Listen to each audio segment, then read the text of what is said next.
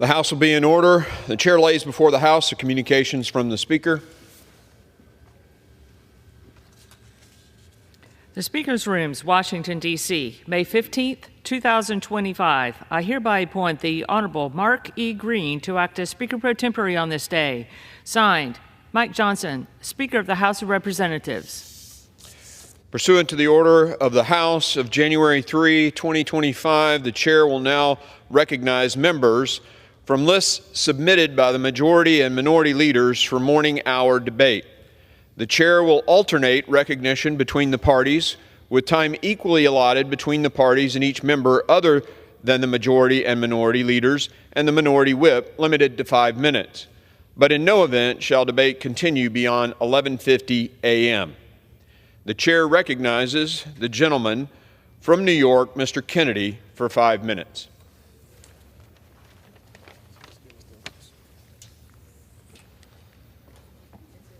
Thank you, Mr. Speaker. Mr. Speaker, I rise today to honor the life and legacy of a truly remarkable Buffalonian, John Ferraletto. John passed away unexpectedly on April 6th at the age of 71.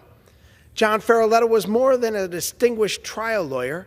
He was a devoted family man, a pillar of our community, and a shining example of the American dream. Growing up on Buffalo's West Side as the son of a construction worker and a beautician, John became the first in his family to attend college, working his way through school by starting his own house painting business at just 16 years old.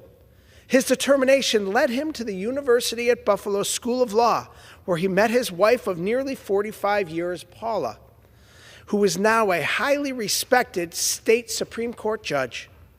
Together, they built not just a loving family, but a legacy that has profoundly shaped all of Western New York.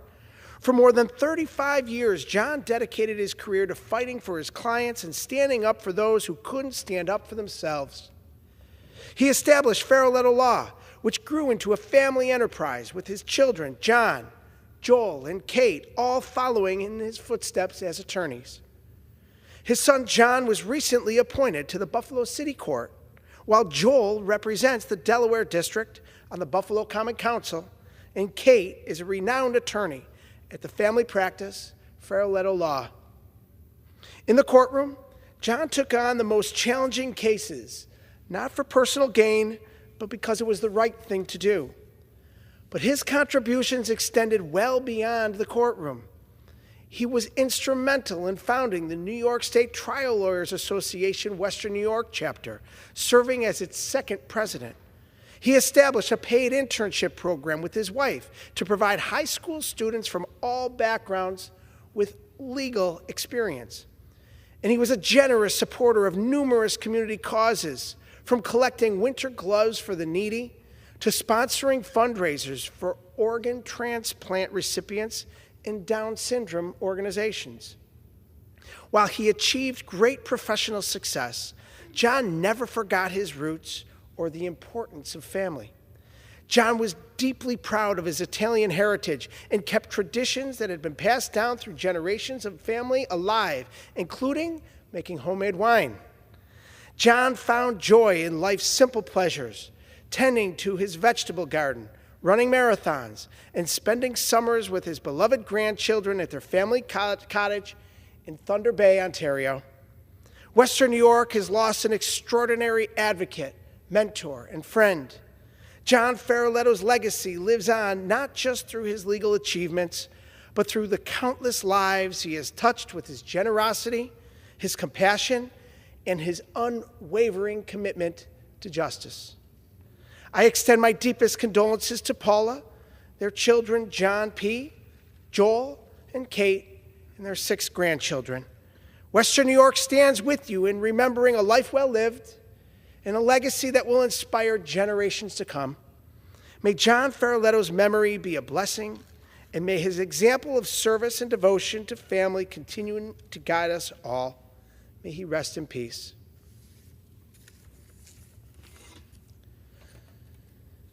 Mr. Speaker, I rise today to honor the life of Mark J. Myers, a beloved husband, father, and grandfather, and a public servant who was taken from us too soon. Born to the late Kenneth and Joan Myers and raised alongside his siblings, Lisa, Tim, and the late Guy Myers, Mark was the heart of his family and a steady presence in our community. A longtime employee of the town of Cheektowaga and brother to Erie County Legislative Chairman Tim Myers, he worked to make life better for his neighbors. He found joy in the simple things: family vacations to Rhode Island, fishing, golf, Bills games, and quiet afternoons with his dog, Lamb Chop. Mark's kindness, humility, and dedication defined him, and his legacy will live on in all that knew him.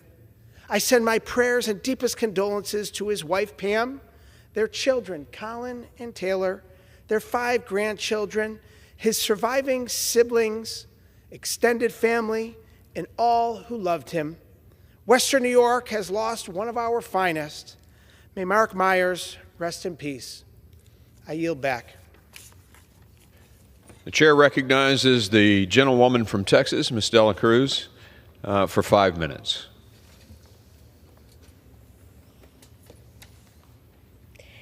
Today, I rise to honor the Sisters Boutique and Gifts, Inc. in Floresville, Texas, as the SBA Family-Owned Business of the Year for the San Antonio District. 35 years ago, Sisters was founded by 2 sisters, Annette and Arlene. What started as a small town shop has grown into a successful small business with multiple locations in Floresville's downtown district, run by 3 generations of women and fueled by passion. Today, their boutique and children's store is run by Annette's daughters, Stacy and her daughter, Katie.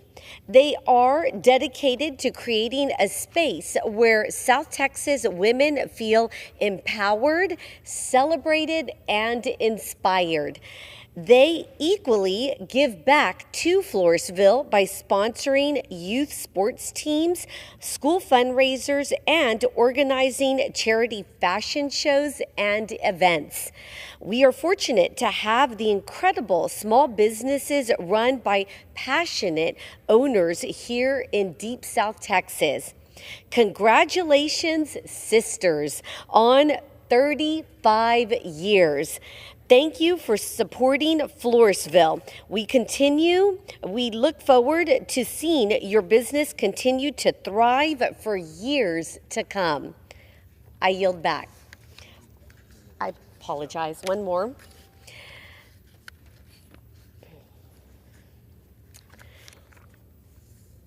Today, during National Police Week, I rise in honor of the law enforcement officers who have gone above and beyond to protect our families and communities. They have stood as protectors and always answered the call without hesitation. This week, with heavy hearts, we honor the brave officers of the McAllen Police Department in South Texas who made the ultimate sacrifice in the line of duty. Their courage, dedication, and commitment to their duty reminds us of what it means to serve. They wore the badge not for praise, but to make a difference, and they did so every single day. Though they are no longer with us, their legacy lives on. Today, we honor their lives and dedication to South Texas. May their names never be forgotten. Officer Federico Saenz, end of watch, March 26, 1933. Officer Rosalind Suarez Jr., end of watch, May 19, 1981. Officer Reynaldo Lopez, end of watch, July 10, 1933. Officer El Edelmiro Garza Jr., end of watch, July 11, 2020. Officer Ismael Z. Chavez, end of watch, July 11th, 2020. Please join me in praying for our fallen officers and their loved ones. Your service and sacrifice will never be forgotten. Thank you. I yield back. The chair recognizes the member from Delaware, Representative McBride, for 5 minutes. Thank you, Mr. Speaker. I rise today as the representative of the nearly 1 in 4 Delawareans who rely on Medicaid, families, children, seniors, and people with disabilities whose lives now hang in the balance. Republicans in Congress have proposed not only the largest cut in Medicaid in American history, but the single largest evisceration of health care in American history, period. According to the nonpartisan Congressional Budget Office, this slash and burn proposal would strip health insurance from nearly 14 million people. That's not belt-tightening, it's life-threatening. Since the majority in Congress began advancing this plan, I've heard from hundreds of Delawareans who can't sleep, gripped by the fear of losing the care that keeps them or their kids alive. Caroline, a young woman from Newark, has a rare condition that requires extensive medical intervention. Without Medicaid, she told me that she could die. Caroline, tragically, is not alone. If these cuts advance, people will die. I've heard from doctors, nurses, hospital leaders, and community health clinics across our state. They all agree. Republican cuts to Medicaid will do irreparable harm, eliminating a lifeline for their patients and putting further strain on our hospital systems that are already facing a workforce crisis. But let's talk about what's actually in the Republican proposal. The majority party wants to impose needless and excessive paperwork requirements that serve no purpose but to push people off the rolls. They are importing the worst parts of the private health insurance industry, needless bureaucratic barriers and excessive paperwork, into a life-saving program to make it harder to qualify for care, all to pad the pockets of the ultra-wealthy. And if that weren't enough, the bill also includes what can only be described as a backdoor abortion ban, prohibiting Medicaid funding from going to family planning clinics that provide abortion services, even if that funding isn't being used for abortion care. This means shuttering access to trusted providers and family planning clinics, especially in rural areas where options are already scarce. They're doing all of this while forcing working families to pay more out of pocket. When you make working people pay more for basic health care, that is a tax. Republicans in Congress want to tax the health care of working people, all to just partially pay for tax cuts for the wealthiest. This administration and Republicans promised Americans 3 things last year: lower costs, cutting red tape, and bringing down the deficit. But let's review what their budget will actually do. It raises costs for working families across the country through new out-of-pocket expenses, higher premiums, and loss in coverage. It creates new bureaucratic red tape for patients, providers, and state governments, barriers designed to trip people up and push them out. And it adds $3.7 trillion to the deficit, not to expand care or invest in working people, but to fund tax cuts for the wealthiest Americans. I didn't come to Congress to rubber stamp cruelty. I came to fight for the people I represent: the aging parents in Sussex County, the caregivers in Kent, kids in Wilmington. And let me end with the words of another Delawarean, a single mom. Without Medicaid, neither of us would have health insurance. My employer doesn't offer health coverage, and I can't afford the $500 a month private plan with high deductibles and out-of-pocket expenses. If we lose Medicaid, we lose everything. She added this: P.S. I'm a healthcare worker with a bachelor's degree. This isn't about being too lazy to work. We owe her and millions of others better than this. I urge my colleagues to reject this cruel and catastrophic proposal. Thank you, and I yield back my time. Chair recognizes the gentleman from Guam, Mr. Moylan, for 5 minutes.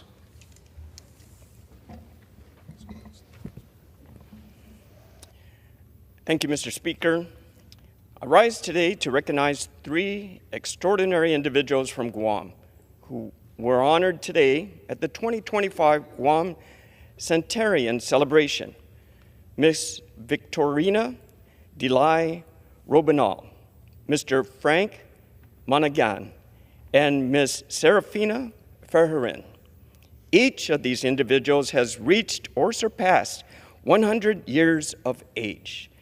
This is a remarkable milestone on its own, but more than longevity, they represented generations whose lives were shaped by some of the most defining moments in our island's history, including World War II. As we approach Guam's 81st Liberation Day this July, we are reminded of the resilience, determination, and strength of those who endured the occupation on Guam during World War II and witnessed the delivery of freedom to our people in 1944. The centenarians lived through those difficult years and helped rebuild our island in the decades that followed. Their lives are a testament to the enduring spirit of the people of Guam. They remind us that our history is not only told in books or monuments, but also in their lives, the hearts and the experience of those who were there. They embody everything that is great about Guam, and we celebrate their incredible lives they lived. I extend my warmest congratulations and deepest respect from this chamber. On behalf of the people of Guam and the United States Congress, I thank Ms. Robinal, Mr. Monaghan, and Ms. Ferherin for their strength, their wisdom, and the example they continue to set for us all. Thank you, Mr. Speaker. I yield back. The chair recognizes the gentlewoman from Oregon, Ms. Bonamici, for 5 minutes. Thank you, Mr. Speaker. Oregonians at home and colleagues in the House often hear me talk about NOAA, but I want to use this time to explain how this agency, the National Oceanic and Atmospheric Administration, contributes to the economy and to our well-being. NOAA is not just a four-letter acronym or a federal building in Maryland. It's the backbone of this nation's environmental safety and resilience, which support better health and a thriving economy. When the earth shakes the coastline of my district in the Pacific Northwest, as it inevitably will, it will put the lives and safety of thousands of coastal residents at risk from a devastating tsunami. The first life-saving alert they will hear is because of NOAA.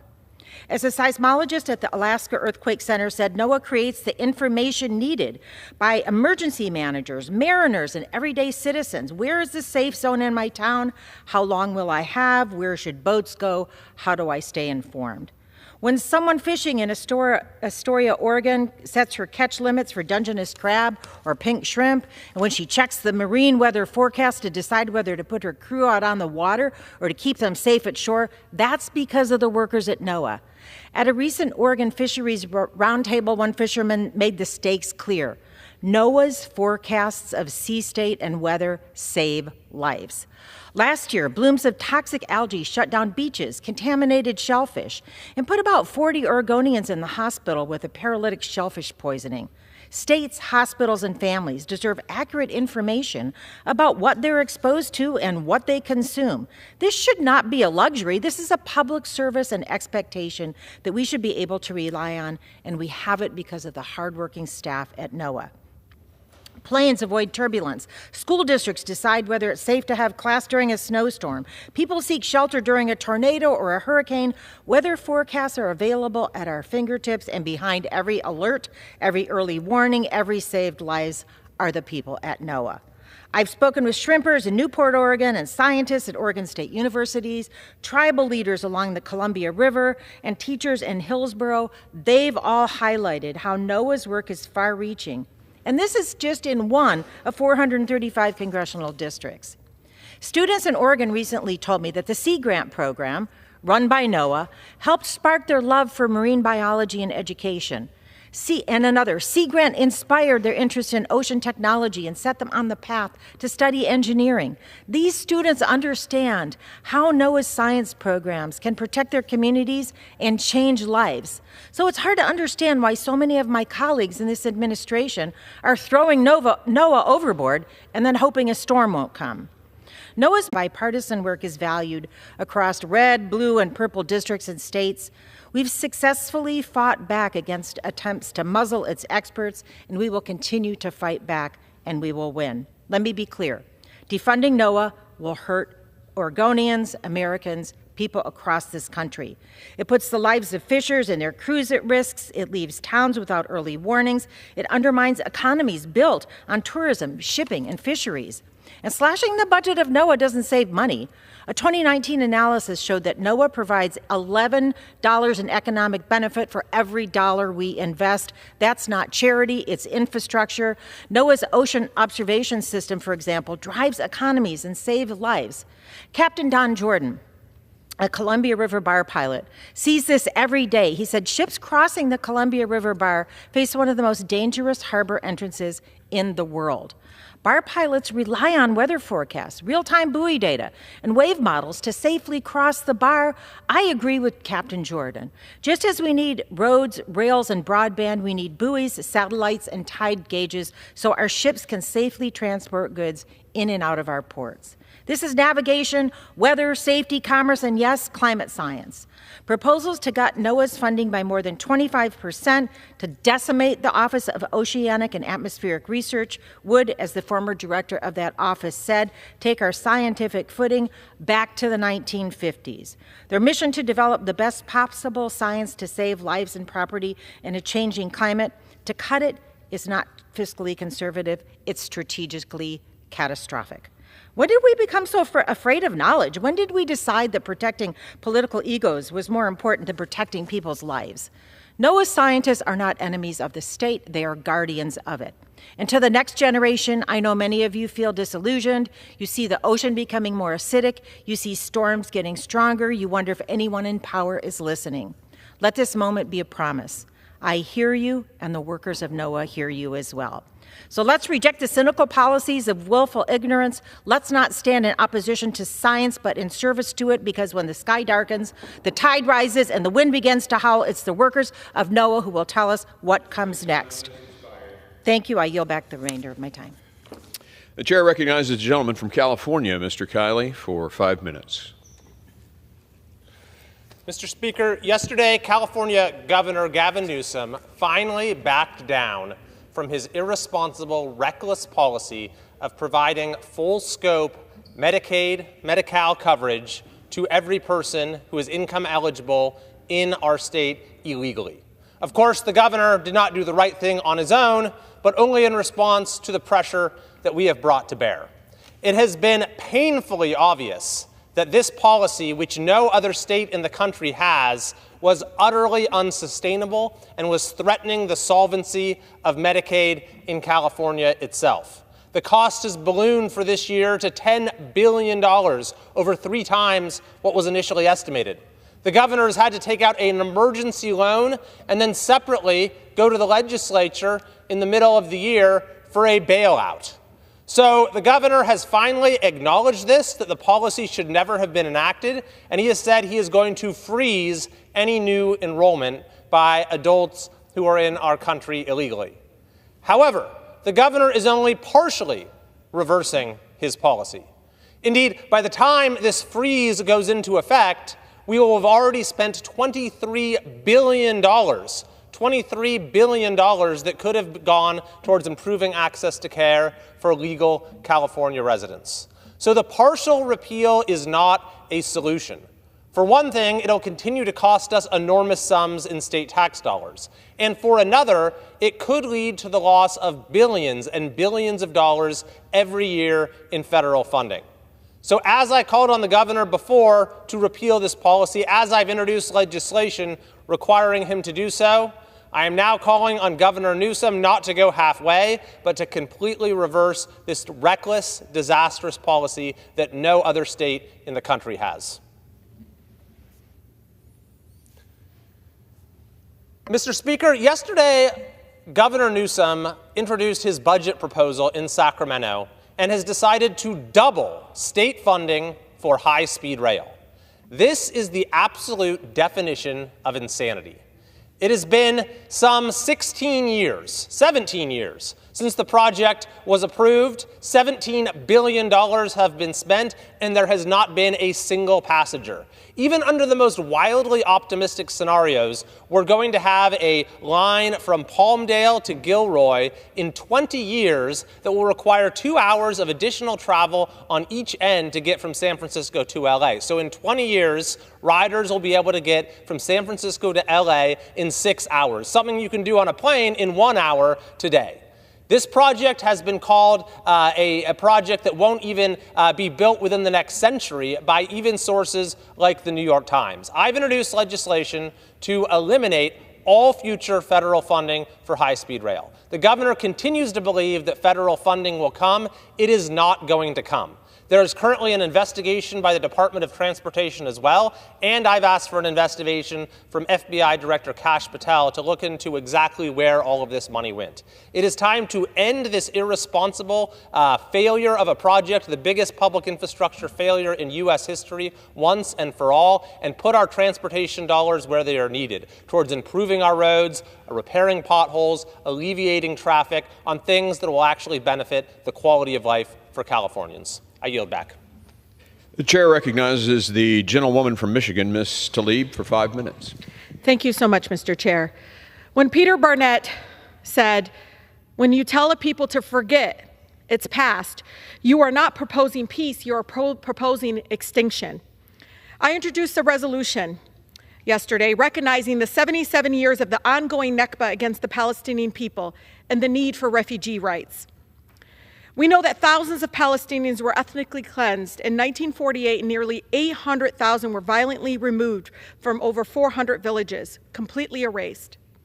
Many of them carrying their keys to this day, Mr. Speaker, hanging them on the wall of their new homes, temporary homes, in hopes that one day they'll be able to return to their villages.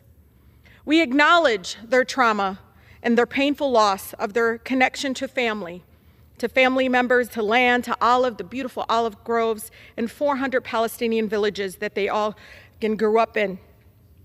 And we, of course, see that the Israeli government continues to illegally steal Palestinian land in the occupied West Bank, where my family lives. They illegally evict Palestinian families, Mr. Speaker, and demolish homes, and deny Palestinians basic human rights. We honor those all around the world. I want them to know that Congresswoman Cori Bush and I see you. We know the suffering. We know that there's lasting harms of settler colonialism, as well as ethnic cleansing and apartheid. There are days that I feel so alone in this chamber as the only Palestinian American serving in Congress. The dehumanization and the anti-Palestinian racism here is painful, especially when my colleagues remain silent on the starvation of children and vote to send more bombs to the Israeli government while they commit war crimes with impunity. Today, we are witnessing a genocide in Gaza. So many human rights organizations, advocacy groups, NGOs, folks on medical mission have confirmed.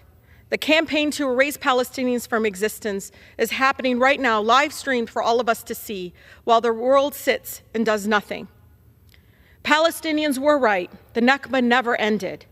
Across Gaza, the medical system has been deliberately destroyed. The Israeli government is using starvation as a weapon of war, which is a war crime. The thousands of trucks carrying food and life-saving aid sit blocked at the border while Palestinian families starve.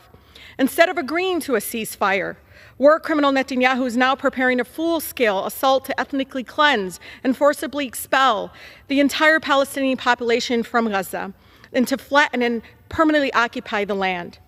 This was always their plan. He said it himself.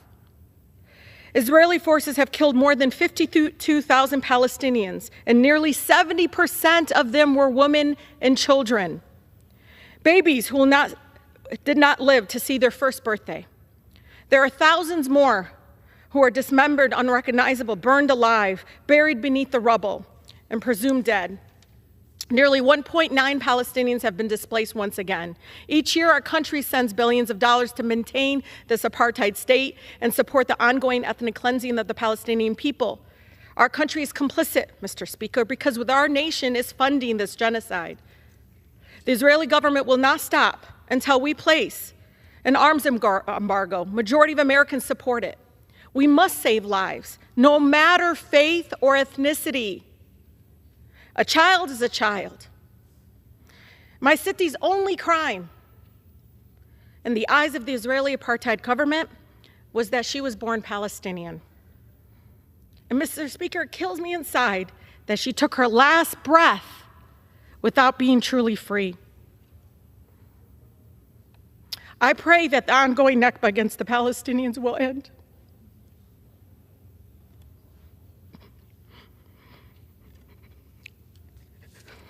And one day they will be free.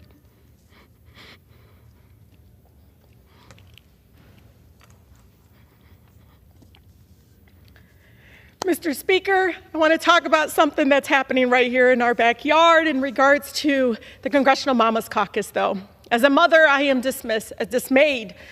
As we started the Mamas for Medicaid, and Mamas for Medicaid are mothers across the nation sharing their stories about what it means to cut Medicaid and how cruel it will be for their families, especially those with special needs children. But what makes me even more angry is this so-called sneaking in of the nonprofit killer bill into the budget reconciliation package. We got to worry about that now. This is a dangerous and unconstitutional legislation that would give the Trump administration unchecked power to target any nonprofit organization as a political enemy and shut them down. No evidence, no charges, no trial, no due process. This legislation is part of a broader assault on civil liberties aiming to criminalize free speech, Mr. Speaker. And trust me, it won't be just Palestinian human rights organizations. It will be those that are fighting against the Medicaid cuts. It will be those that are fighting for Black lives, those that are fighting for climate justice. The lady's time has expired. It is wrong, and I hope my colleagues will vote against it. The time has expired. The chair recognizes a gentleman from Mississippi, Mr. Ezell, for 5 minutes. Thank you, Mr. Speaker. Mr. Speaker, I rise today to honor the life and the ultimate sacrifice of Deputy Bruce Evans of the Jackson County Sheriff's Department, who was tragically killed in the line of duty on July the 18th of 2000. Deputy Evans lost his life while protecting his community. In his final moments, he stood in harm's way so that others could be safe. That's the kind of man he was. He was a courageous man, selfless and committed to the oath that he took. Bruce served 7 years in law enforcement, 4 of those with the Jackson County Sheriff's Department. He was a husband, a father of 2 children, and a hero to all that knew him. This loss is especially personal to my office. My chief of staff was Bruce's partner at the Sheriff's Department at that time. I've heard firsthand how deeply Bruce cared for his work, his family, and his community. We honor his memory today, and we pray for his family and his loved ones, and we recommit ourselves to standing behind the brave men and women who wear the badge every day.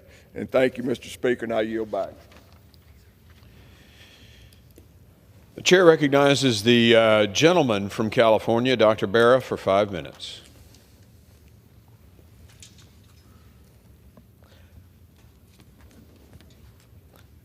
Thank you, Mr. Speaker. I rise today to recognize Barbara Marquez, who was named the Alzheimer's Impact Movement Advocate of the Month. Barbara's connection to Alzheimer's is deeply personal. She lost her maternal grandmother and 5 of her mother's siblings to this devastating disease.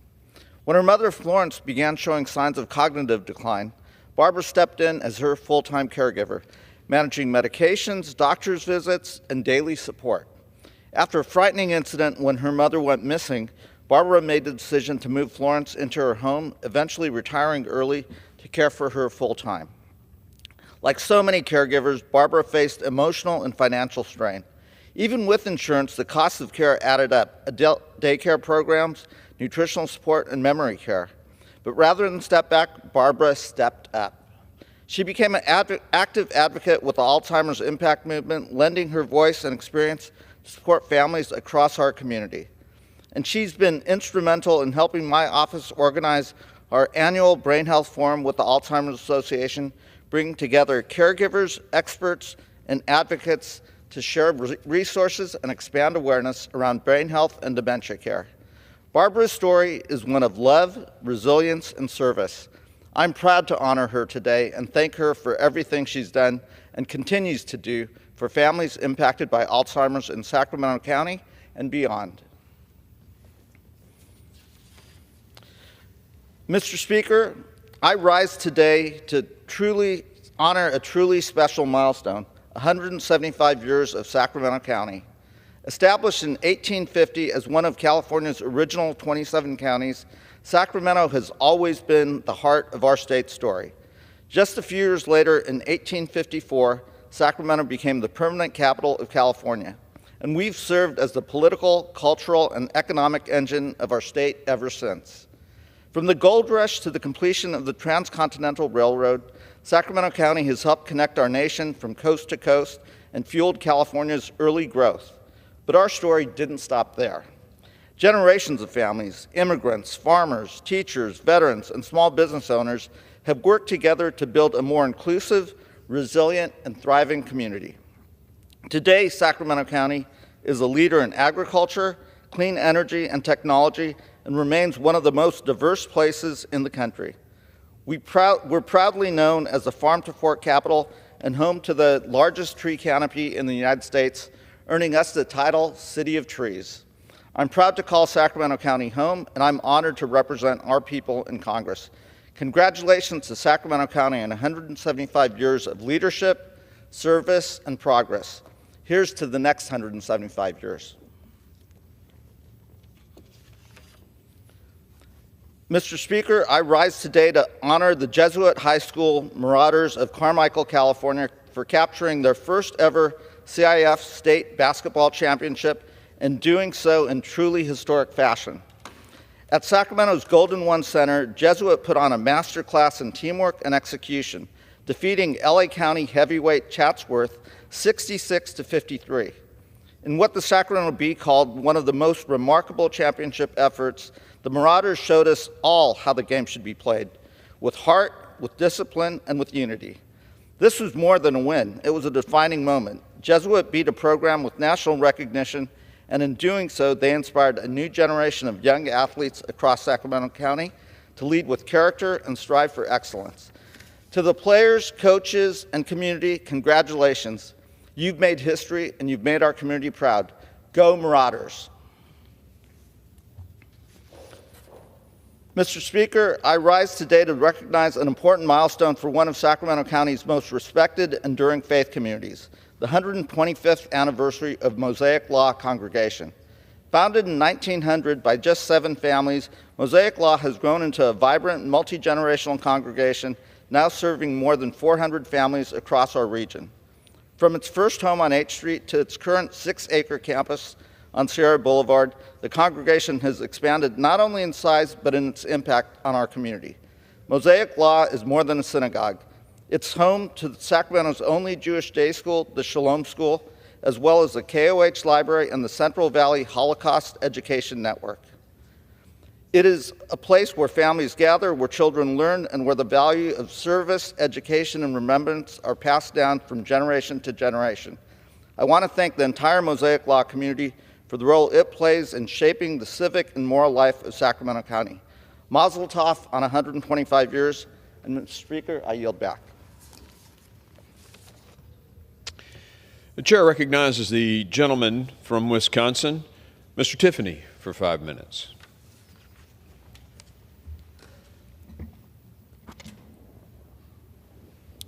Thank you, Mr. Speaker. This National Police Week, I want to thank the brave men and women of law enforcement who put their lives on the line every day to protect our communities and honor those who made the ultimate sacrifice in the line of duty. Your courage and service will never be forgotten. I also want to recognize 2 law enforcement officers from Wisconsin's 7th District who recently retired after decades of service. Barron County Sheriff Chris Fitzgerald, Fitzy, served for 28 years in law enforcement, including 17 years as sheriff. His leadership and commitment made a lasting impact on his community, and I wish Sheriff Fitzgerald the best in the next chapter of his life. Rusk County Sheriff Jeff Wallace retired earlier this year after 28 years in law enforcement, including 10 years as sheriff. We are grateful for Sheriff Wallace's service. I'd also like to congratulate Jim Peglow. After 31 years with the Neenah Menasha Fire and Rescue and an additional 9 years with the Minocqua Fire and Rescue, Jim has answered his final call. To all of our law enforcement officers, firefighters, and first responders, thank you. Thank you. Our communities are safer because of you. And with that, Mr. Speaker, I yield back. The chair recognizes the gentlewoman from Ohio, Ms. Sykes, for 5 minutes.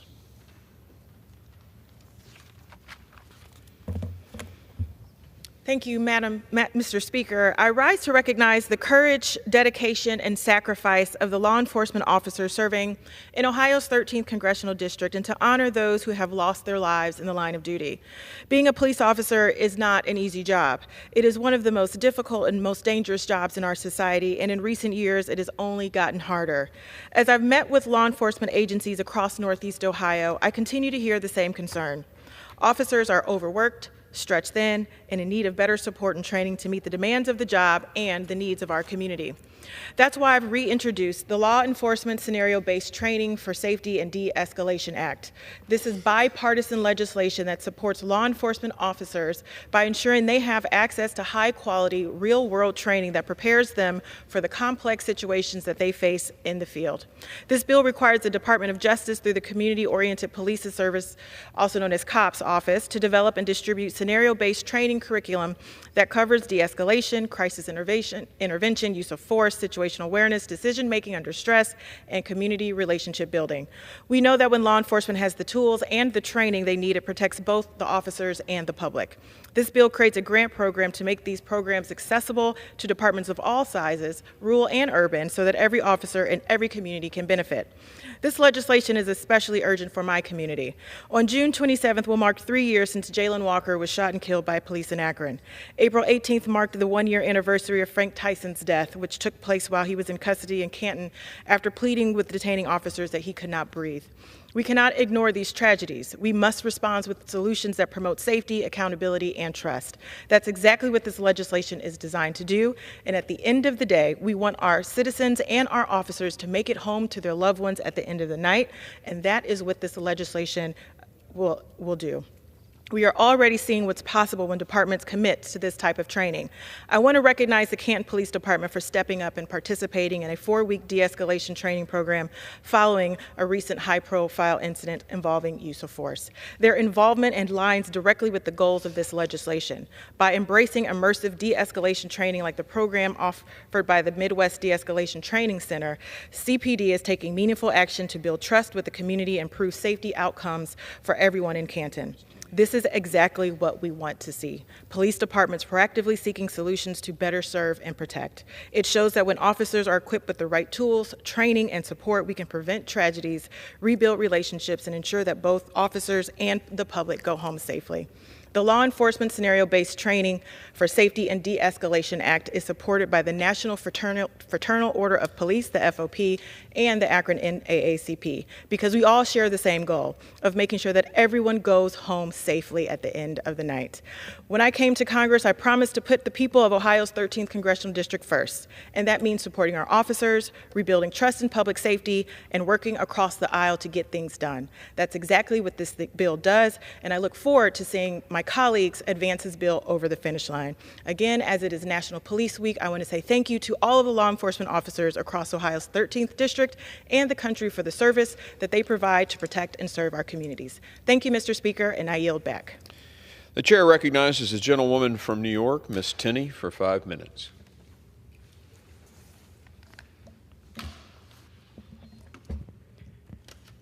Thank you, Mr. Speaker. In honor of Police Week, I'd like to remember 2 police officers who paid the ultimate sacrifice in the line of duty. I rise today in solemn recognition of Deputy Kaylee Campbell of the Oswego County Sheriff's Office. Deputy Campbell began her career in law enforcement with the Onondaga County Sheriff's Department as a corrections officer before attending the Syracuse Police Academy. In April 2023, she joined the Oswego County Sheriff's Office as a patrol deputy. Tragically, while en route to call on the morning of September 25th, 2024, Deputy Campbell's life was cut short when her patrol vehicle was T-boned in an intersection. Following the crash, she was transported to Oswego Hospital where she was tragically pronounced deceased. She was just 33 years old. Deputy Campbell leaves behind a loving father, brother, and extended family, as well as her boyfriend, close-knit group of friends, colleagues, and 2 beloved cats. She will be remembered for her love of hiking, personal fitness, traveling to new places, and having new experiences, and spending time at the range.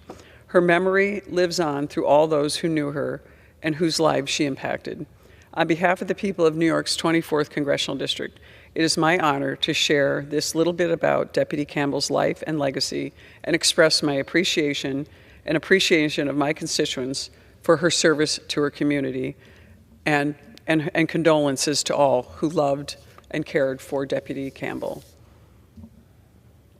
Mr. Speaker, I rise today in solemn recognition of Sergeant Thomas A. Sanfratello of the Genesee County Sheriff's Office. Sergeant Sanfratello faithfully served his beloved community as a police officer for 32 years, was twice recognized as Officer of the Year, and was heavily involved with the New York State Sheriff's Association, the Stop DWI program, and Shop with a Cop programs. He was also a town board member and former volunteer firefighter. Tragically, in the early morning hours of March 10, 2024, Sergeant Sanfratello was killed after being attacked while responding to a call. Sergeant Sanfratello truly embodied what it means to be a public servant, having made the ultimate sacrifice in the name of protecting others. He leaves behind a close-knit family, including a wife and 3 children, as well as countless friends and colleagues. Sergeant Sanfratello will be remembered for his love of family and spending quality time with his children, his passion for his community, as well as his love of sports, Motorama, and his collection of Lego and Hot Wheels. His memory lives on through all those who knew him and whose lives have been changed for the better because of his sacrifice and his service. On behalf of the people of New York's 24th Congressional District, it is my honor to have shared a little bit about Sergeant Sanfratello's life and his legacy, and express my deep appreciation and the appreciation of my constituents for his services to his community, and my condolences to his friends and family. Thank you, Mr. Speaker. I yield back. The chair recognizes a gentlewoman from Texas, Ms. Johnson, for 5 minutes.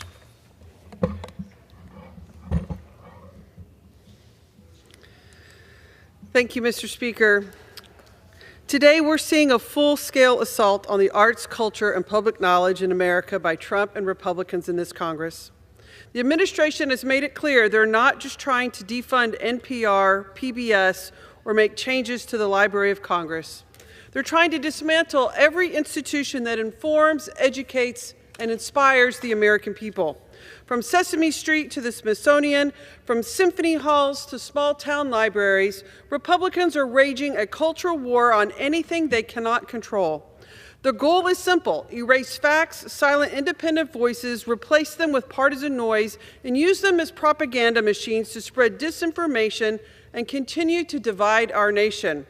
The latest example?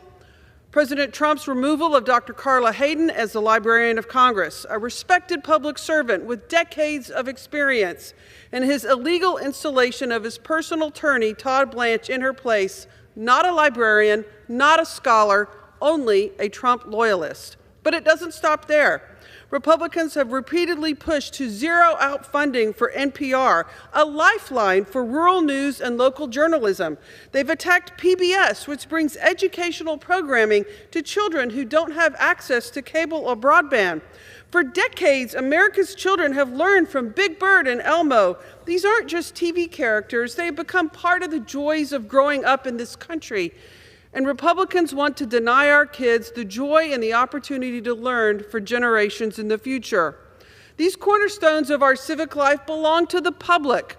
Arts and culture should not be partisan. They're how we tell our stories. They're how we learn, how we connect across communities, across cultures, across language. And they are worth defending. Congress must protect these institutions. We must safeguard NPR, PBS, and the Library of Congress from being turned into propaganda tools. We must make clear that knowledge, truth, and creativity are not the enemies of democracy, but instead they are its very foundation. Mr. Speaker, Republicans in this House are proposing a budget that includes devastating cuts to Medicaid, cuts they know will negatively impact their constituents just like they would mine in North Texas. This isn't about balancing a budget, responsibly cutting spending, or making government more efficient. This is about trying to balance the books on the back of working families, children and seniors, and people with disabilities. And in Texas, these health care cuts will be catastrophic. We already have the highest uninsured rate in the country, with nearly 5 million people in Texas lacking health coverage. 1 in 4 Texas children relies on Medicaid or CHIP, and more than half of Texas births are covered by Medicaid. These cuts would gut funding for rural hospitals, eliminate access of care for thousands of Texans with disabilities, and put even more pressure on emergency rooms that are already stretched so thin, causing hospitals to close, making it even harder to find care. It's cruel, it's reckless, and it's part of a broader agenda that prioritizes tax breaks for Trump and his friends over health care for the people who need it the very most. Instead of expanding Medicaid like we should have done over a decade ago, Republicans are trying to dismantle this basic needs program altogether. I won't stand by while they try to take health care away from Texans who need it most. I'll fight tooth and nail to protect Medicaid, protect our hospitals, and to make sure no Texan is left behind simply because they're sick, struggling, or don't make enough money to exceed the meager limits of income for Medicaid. Republicans should be working with us to build a stronger, more equitable health system instead of destroying it one lifetime by millions of Texans rely on. Mr. Speaker, Medicaid is the foundation of our healthcare system. It's good for business. It's good for our economy. It's good for the American people.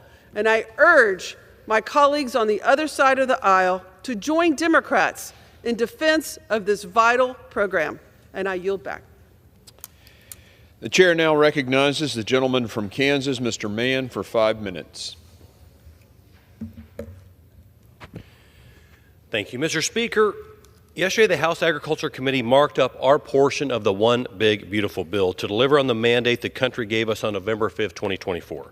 In total, we saved American taxpayers more than $295 billion and made long overdue investments to support the farmers, ranchers, and agriculture producers in the Big First and all over rural America. I'm very proud of all that we were able to accomplish. However, Mr. Speaker, I've been greatly disappointed in how some of my Democratic colleagues have continued to blatantly lie about the legislation throughout this process. Rather than work together to get our fiscal house back in order and ensure programs like Medicaid and SNAP are on a sustainable path, they have chosen to misrepresent and oppose everything we're working towards. As a fifth generation to grow up on and work on my family farm, I understand the weight and the pride our nation's farmers have in feeding, clothing, and fueling the world. Not a single member of this body wants to see people go hungry, and I'm personally offended by these lies. We want families to be able to put food on their tables. The difference is, Mr. Speaker, we want these programs to actually serve the most vulnerable communities for generations to come. The single mom taking care of kids too young to be in school, the disabled, the elderly, not the person who wants the government to foot their bill while they sit at home.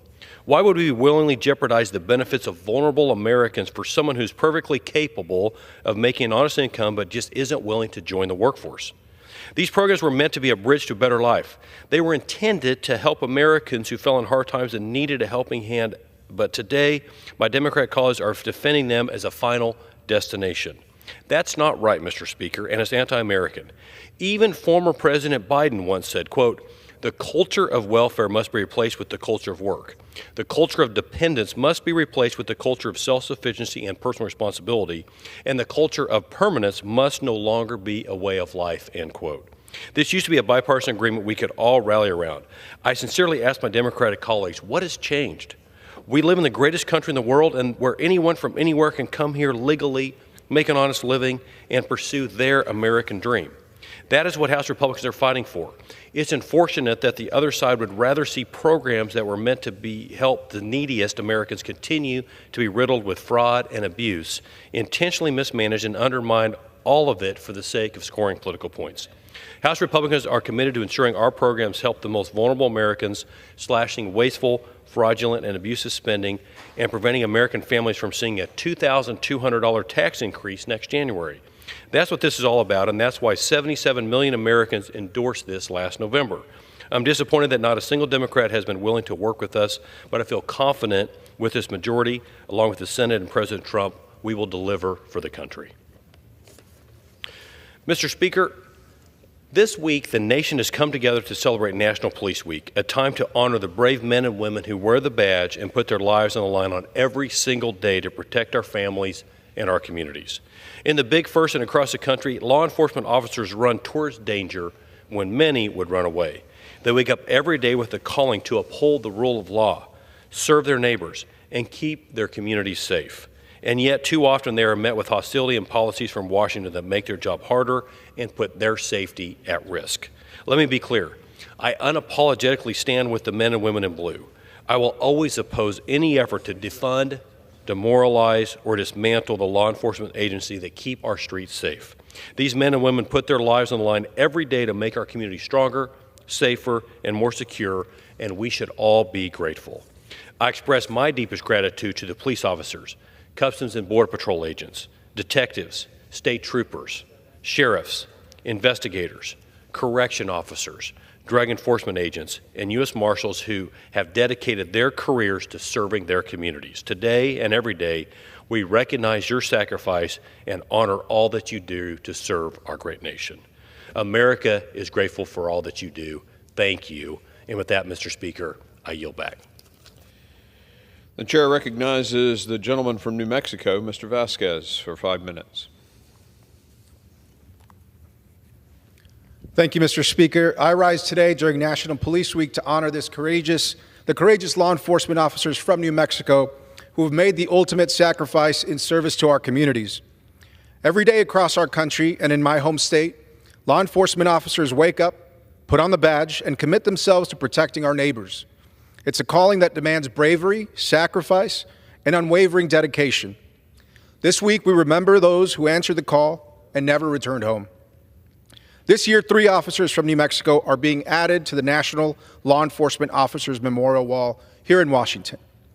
Corrections Officer Roberto Rodriguez from Doña Ana County. Patrol Officer Jonah Hernandez of the Las Cruces Police Department. Patrolman Justin C. Hare of the New Mexico State Police. And I also want to honor those who recently also did not have the opportunity to come home. Las Cruces Police Officer J.R. Stewart. Albuquerque Police Officer Bianca Quintana. Alamogordo Police Officer Anthony Tony Ferguson. Alamogordo Patrolman James Sides. New Mexico State Police Officer Darian Jarrett. Curry County Sheriff Michael Reeves. To their friends, families, and colleagues, know that your loved ones are not forgotten. We grieve with you. As we reflect on their sacrifice, we must also recommit ourselves to doing more for those who wear the badge today. That means investing in officer safety, mental health, and wellness. It means supporting their families, and it means ensuring they have the tools and resources to serve our communities with dignity and professionalism. Choosing a life of service in law enforcement is not easy. It comes with risks that most of us will never know. But because of officers like Roberto, Jonah, and Justin, our communities are safer, and our values of justice and service endure. On behalf of all New Mexicans, I offer my deepest gratitude. May their memories be a blessing, and may we continue to honor them with action, compassion, and resolve. Mr. Speaker, I rise today to recognize an exceptional public servant from my district, Chief Jeremy Story. He's from the Las Cruces Police Department, my hometown, someone I was proud to serve with in local government. Chief Story has spent over 18 years in service to Las Cruces, rising through the ranks from cadet to chief of police. He's a U.S. Marine Corps veteran, a graduate of New Mexico State University, and a man deeply rooted in the values of duty, accountability, and community. Earlier this year, our community faced a horrific mass shooting, an act of senseless violence that shook Las Cruces to its core. In the face of this tragedy, Chief Story responded swiftly and with compassion. His leadership was grounded in facts, calm under pressure, and most importantly, rooted in empathy for the victims, their families, and all of those affected. At a time when our community needed strength and clarity, Chief Story was there, not only with answers, but with presence. He showed up for us. He brought together law enforcement, emergency responders, and community leaders, not just to respond, but to begin the healing of our community. In May of this year, he was named Citizen of the Year by the Greater Las Cruces Chamber of Commerce. That recognition was well earned. And today, I want to make sure that his dedication is honored here on the floor of the House of Representatives. On behalf of all New Mexicans, I thank Chief Jeremy Story for his continued leadership and unwavering commitment to the people of Las Cruces. Thank you, Mr. Speaker. I yield back. The chair recognizes the gentleman from Arizona, Mr. Siscomani, for 5 minutes.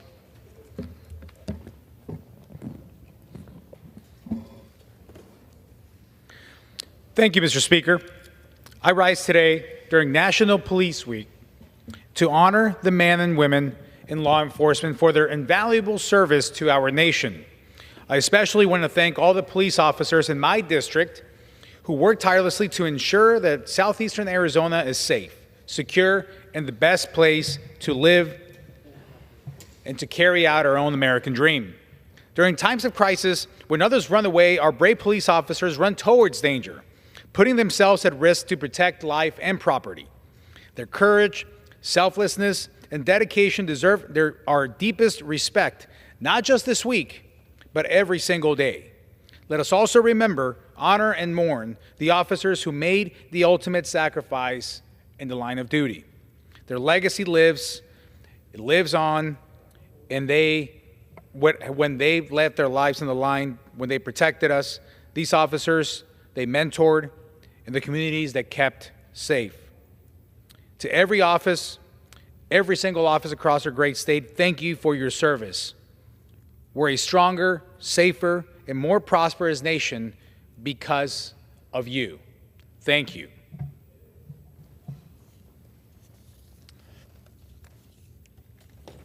Mr. Speaker, I rise today full of pride to congratulate Cochise County Teacher of the Year in Carmichael Elementary School's 5th grade teacher, Shaniqua Matthias.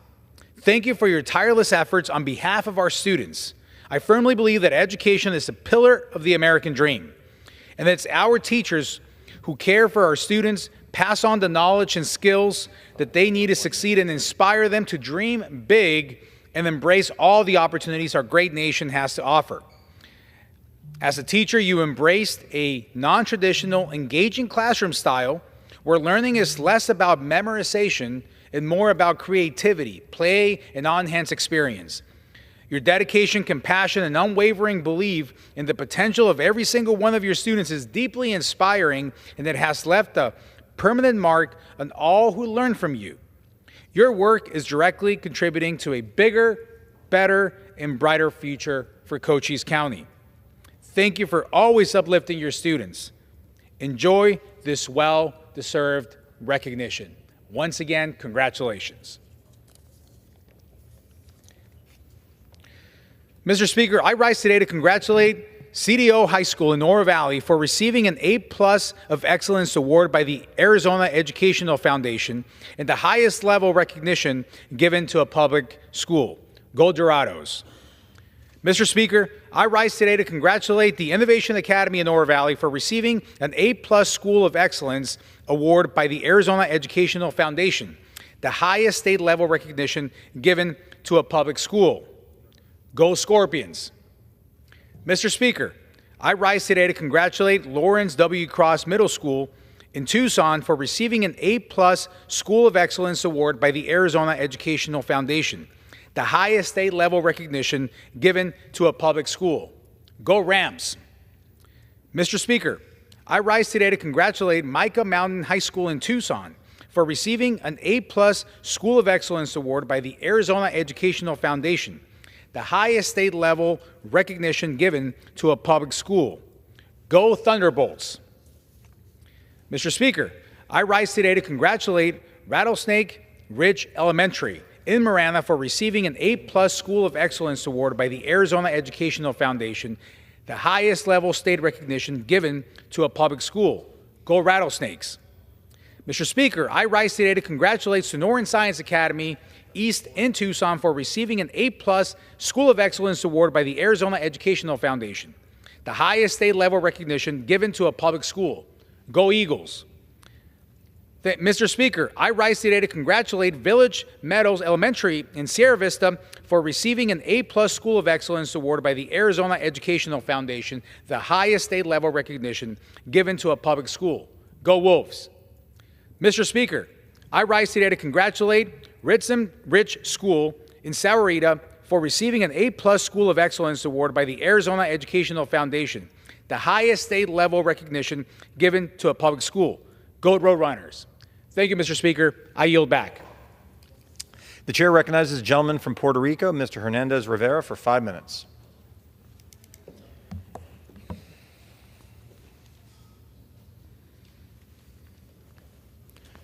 Thank you, Mr. Speaker.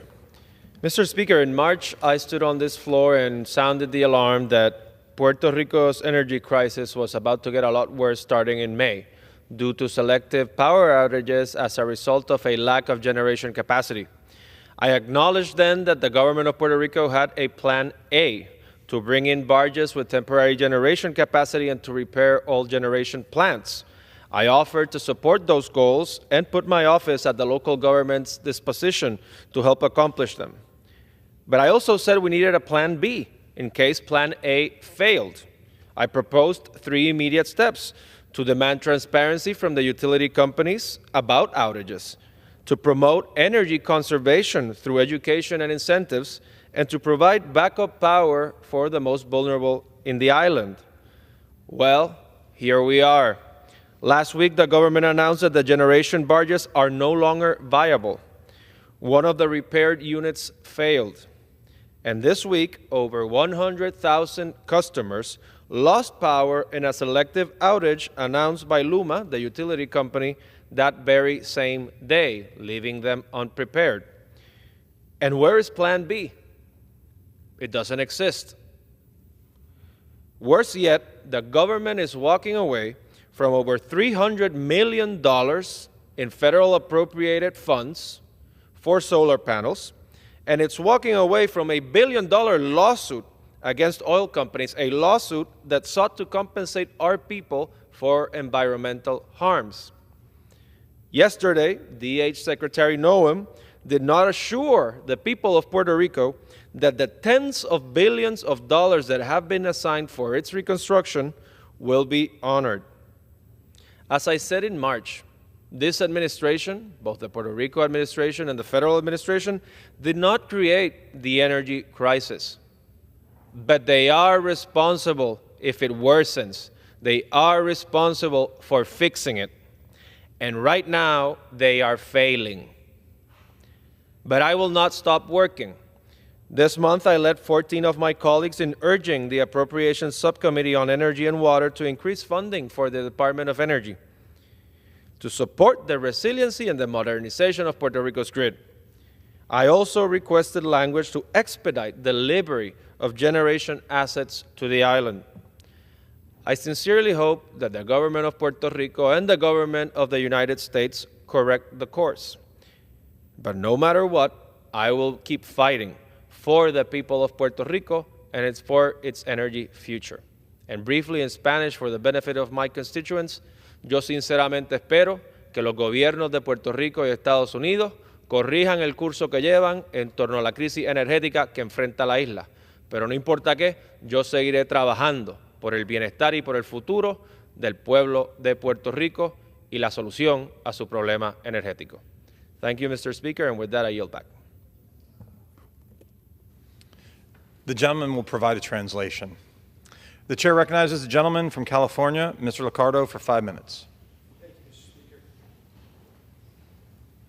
Speaker.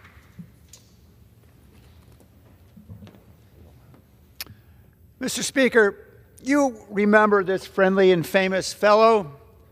Bill, as in I'm just a Bill, here on Capitol Hill.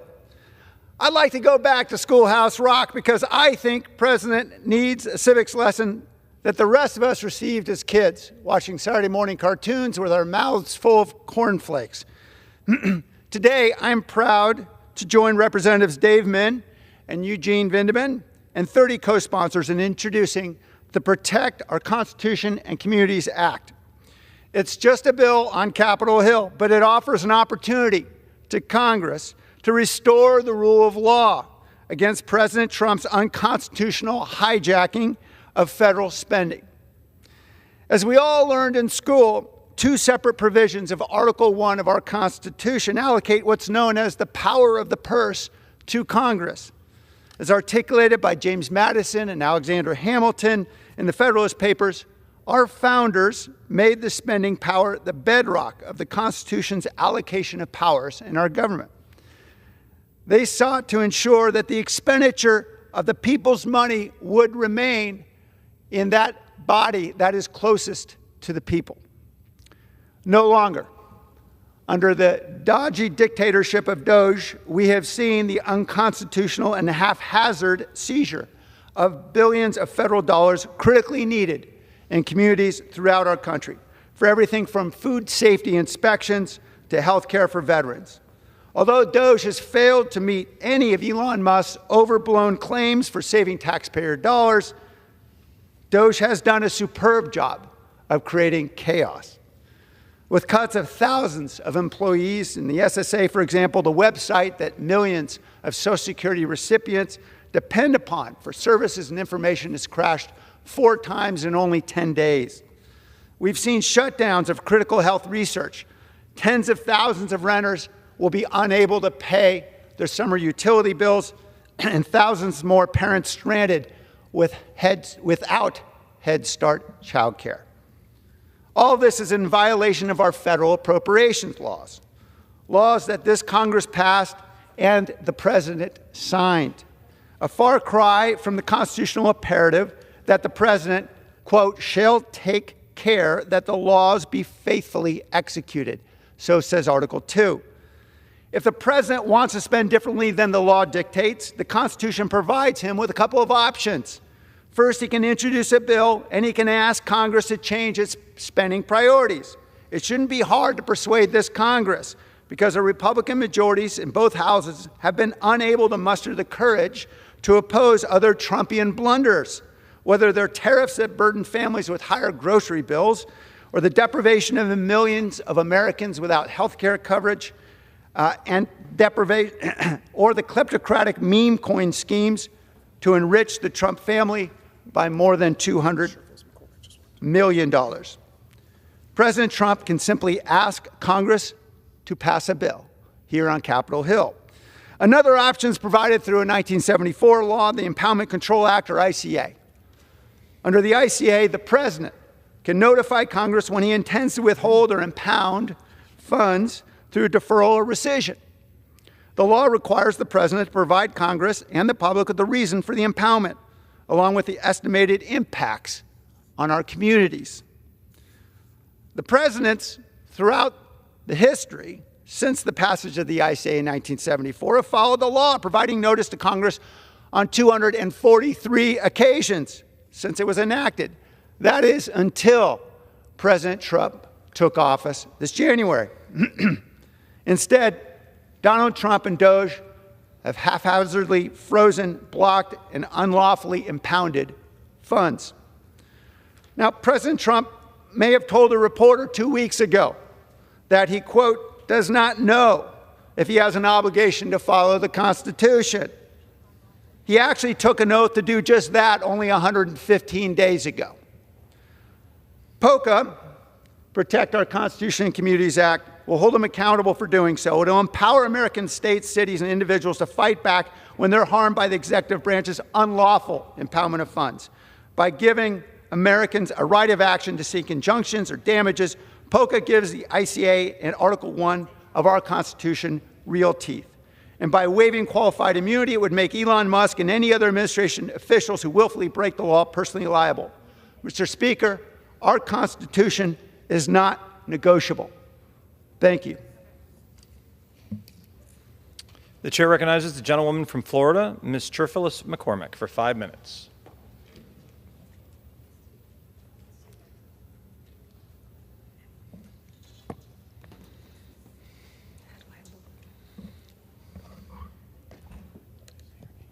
Mr. Speaker, this week a group of Afrikaners arrived in the United States. They were greeted with open arms and American flags. Every single one of them skipped the front of the line thanks to the expedited pathway that the administration handed them. Although they are not facing any imminent threat nor any persecution, according to this administration, these farmers were victims who were being brutally killed as a part of genocide. These claims are absolutely false. We must ask ourselves, why wasn't any grace extended to those fleeing the Democratic Republic of Congo, home to the deadliest conflict in the world? There's no temporary protective status for them. Why wasn't any grace extended to Afghanistan, who helped our soldiers at war and risked their lives for the American people?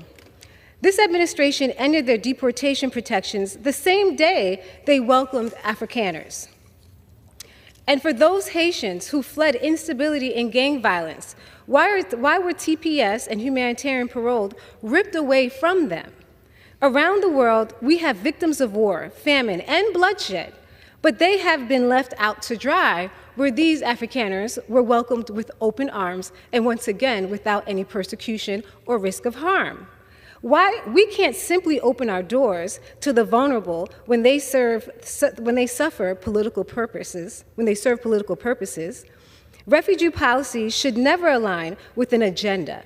It should serve those who are in need, those families overseas who will be murdered if America abandons them, not to people who serve a political purpose and for political gain. There should be a reward, the same pathway as the Afrikaners were given. I yield back. Pursuant to Clause 12A of Rule 1, the Chair declares the House in recess until noon today.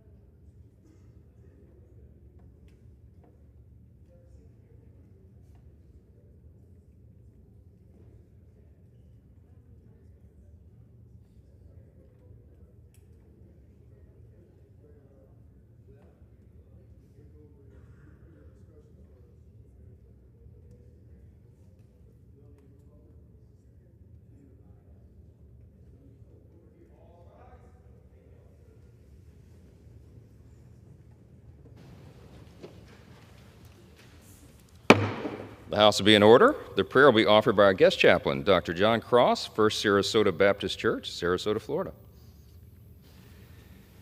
Would you join me in prayer? Heavenly Father, we thank you for your love, mercy, and grace in our lives. You have blessed us far beyond our ability to understand. Thank you for the gift of our great nation. We are appreciative of the freedoms we enjoy. We pray for the men and women who are serving to protect and preserve our freedom. We pray for all of our elected officials and all those in authority. Please give them your wisdom as they make decisions that impact so very many lives. We desperately need you. We know that our help is from the Lord, the maker of heaven and earth. We cling to you and every promise in your word. Help us to walk in your ways, to obey your word.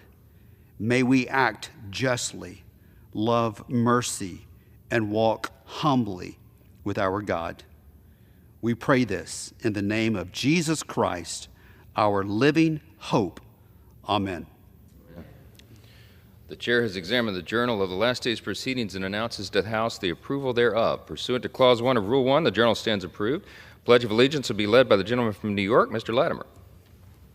I pledge allegiance to the flag of the United States of America and to the republic for which it stands, one nation, under God, indivisible, with liberty and justice for all.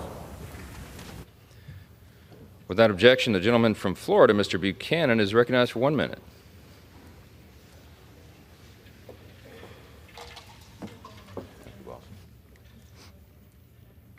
Thank you, Mr. Speaker. I rise to recognize Dr. John Cross, who just delivered this morning's opening prayer. John is a senior pastor of First Baptist Church of Sarasota and has been the pastor for many, many years. John's committed his life to Christ in his childhood and ultimately decided to pursue a career in the ministry. He's a proud graduate of Mercy University and Southwestern Baptist Theological Seminary, where he earned his Master's of Divinity degree and his Doctorate of Ministry.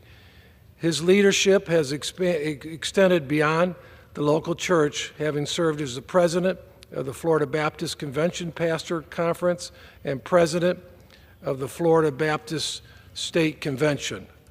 John is married to Dawn, and together they have been blessed with 5 children, 3 son-in-laws, a daughter-in-law, and 10 grandkids. I deeply value his faith leadership in my life, in my family's life, and to our community, and I am grateful for his presence here today. And with that, I yield back. Gentleman yields back. The chair will now entertain up to 15 further requests for 1-minute speeches on each side of the aisle. For that purpose, what does the gentleman from Pennsylvania seek recognition? Mr. Speaker, request unanimous consent to address the House for 1 minute and to revise and extend my remarks. Without objection, the gentleman is recognized for 1 minute. Mr. Speaker, this past weekend, tens of thousands of law enforcement officers from across the country traveled to Washington, D.C. for National Police Week.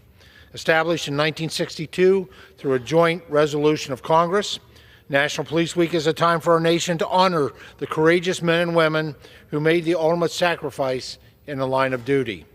These officers gave their lives to protect our families, our neighborhoods, and our way of life. Their legacy lives on in the communities they served and in the continued service of those who wear the badge today. At a time when violent crime is rising and law enforcement officers face growing hostility, we must stand firmly behind those who risk their lives to uphold the law. This is why I'm proud to co-sponsor legislation that honors fallen officers and strengthens protections for those who continue to serve. To every officer who puts on the uniform each day with courage and conviction, thank you. And on behalf of a grateful nation, we salute you. Thank you, Mr. Speaker, and I yield back the balance of my time. Gentleman yields back. For what purpose does the gentlewoman from Texas seek recognition? Mr. Speaker, I ask unanimous consent to address the House for 1 minute and to revise and extend my remarks. Without objection, the gentlewoman is recognized for 1 minute. Mr. Speaker, I rise today during National Police Week to recognize a new chapter in public safety leadership for the city of Dallas. On May 5th, Dallas officially welcomed two exceptional leaders, Daniel Camo as Chief of Police and Justin Ball as Chief of Fire and Rescue. Chief Camo has over 30 years of law enforcement experience, including his recent role as Special Agent in charge of the DEA's Houston Field Division. His leadership has been marked by intelligence-driven crime reduction and a collaborative approach to community policing. Chief Ball, a nearly 30-year veteran of Dallas Fire and Rescue, has risen through every rank since joining the department in 1997. His dedication and innovative leadership have been instrumental in advancing the department's mission to protect and serve our community. These appointments reflect Dallas's commitment to public safety and community trust. I commend City Manager Kimberly Tolbert for her thoughtful selection of these leaders. To Chiefs Camo and Ball, thank you for your service. I look forward to supporting your efforts here in Congress to help ensure the safety and well-being of all Dallas residents. And I yield back. Yields back. For what purpose, gentleman from North Carolina seek recognition? Mr. Speaker, I seek unanimous consent to address the House for 1 minute and to revise and extend my remarks. Without objection, the gentleman is recognized for 1 minute.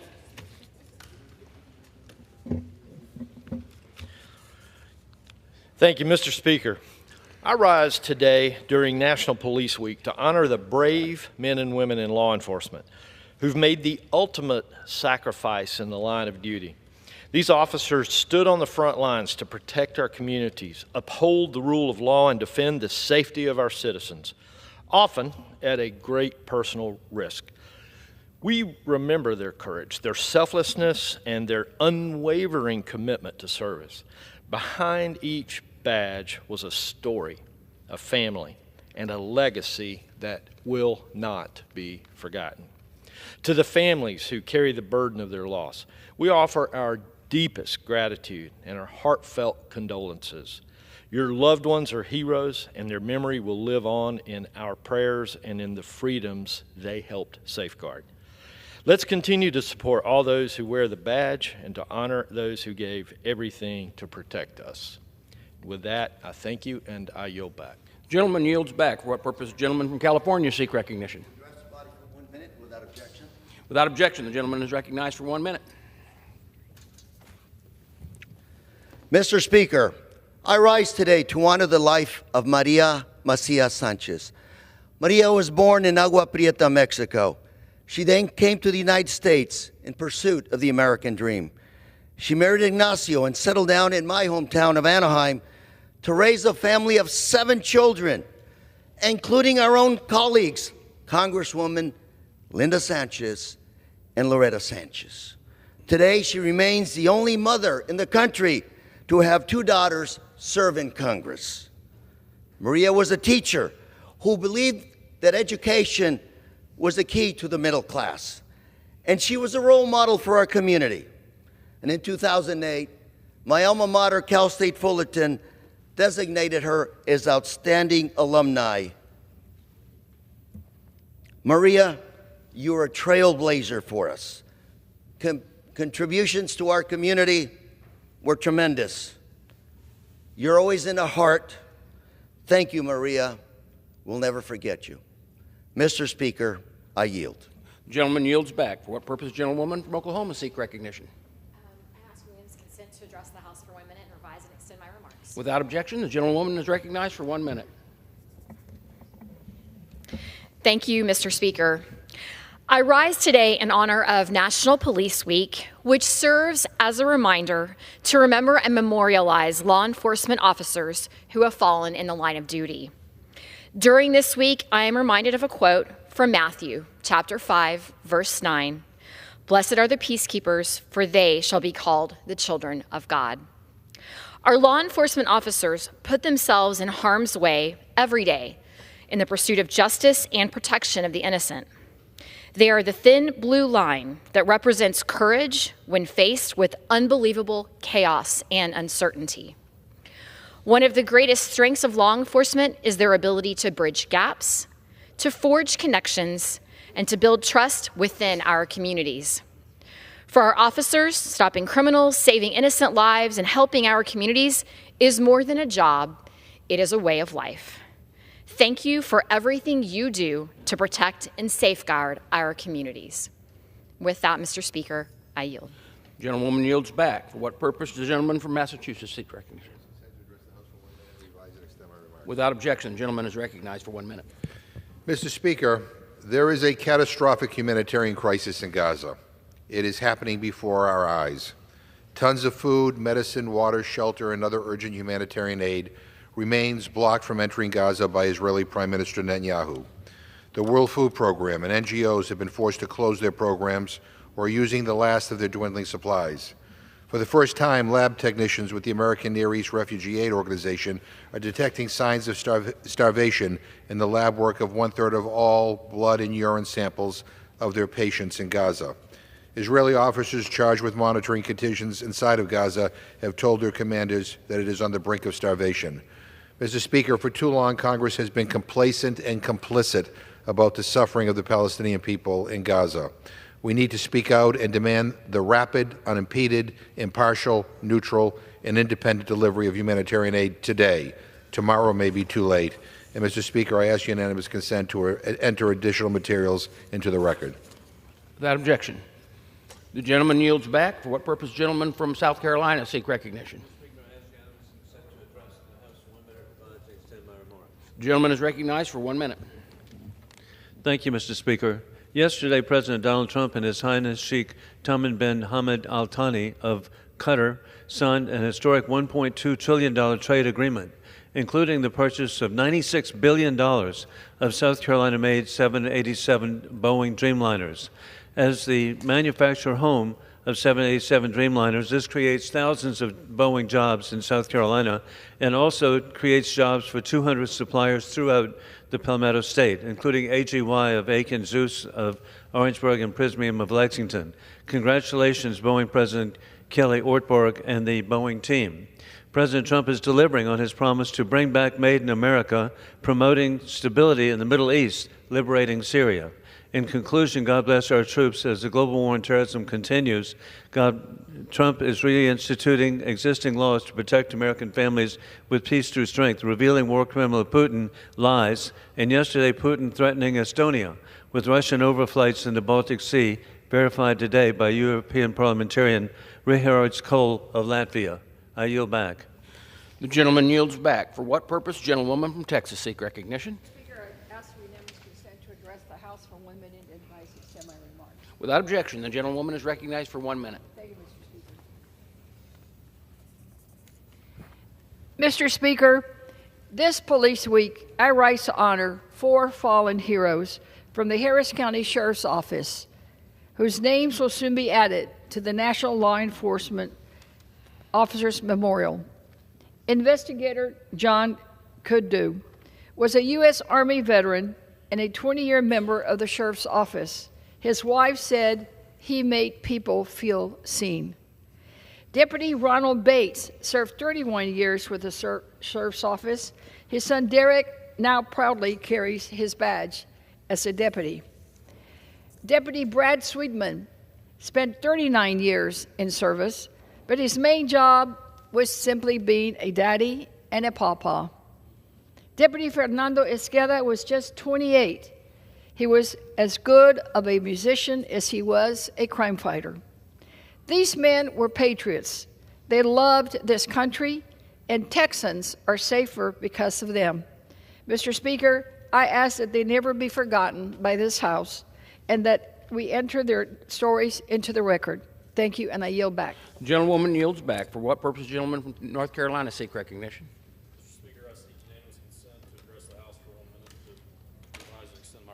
Without objection, the gentleman is recognized for 1 minute. Mr. Speaker, many of my colleagues on the other side of the aisle have repeated this phrase a lot lately. Budgets are about priorities. You know what really signals someone's priorities? Their actions. Just last week, we witnessed a group of elected officials storm an ICE facility, demanding sympathy for illegal aliens who are violent gang members, rapists, and murderers. Mr. Speaker, each of us are elected to represent our constituents and put American citizens first.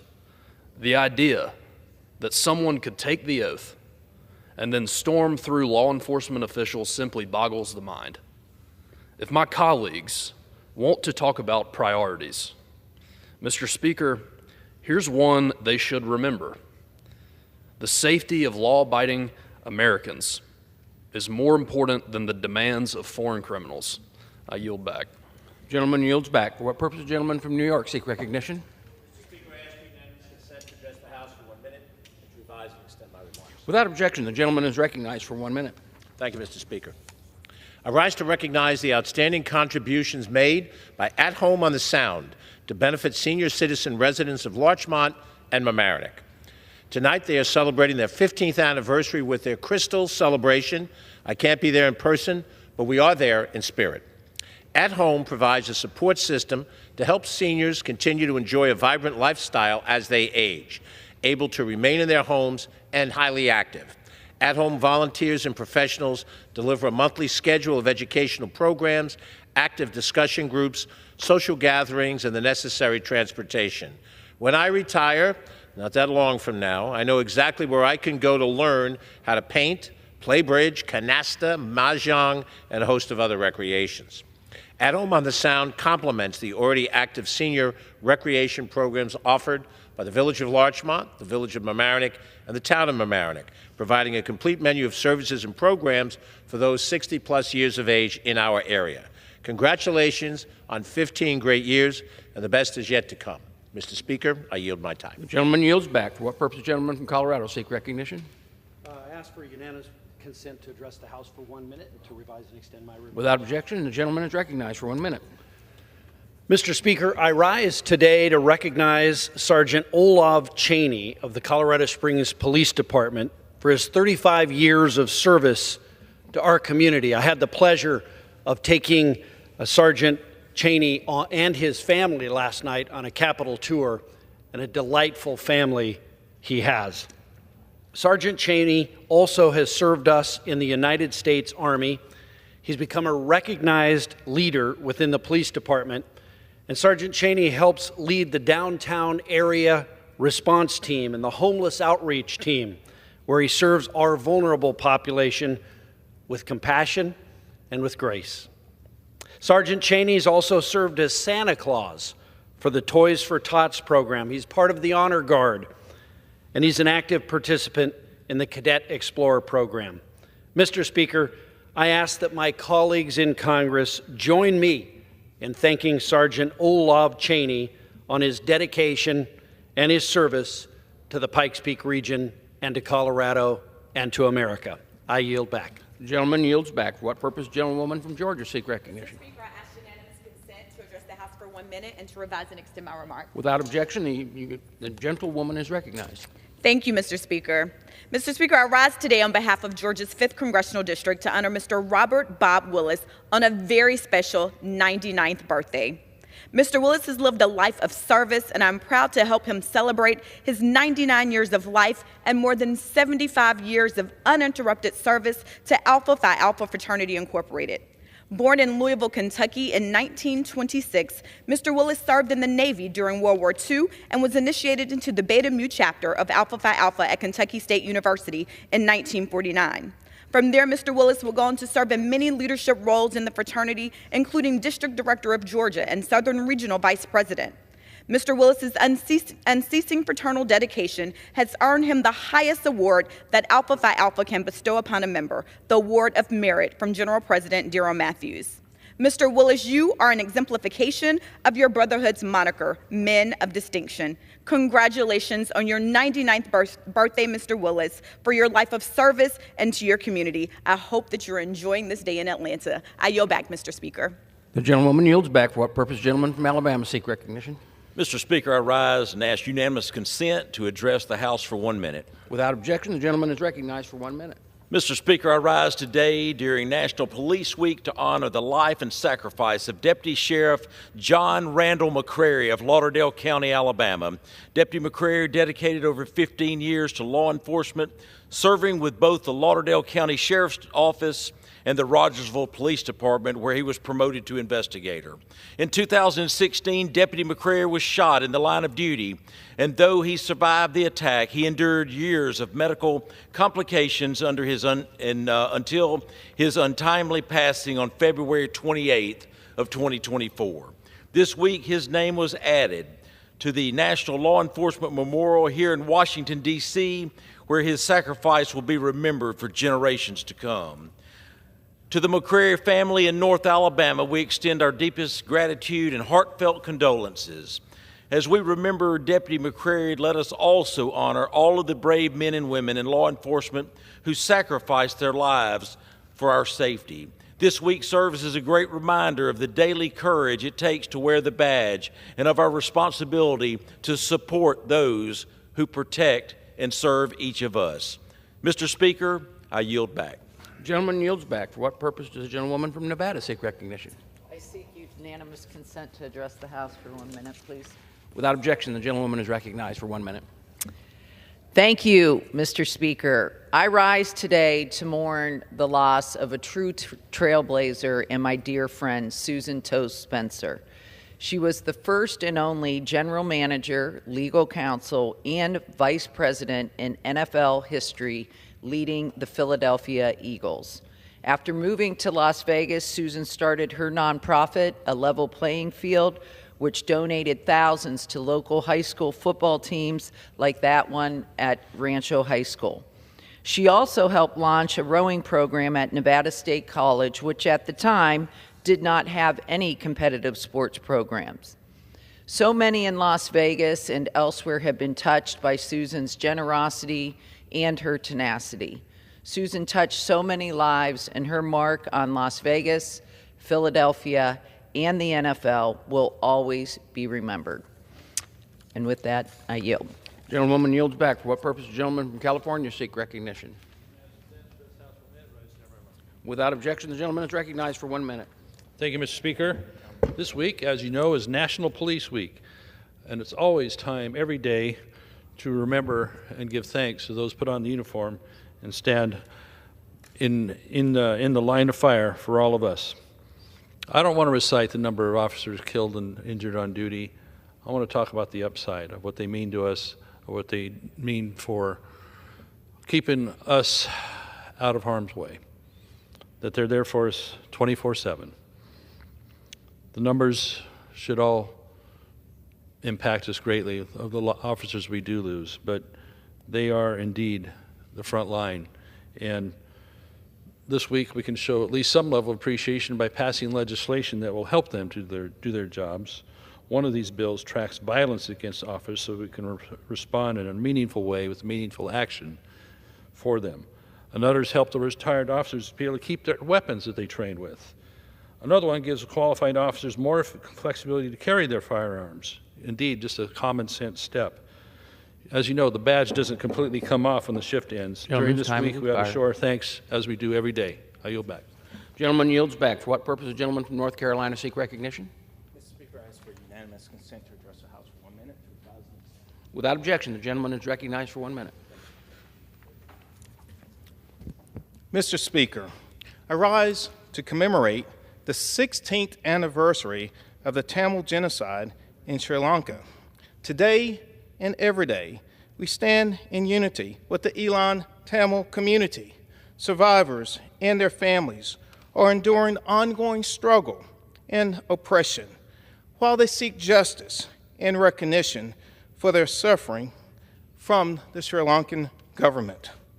We must shine a light on the Tamil people and what they've endured. We must advocate for a peaceful resolution that respects the rights and dignity of all. And Mr. Speaker, we must endure the atrocities like those that's happened with the Tamil genocide. Make sure it never happens again. The Tamil community's resilience in the face of adversity is a testament to their unwavering spirit and determination for justice. Let us all stand together with the Elam Tamils I yield back. The gentleman yields back. For what purpose? The gentlewoman from Maryland seek recognition.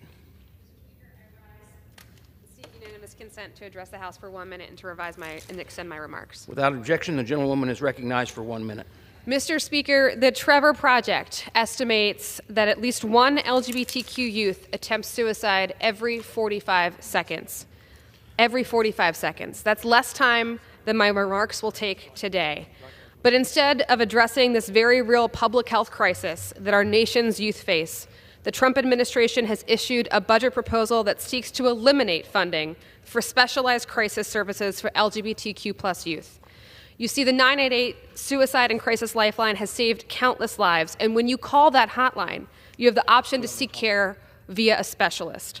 Specialists that serve veterans, Spanish-speaking callers, and LGBTQ youth. And 1.2 million Americans have selected that last option, but it might not be an option for much longer. This service has saved lives and allowed Americans to receive care they need on their hardest days of their lives, and to me, that's what public service is all about. Being there for folks on their hardest days. I urge my colleagues in this administration to support full funding for these life-saving services. And with that, Mr. Speaker, I yield back. The gentlewoman yields back. The chair lays before the House an enrolled joint resolution.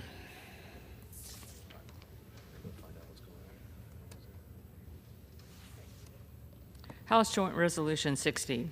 Joint resolution providing for congressional disapproval under Chapter 8 of Title V United States Code of the rules submitted by the National Park Service relating to Glen Canyon National Recreation Area motor vehicles.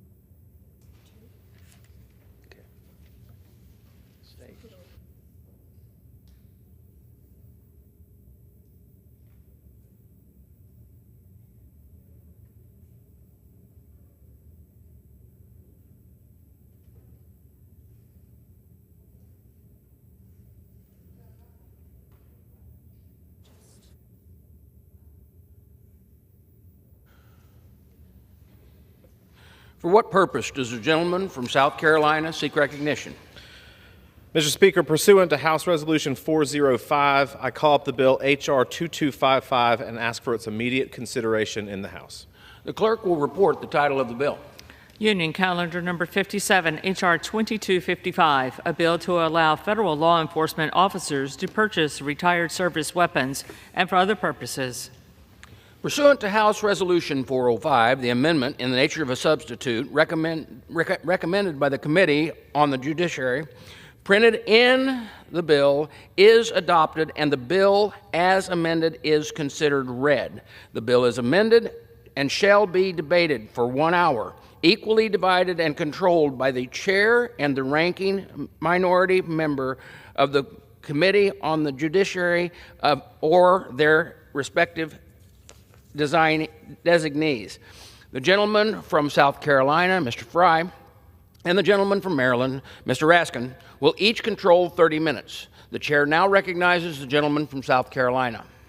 Mr. Speaker, I ask unanimous consent that all members may have 5 legislative days in which to revise and extend their remarks and to insert extraneous material on H.R. 225. Without objection. I yield myself such time as I may consume. The gentleman is recognized. Thank you, Mr. Speaker. H.R. 2255, the Federal Law Enforcement Officer Service Weapon Purchase Act, will allow current or former federal law enforcement officers in good standing to purchase a retired service weapon at salvage value from the federal agency that issued the service weapon to the officer. Under the bill, the Administrator of the General Services would be required to establish a program to provide these purchases. To be eligible to participate in the program, the officer must be in good standing with the agency, and any firearm sold through the program must be sold within 6 months of the date when the firearm was retired. Current federal regulations require that all federal law enforcement agencies destroy their firearms after they are retired from official use. This regulation costs the American taxpayers millions of dollars every year. For example, in 2022, the Fraternal Order of Police notified Congress that multiple federal law enforcement agencies were in the process of replacing their service weapon. The replacement of these service weapons accounted for the destruction of approximately 20,000 firearms, costing the taxpayers roughly $8 million. Not only would this legislation cause agencies and the taxpayers to avoid that cost, but it would also recoup some of the taxpayers' dollars for the initial purchase of the firearm. American taxpayers should not be forced to pay for a service weapon twice, once at the initial purchase, when it is acquired by the agency, and then again when it is needlessly destroyed at the end of its life. Law enforcement officers should have the opportunity to purchase the service weapon they use while serving in law enforcement. By allowing officers to purchase their retired service weapons, this provides a starting point to keeping them safe so that they may protect their communities as well as themselves and their families. This legislation is supported by 10 law enforcement organizations, the Association of State Criminal Investigative Agencies, Federal Law Enforcement Officers Association, the National Fraternal Order of Police, Major Cities Chiefs Association, the Major County Sheriffs Association, the National Association of Police Organizations, the National Narcotics Officers Association Coalition, the National Sheriffs Association, the Sergeants Benevolent Association, NYPD, and the National Treasury Employees Union. I hope my colleagues across the aisle recognize this bill not as a partisan measure, but much like last year was in fact bipartisan when it was voted on in the House. It is a common sense cost savings initiative that supports law enforcement and the American taxpayers. I urge my colleagues to support this bill, and I reserve the balance of my time. The gentleman from South Carolina reserves. The gentleman from Maryland is recognized. Thank you very much, Mr. Speaker. I yield myself such time as I may consume. The gentleman is recognized. Mr. Speaker, I rise in opposition. I want to thank my colleague from South Carolina for his excellent presentation.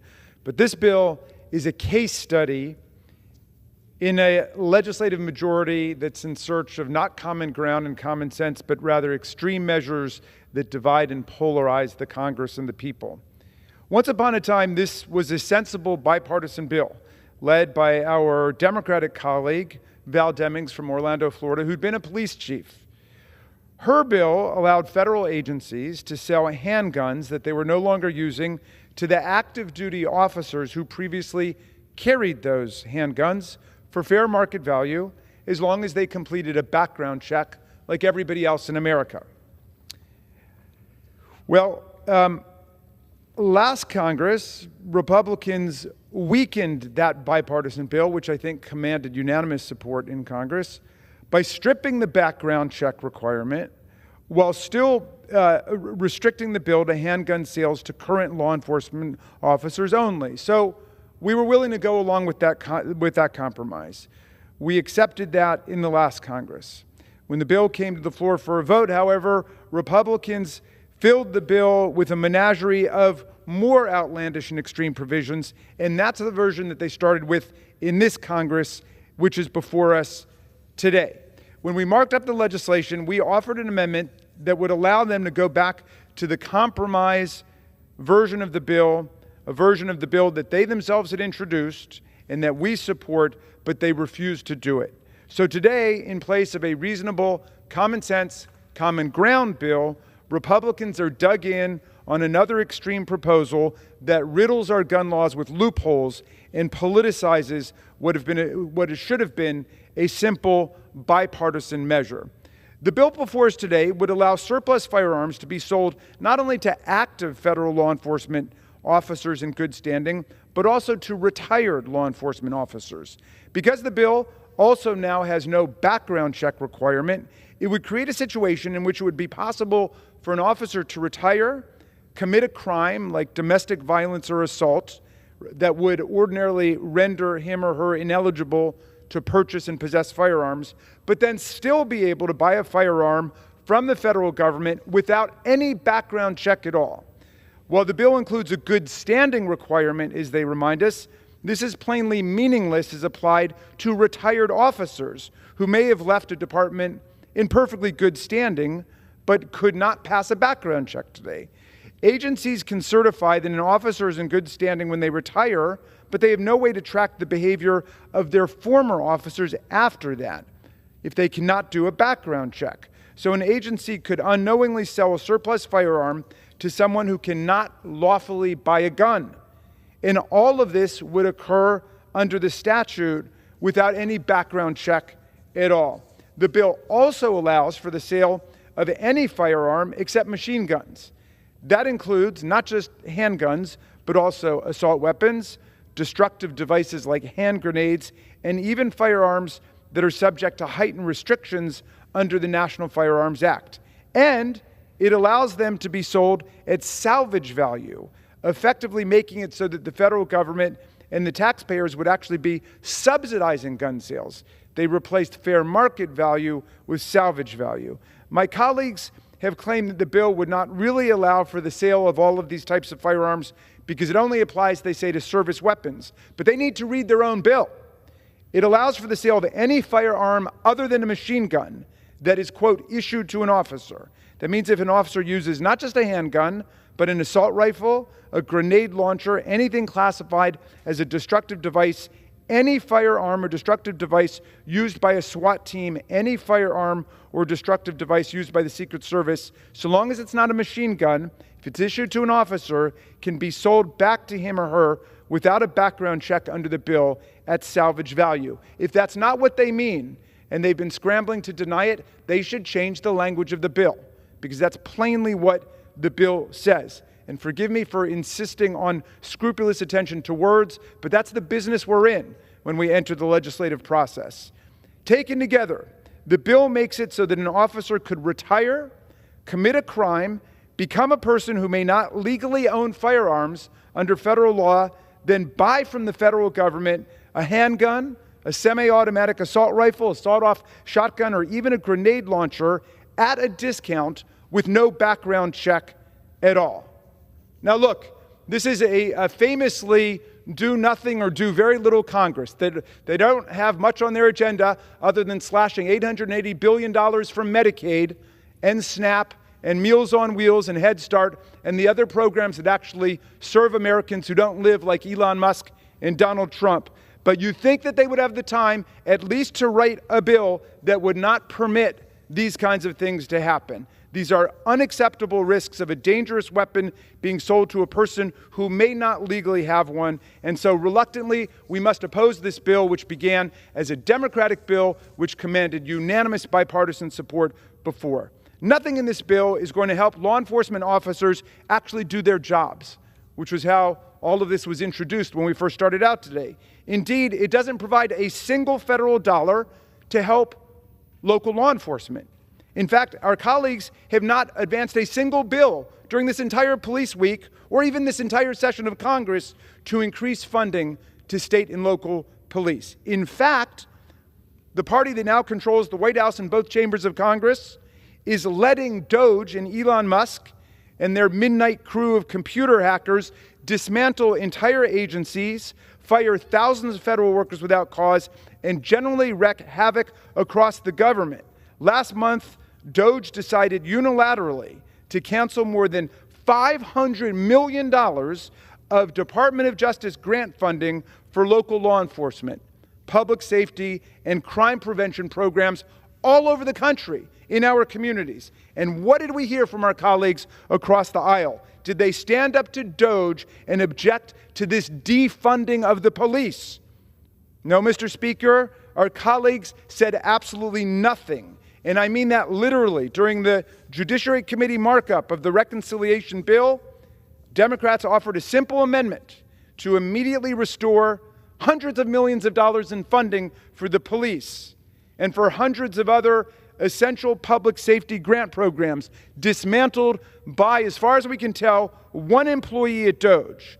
Every single one of our GOP colleagues voted against that amendment, but they refused to utter a word in favor of Elon Musk's chainsaw massacre of local law enforcement and public safety programs. They don't want to be quoted supporting DOGE, but even if your quotes don't support DOGE, your votes support DOGE. And they have voted not to restore hundreds of millions of dollars that DOGE cut from our state and local and county law enforcement and public safety organizations. And in case some of our colleagues haven't heard yet from their outraged constituents about this, let me offer just one example of more than 365 grants that were abruptly terminated by DOGE. That's one grant program per day all across the country. Well, DOGE cut funding for a program called the Rural Violent Crime Reduction Initiative, which provided funding to dozens and dozens of rural law enforcement agencies across America, allowing them, with their strapped budgets, to hire more officers and purchase up-to-date equipment and technology. They also supported rural victim services and crime prevention programming. This program was created to assist small rural agencies that need federal funding, but are so small, short-staffed, or under-resourced, they wouldn't even have the ability to apply for the funding. Well, one such recipient of this grant from the Rural Violent Crime Reduction Initiative was the Shawano, Wisconsin Police Department, which was using the funding to pay for a detective dedicated to investigating and solving unsolved violent crimes and to stop narcotics trafficking in their community.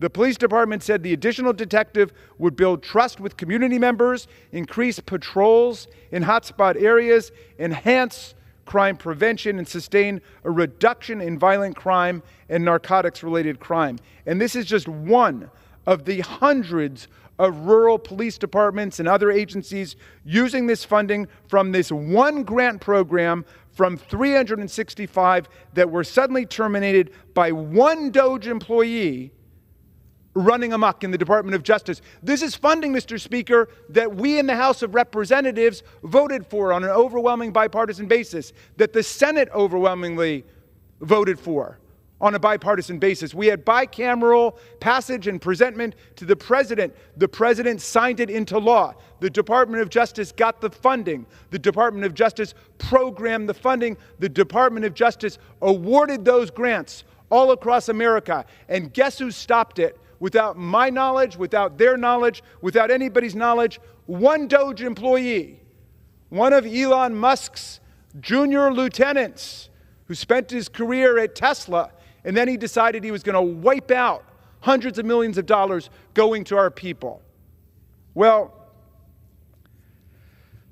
are our colleagues going to allow DOGE to get away with this critical destruction of law enforcement in rural communities, urban communities, suburban communities across the land? Apparently so. They remain silent on it. They won't utter a word in favor of it, but they don't utter a peep against it. They just vote for it. They just sheepishly get in line and support this destruction of what we had already voted for to put into action. Mr. Speaker, I oppose this legislation, which is a trivial distraction from what's really going on in America today, which is they are dismantling the priorities of the people as passed through the People's House and through the Senate and signed into law. And I urge my colleagues to join us in actually standing up for law enforcement and for the police and for community safety. And I invite them to join us in actually standing up for the Article 1 powers of Congress. And I hope they will join us in rejecting DOGE's deranged funding cuts that are undermining public safety and harming law enforcement across the land. I reserve the balance of my time. Gentleman from Maryland reserves. The gentleman from South Carolina is recognized. Thank you, Mr. Speaker. Just to discuss a few of the extraneous comments that were made by the minority party, the officer that is currently employed by a federal law enforcement agency must be in good standing. And in order for that to happen, obviously, they're not committing crimes. And so some of these things that are kind of coming out that the minority party talks about or has talked about is the officer must be in good standing. If they have blemishes on their record, they're no longer employed or employable by that federal agency. Second of all, grenade launchers are not issued by federal law enforcement agencies. They are not issued weapons by federal, they might be used by federal law enforcement, but they are not issued to that officer. So sawed-off shotguns, the same thing. They are not issued to an officer. The officer must be in good standing, and in the event that the officer is retired, within that 6-month period, these weapons don't sit around with their name on them in a locker room somewhere waiting for the weapon to also be retired. It is then issued to another officer. And so the program only extends if you're retired and you happen to have the ability when you are retired to purchase that retired service weapon. You've got a 6-month period in which to do that. So the window is very short. And GSA under the bill has every opportunity to come up with the rules and regulations related to this. A lot of this is distraction. This is the same bill that we passed last year. In fact, 13 Democrats supported this bill. And so the smoke and mirrors that's created by the minority just don't actually exist in reality. This is a very common sense bill. Law enforcement officers put their lives on the line every single day. They should be able to purchase their service weapon. And if the officer is retired and their service weapon is retired roughly commensurate to when they actually physically retire, then they can also purchase that. But no one is actually charged and convicted with the crime that he talks about that would be precluded from doing this. GSA has all the rights to come up with the regulations themselves. The statute is very clear, and law enforcement officers are not issued machine guns. They're not issued grenade launchers. They're not issued sawed-off shotguns or missile launchers or helicopters. These are not part and parcel to an officer's weapons in the line of duty. They're issued handguns, maybe a shotgun, and maybe a rifle. That is it. And so these things are ultimately distractions. The Doge stuff I won't respond to at all because it doesn't need to. But this is a common sense bill supported by a lot of law enforcement agencies, a lot of law enforcement organizations, and was voted on in a bipartisan fashion last Congress. And with that, Mr. Speaker, we've got no other speakers left, but I do reserve. The gentleman from South Carolina reserves. The gentleman from Maryland is recognized. Thank you, Mr. Chairman. And perhaps my friend from South Carolina would indulge me a few questions because I'm puzzled by some of the representations that were just made. The gentleman answers a point I didn't make. He said that the officer must be in good standing in order to be sold the gun. That's true if they are an officer. But what if they are a retired officer? What does it mean to be a retired officer who's in good standing when that person no longer has a record and the department is not keeping track of them? That's why the original legislation insisted that there be a background check. I'm wondering if the gentleman would answer that question. Would he yield for? Okay, well, you get that one. Let me ask another question. The gentleman says that only handguns would be issued to officers whether they're currently officers or whether they're retired. But SWAT teams are included by your legislation, I believe. Are not members of SWAT teams issued semi-automatic weapons and other kinds of guns? Are you saying that this applies only to handguns? And if so, why didn't you write it to apply only to handguns? The grenade launchers, sawed-off shotguns, and the like. Those are permitted to be used, but they're not issued to an officer. But even in the case of a SWAT team, you're saying that a member of a SWAT team would not have a semi-automatic weapon? They don't take those weapons home with them is the whole point, Mr. Raskin. And under GSA, if are they not issued to the officers? To answer your first question, if you're in good standing, then that means you cannot have committed a felony. While you're an officer, but now let's say you retire and you commit domestic violence or assault or battery or some other offense 2 years later. The department is not notified of that, is not keeping track of it. So what does it mean to say a retired person is in good standing if they've committed a crime in the meantime? But the prohibited purchaser statute would preclude them from being able to purchase that to begin with. Okay, so there's nothing that would actually prevent the sale actually by GSA, right? Who would effectuate the provisions of the prohibited purchaser statute? GSA comes up with the regulations. That's laid out very clearly in the bill that they would come up with those regulations. Okay, on so all right, the then we're officer. establishing legislative history that according to you, This legislation is designed to apply only to handguns and not to all of these other things which you say are irrelevant. Is that right? No, what I'm saying is that these things are not actually in reality. People are not issued helicopters or grenades or whatever else. Well, then why is it in your bill? Because it's not actually they're not actually issued it.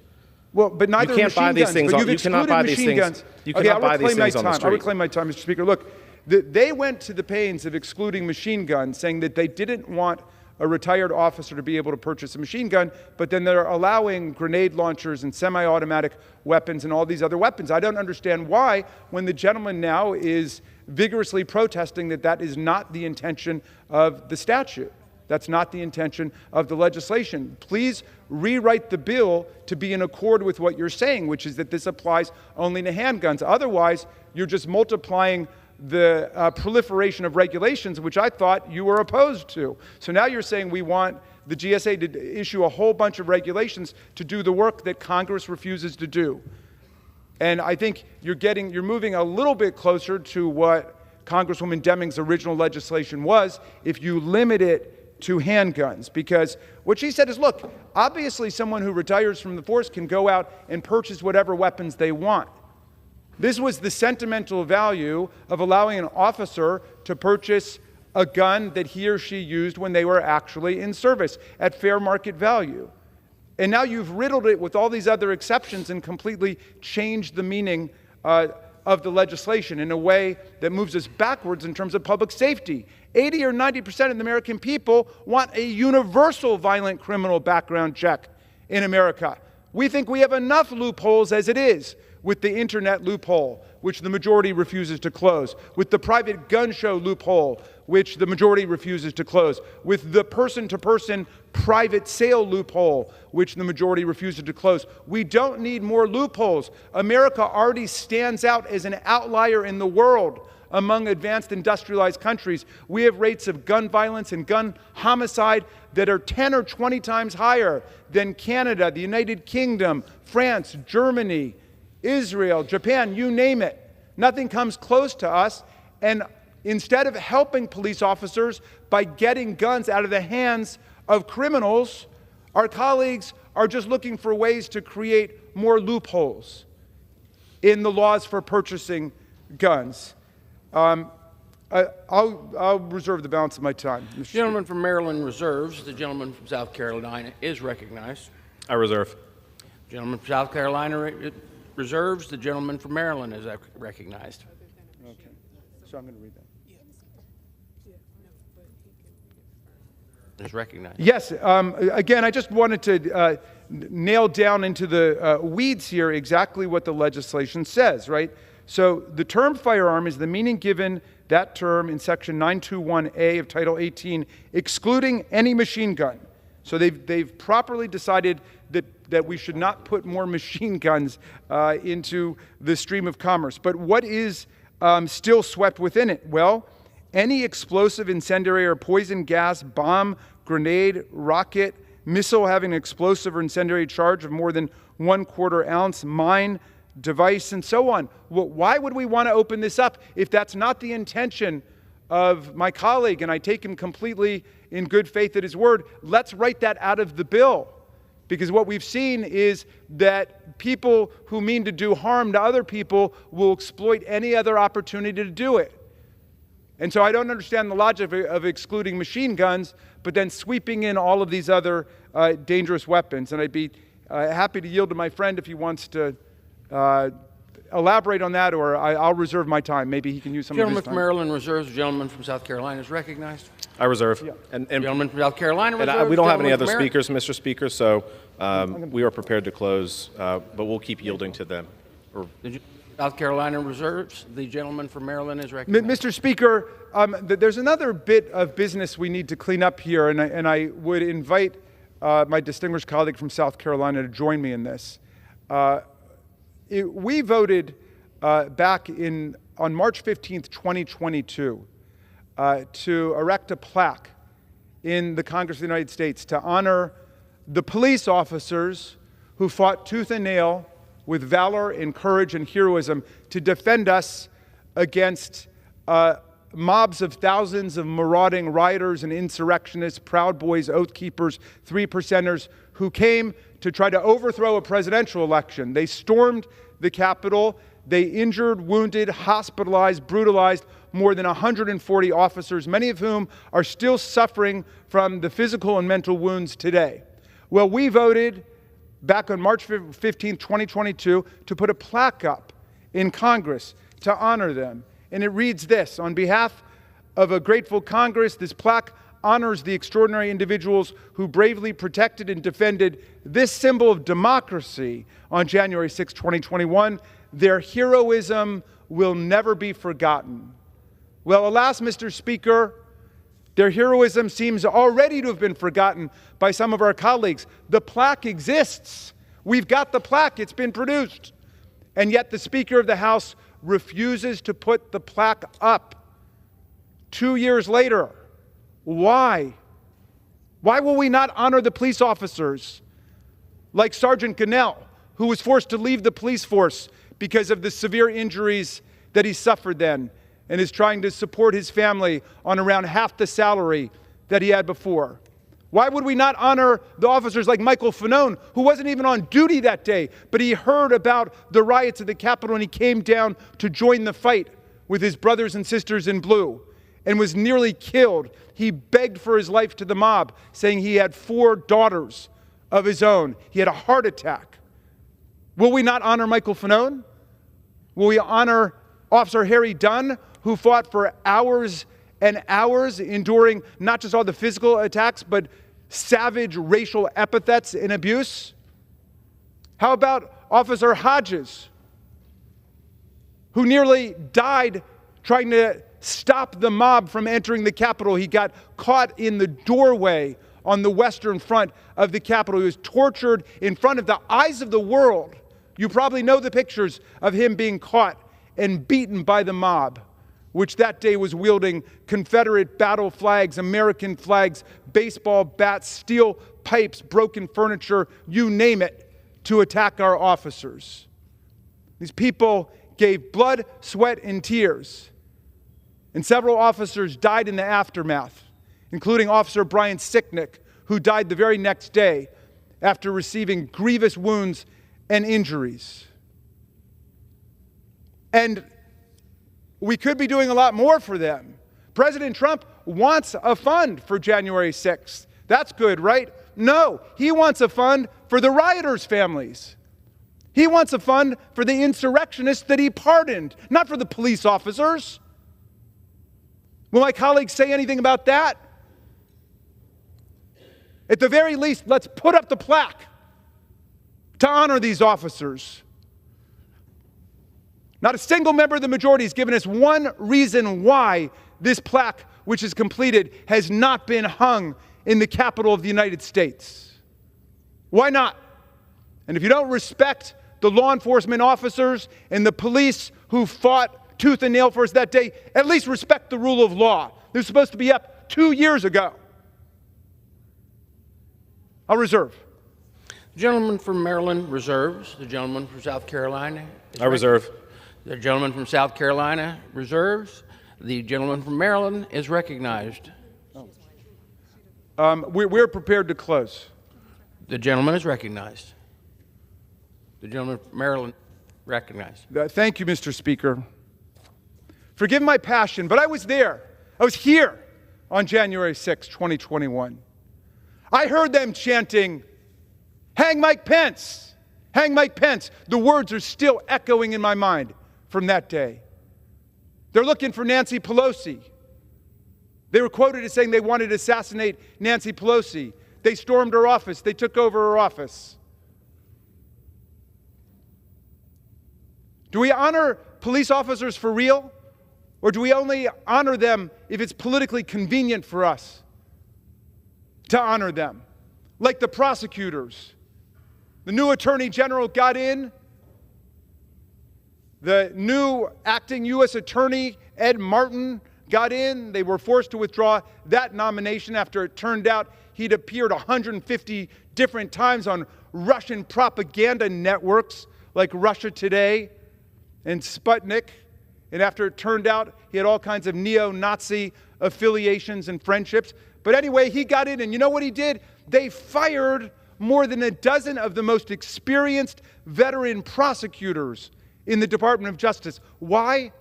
Because they did their jobs. Because they prosecuted the people who committed that massive assault on American democracy. The greatest mass assault, violent assault on the Capitol in the history of the United States. We've never seen anything like it. But this administration not only pardoned more than 1,500 people who participated in that brutality, in that attempt to overthrow an election which Joe Biden won by more than 7 million votes, 306 to 232 in the Electoral College. Not only did they pardon all of those offenders, whether they were nonviolent or violent, and a lot of them have already gone on to re-offend since they got their pardons from Donald Trump. Well, not only did they do that, they wanted to sack the prosecutors for doing their jobs. Is there anybody on that side of the aisle that will speak out against this obscenity? No, I don't think so. Is there anybody on that side of the aisle who is uttering support for law enforcement during our Law Enforcement Week who will say it's time to put up the plaque in honor of the officers who defended us? Well, Mr. Speaker, I hope my colleagues have some good reason for doing what they're doing. You know, the framers of the Constitution thought that people who participated in government would come to identify with their branch of government. And that's why I thought, well, when they stormed the Capitol and Donald Trump incited a violent insurrection against us, that we would, in bipartisan unison, denounce it and vote to impeach and convict. 10 Republicans did join all of the Democrats in doing that. That was historic. 7 Republican senators voted to convict after seeing overwhelming evidence. Mitch McConnell also found the evidence completely convincing, but he said, well, I don't think the Senate has jurisdiction to try and convict a former president, despite the fact that that contradicted 2 centuries of precedent. And the Senate ruled on the very first day against that motion to dismiss the charges. But he said there was nothing that could be done, even though Donald Trump was actually and factually and ethically and morally responsible for everything that happened. When will my colleagues finally break from the cultish obedience to Donald Trump, who now is over in the Middle East on what looks like a business trip for him and his family? They're all raking in not just hundreds of millions of dollars, but billions of dollars with their business deals. And my colleagues are back home doing his bidding, trying to slash $888 billion from Medicaid and the programs that the American people have built. Our parents and our grandparents built those programs so we can take care of ourselves. And the richest man in the world and Donald Trump, now they've got another agenda. They've left your agenda behind. They left you guys to do the dirty work. Donald Trump, he's collecting a $400 million flying grift gift from Qatar. They're giving him bribery force 1. Nobody's ever seen anything like this in the history of the United States. They're trying to give him a jet plane. How humiliating is that for the American president to be flying around in a plane created by the dictator, the theocratic monster of Qatar, while they're collecting billions of dollars, and his son-in-law, Jared Kushner's gotten $2 billion from Saudi Arabia. Totally in violation of the Constitution. Article 1, Section 9, Clause 8 says that nobody holding an office of trust under the United States shall, without the consent of Congress, collect a present, an emolument, an office, or title of any kind whatever from a king, a prince, or a foreign state. And that's Donald Trump's new business, to go and collect foreign government emoluments.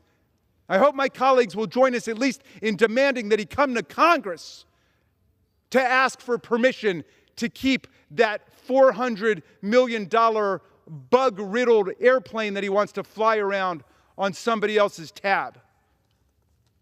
It is absurd, the lengths that they've gone to mangle and trample our Constitution. Yeah, let's get back to law enforcement. Let's get back to the rule of law, starting with the Constitution of the United States of America. That president wants to keep all of these gifts from foreign dictators come to Congress. That's what Abraham Lincoln did. The king of Siam gave Abraham Lincoln elephant tusks. This is in the middle of the Civil War. Check out the descent of honor and integrity in our country. In the middle of the Civil War, President Lincoln comes to Congress and says, "Can I keep those elephant tusks?" And Congress comes back with a message and says, "We love you, Honest Abe. You're doing a great job in the war, but no, turn those over to the Department of Interior." My colleagues will not even demand that Donald Trump bring his corrupt gifts, his royal spoils, to the Congress of the United States to ask our consent. And every president has done it up until this one. So let's get back to the rule of law. Let's enforce the Constitution. Let's honor the police officers who defended us. And let's stay away from bills that just put a lot more guns into traffic to make life more dangerous for police officers and for everybody in America. I yield back, Mr. Speaker, and I thank you. All right, gentleman yields back, and now members are reminded to refrain from engaging in personalities toward the President. The Chair will receive a message. Mr. Speaker. Mr. Speaker, I have been directed by the Senate to inform the House that the Senate has passed S-195, an act to amend the Visit America Act to promote music tourism and for other purposes. From South Carolina is recognized. Thank you, Mr. Speaker.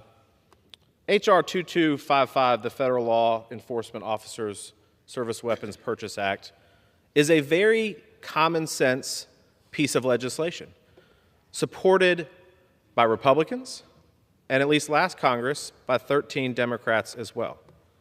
14 members across the aisle voted in favor of this same exact bill, and I encourage more members to do so as we honor police this week and into the future. Look, law enforcement officers are faced with danger every single day, not only on the job, but when they return to their home.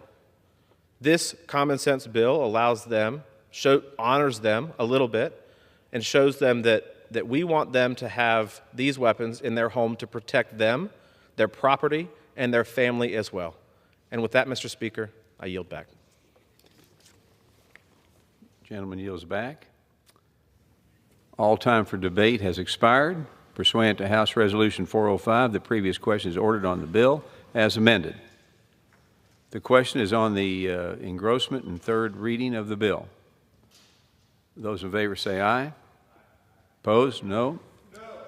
The ayes have it. Third reading. A bill to allow federal law enforcement officers to purchase retired service weapons and for other purposes. The question is on the passage of the bill. Those in favor say aye. Those opposed, no. 2-1. In the opinion of the chair, what have we got? The aye. Have it over the nose. For what purpose does the gentleman from Maryland speak? For what purpose does the gentleman from Maryland speak? Mr. Speaker, I'd like to call for the ayes and the nays. The yeas and nays are requested. Those in favor of vote by yeas and nays will rise. A significant number have risen. The yeas and nays are ordered pursuant to Clause 8 of the Rule 20. Further proceedings on the question will be postponed.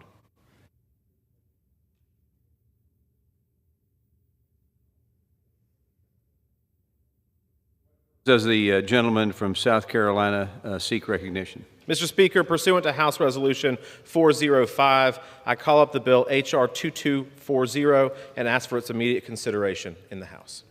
Okay, the clerk will report the title of the bill. Union Calendar Number 56, H.R. 2240, a bill to require the Attorney General to develop reports relating to violent attacks against law enforcement officers and for other purposes. Pursuant to House Resolution 405, the amendment in the nature of a substitute recommended by the Committee on the Judiciary, printed in the bill, is adopted, and the bill as amended is considered read. The bill as amended shall be debatable for 1 hour, equally divided and controlled by the chair and ranking minority member of the Committee on the Judiciary or their respective designees. The gentleman from South Carolina. I have 30 minutes. Mr. Speaker, I ask unanimous consent that all members may have 5 legislative days in which to revise and extend their remarks and insert extraneous material on H.R. 2240. Without objection. I yield myself such time as I may consume. Chair recognizes the gentleman from South Carolina. Thank you, Mr. Speaker. Police officers risk their lives every day to protect our communities. I want to extend my sincere gratitude to all law enforcement officers and their families for their service and their sacrifice. Unfortunately, law enforcement officers face the continued threat of unprovoked and ambush-style attacks. The bill before us, the Improving Law Enforcement Officer Safety and Wellness Through Data Act, would require the Attorney General to develop a series of reports related to violent attacks on law enforcement officers. The left's defund the police movement continues to have ripple effects throughout the country, and as violent crime remains high and criminals have become more brazen in their attacks against police officers. In addition, rogue prosecutors and left-wing bail reform policies continue to allow more criminals on the street with no accountability. Let me be clear. The threat to officer safety is very real, and we must take a stand against any defund the police rhetoric. In 2024, 342 officers were killed in the line of duty, with 79 of them shot in 61 ambush-style attacks. As of May 1st, 2025, 109 officers have been shot in the line of duty just this year. This violence against law enforcement is unacceptable and underscores the importance of this legislation. While the government collects basic information on these attacks, such as when the attack occurred and what types of weapons are used, the information is needed to help law enforcement officers prepare for, identify, and prevent future anti-police activity. This legislation will also shed light on the mental health consequences of the attacks on law enforcement and other trauma law enforcement deal with on a daily basis. Mental health resources are another critical need for law enforcement officers as they continue to risk their lives every day to keep their communities safe. We must take care of those who do so much to take care of us. This legislation is common sense. It will gather more information to help Congress explore the best possible solutions for our law enforcement officers. I would like to mention that 146 of my colleagues across the aisle voted in favor of this legislation last Congress. It is incredibly bipartisan. Let's all work together to stand against attacks on law enforcement and support our men and women in blue. I urge my colleagues to support this crucial legislation, and I reserve the balance of my time. The gentleman from South Carolina reserves. The gentlewoman from Georgia is recognized. Thank you, Mr. Speaker. I yield myself as much time as I may consume. The gentlewoman is recognized. Thank you. Mr. Speaker, I actually rise in support of the Improving Law Enforcement Officer Safety and Wellness Through Data Act. The law enforcement officers serve as our lifeline of defense against danger. With this bill, we will have an opportunity to equip the Department of Justice and Congress with very crucial information to better understand and enhance officer safety. Law enforcement officers deserve to return home safely to their families, knowing their well-being is truly a priority. Federal, state, local, and tribal officers face very long hours, immense pressure, and unpredictable dangers every day. And over time, the constant strain of the job can take a significant toll on their bodies and their minds. While there are some mental health resources currently available to our officers, there's still so much more that we can and we should be doing to ensure their wellness and most definitely their safety. By prioritizing data-driven approaches to officer safety and wellness, we can address systemic risks, reduce preventable tragedies, and build a stronger, more resilient law enforcement system.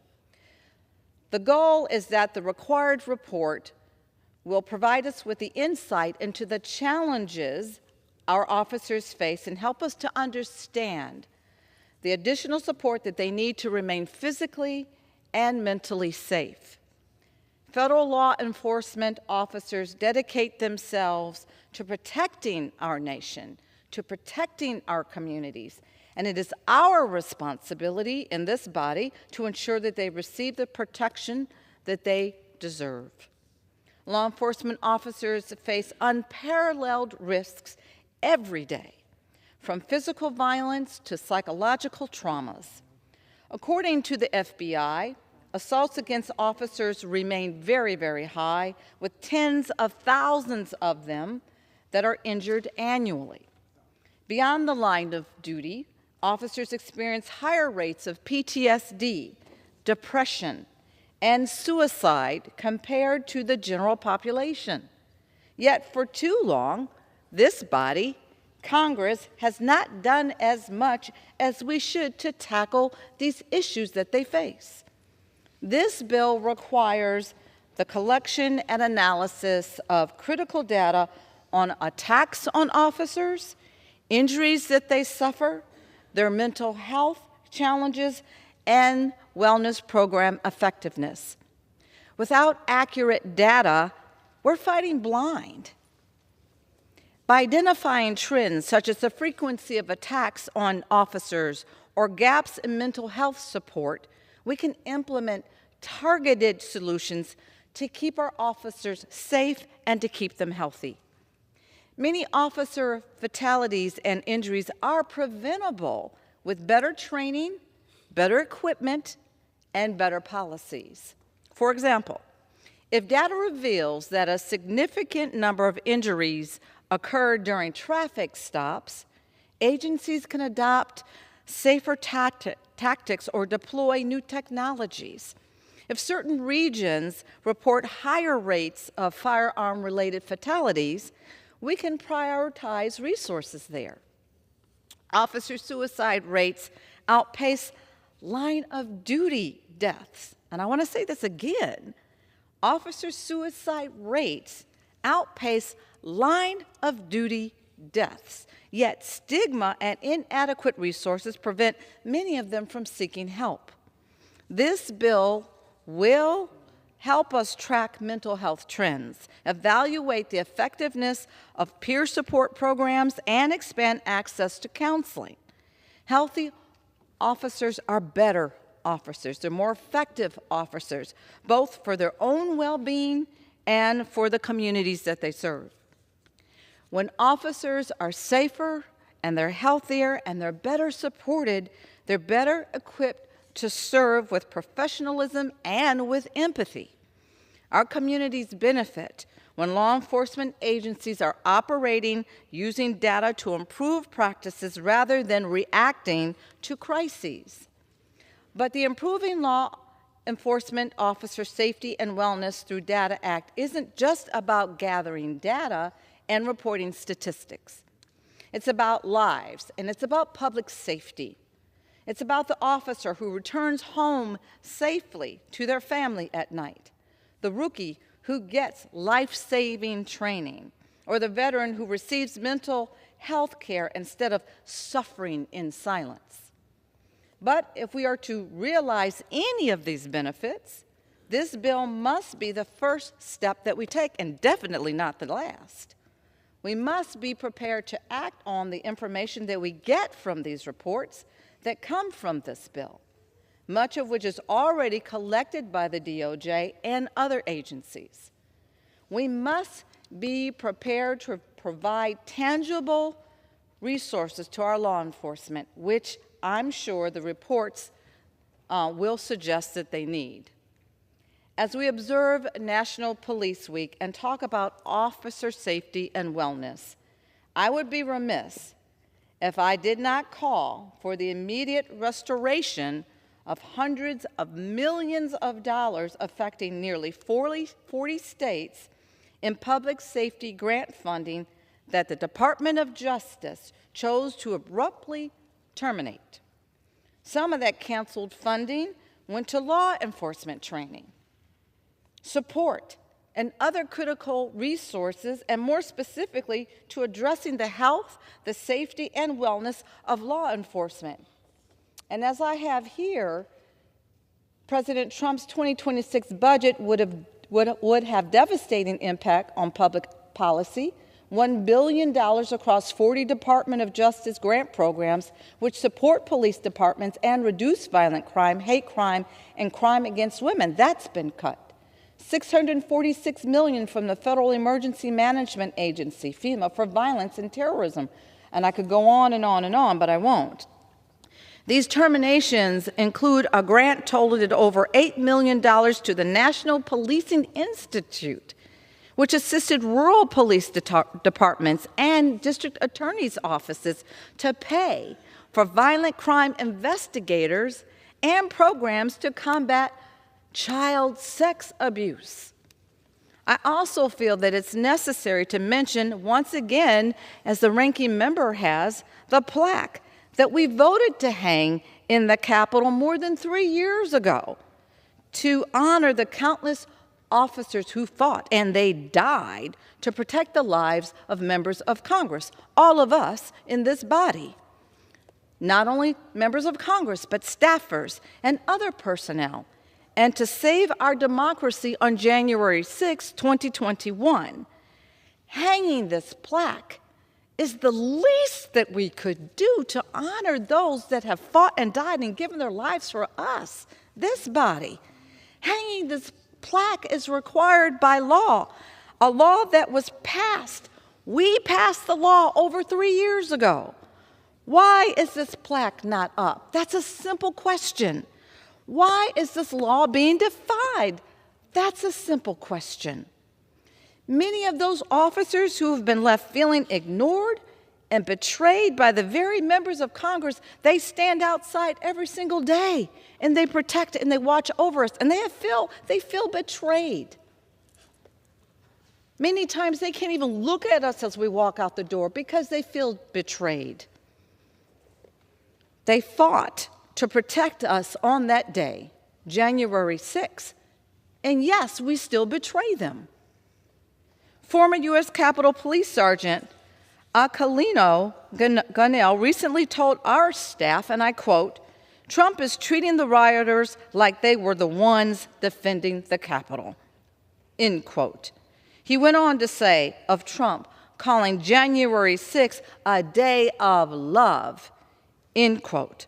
He says that if that was a day of love, they almost loved me to death, end quote. If we really intend to support our officers, they should not be feeling this level of betrayal and disappointment in the government that they swore to defend and protect. Officers who put their lives on the line for us, they deserve better.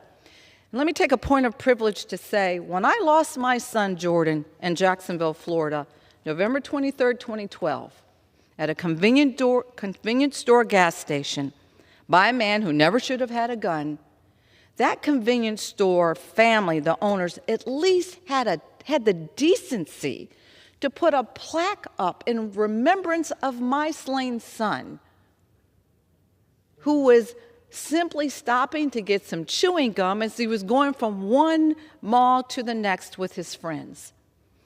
They at least had the decency, and my son wasn't doing anything to protect the nation or protect members of Congress, but yet and still, out of dignity and respect for someone that was slain unnecessarily, they at least had the decency to put a plaque up in remembrance of my son. We should no less do that for these folks that stand here every single day. They would take bullets for us. Let's do the right thing. Why would we not honor them? We can't say one thing that we want to serve and that we want to protect them and we want to make their lives better. American people are watching us. We can't say one thing and do another. They're depending on us. Let's do the right thing. Simply just put this plaque out for all of us, for their service to us and to this nation. While I urge my colleagues to support this legislation, I also urge them to do more than just collect data and request reports from other officials. Thank you, and I reserve the balance of my time. Gentlelady from Georgia reserves. The gentleman from South Carolina is recognized. Mr. Speaker, to the Gentleman from North Carolina, my good friend Mr. Moore, the bill's primary sponsor, I yield him such time as he may consume. Gentleman is recognized. Thank you, Mr. Speaker. Thank you, Mr. Fry. I rise today in support of H.R. 2240, the Improving Law Enforcement Safety and Wellness Through Data Act, a bill that I introduced in response to the deeply troubling rise in targeted violence against our nation's law enforcement. Every day, officers across this great nation put their lives on the line to keep our community safe. And far too often, they in fact become the targets of violence simply for wearing the badge. This year alone, again, we're only in May, there have been 109 officers shot in the line of duty, 12 of whom tragically lost their lives. Even more alarming, Mr. Speaker, there have been 21 ambush-style attacks on law enforcement officers this year, resulting in 25 officers shot, 5 of whom were killed. These numbers do not account, though, even for the many instances where officers were fired upon, but fortunately not struck. Ambush-style attacks are some of the most dangerous. They are calculated and often deadly, leading to higher rates of both injuries and fatalities. That's why I introduced this legislation to ensure that we are doing all we can at the federal level to understand, to prevent, and respond to these targeted attacks. The Improving Law Enforcement Officer Safety and Wellness Through Data Act enhances our ability to collect and, more importantly, to analyze data on violent acts against officers. This will empower agencies around the country with the information that they need to strengthen their response and better protect their personnel. Importantly, H.R. 2240 also calls for a comprehensive assessment of availability and use of mental health resources within law enforcement, because protecting those who protect us must include supporting their mental well-being. We need to make sure that we get away from any shame that can sometimes happen when a law enforcement officer needs to reach out for some kind of mental health counseling. If you think about it, these men and women see oftentimes the worst of folks. They see folks who are in their worst state. They see the tragedies that hopefully most of us will go through life and never have to see. And they do it every day, day in and day out, because it's their job that they have chosen to do to keep us safe. You know, these officers answer the call day or night. They don't have a choice as to what they respond to. They run toward danger to safeguard our neighborhoods, and far too often they pay a heavy price. We owe them more than our gratitude. We owe them action. And I'll say this, there were a couple comments that about past events, some of which happened before I came here as a new member. But I do remember very well the spring of 2020, when we saw many of our cities burned, looted, destroyed, some of them that have not yet even recovered, and where instead of law enforcement being supported by some in those local governments, they were vilified when they were out doing what they could to try to help, when they were told to stand down and allow mobs to go in and destroy property. I saw that firsthand, Mr. Speaker, in Raleigh. I mean, I literally watched folks roaming around, destroying windows, burning vehicles, shooting, all this kind of mayhem. And then I saw some, no names, but some on the other side that would kind of give cover and say, well, it was understandable. It was a peaceful protest. It's not a peaceful protest if you're destroying buildings. It's not a peaceful protest if you're attacking someone. It's not a peaceful protest if you're burning buildings, burning cars, engaging in violent contact. And then we saw from that some of this anti-police that came about, the defund the police. I am glad to see that I don't hear that very much anymore. I hope that foolish idea never gets raised again in this great chamber. Because if it were not for the men and women in law enforcement, it would be a society of disorder and random violence. We owe these men and women all we can do for them. We owe them to make sure that their jobs are safe. I think about a situation, Mr. Speaker, that happened in Wake County, North Carolina in 2022, where a sheriff's deputy was ambushed and killed by an illegal immigrant. All right? I'm not trying to open up the debate on illegal immigration. Fortunately, this body has taken action, along with our president, to secure the border, to stop gang members from coming into this country. But someone who was in this country who shouldn't have even been here attacked, ambushed a Wake County deputy and killed him. These stories happen around the country. So this is one more piece, and finally bringing some sanity, bringing some protection, providing protection for the American people to make sure that they're not having to worry about gang members being allowed into the country, that we're not allowing illegal immigration to run amok, that we're not, downing the police and somehow lifting up the criminals. The American people were tired of that. They were tired of it, and guess what? They're getting results. This is one more piece to try to do this, to help these men and women in law enforcement, and I appreciate the body's support. I encourage all the members to vote for it. With that, I yield back to the gentleman from South Carolina. Mr. Speaker, I reserve. Gentleman from South Carolina reserves. The gentlelady from Georgia is recognized.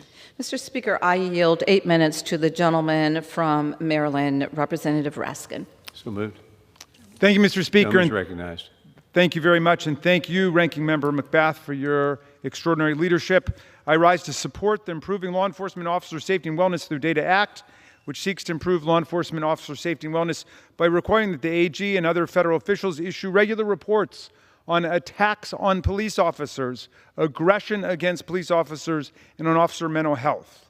I salute Mr. Fry, a freshman to this body, for his stewardship of this bill.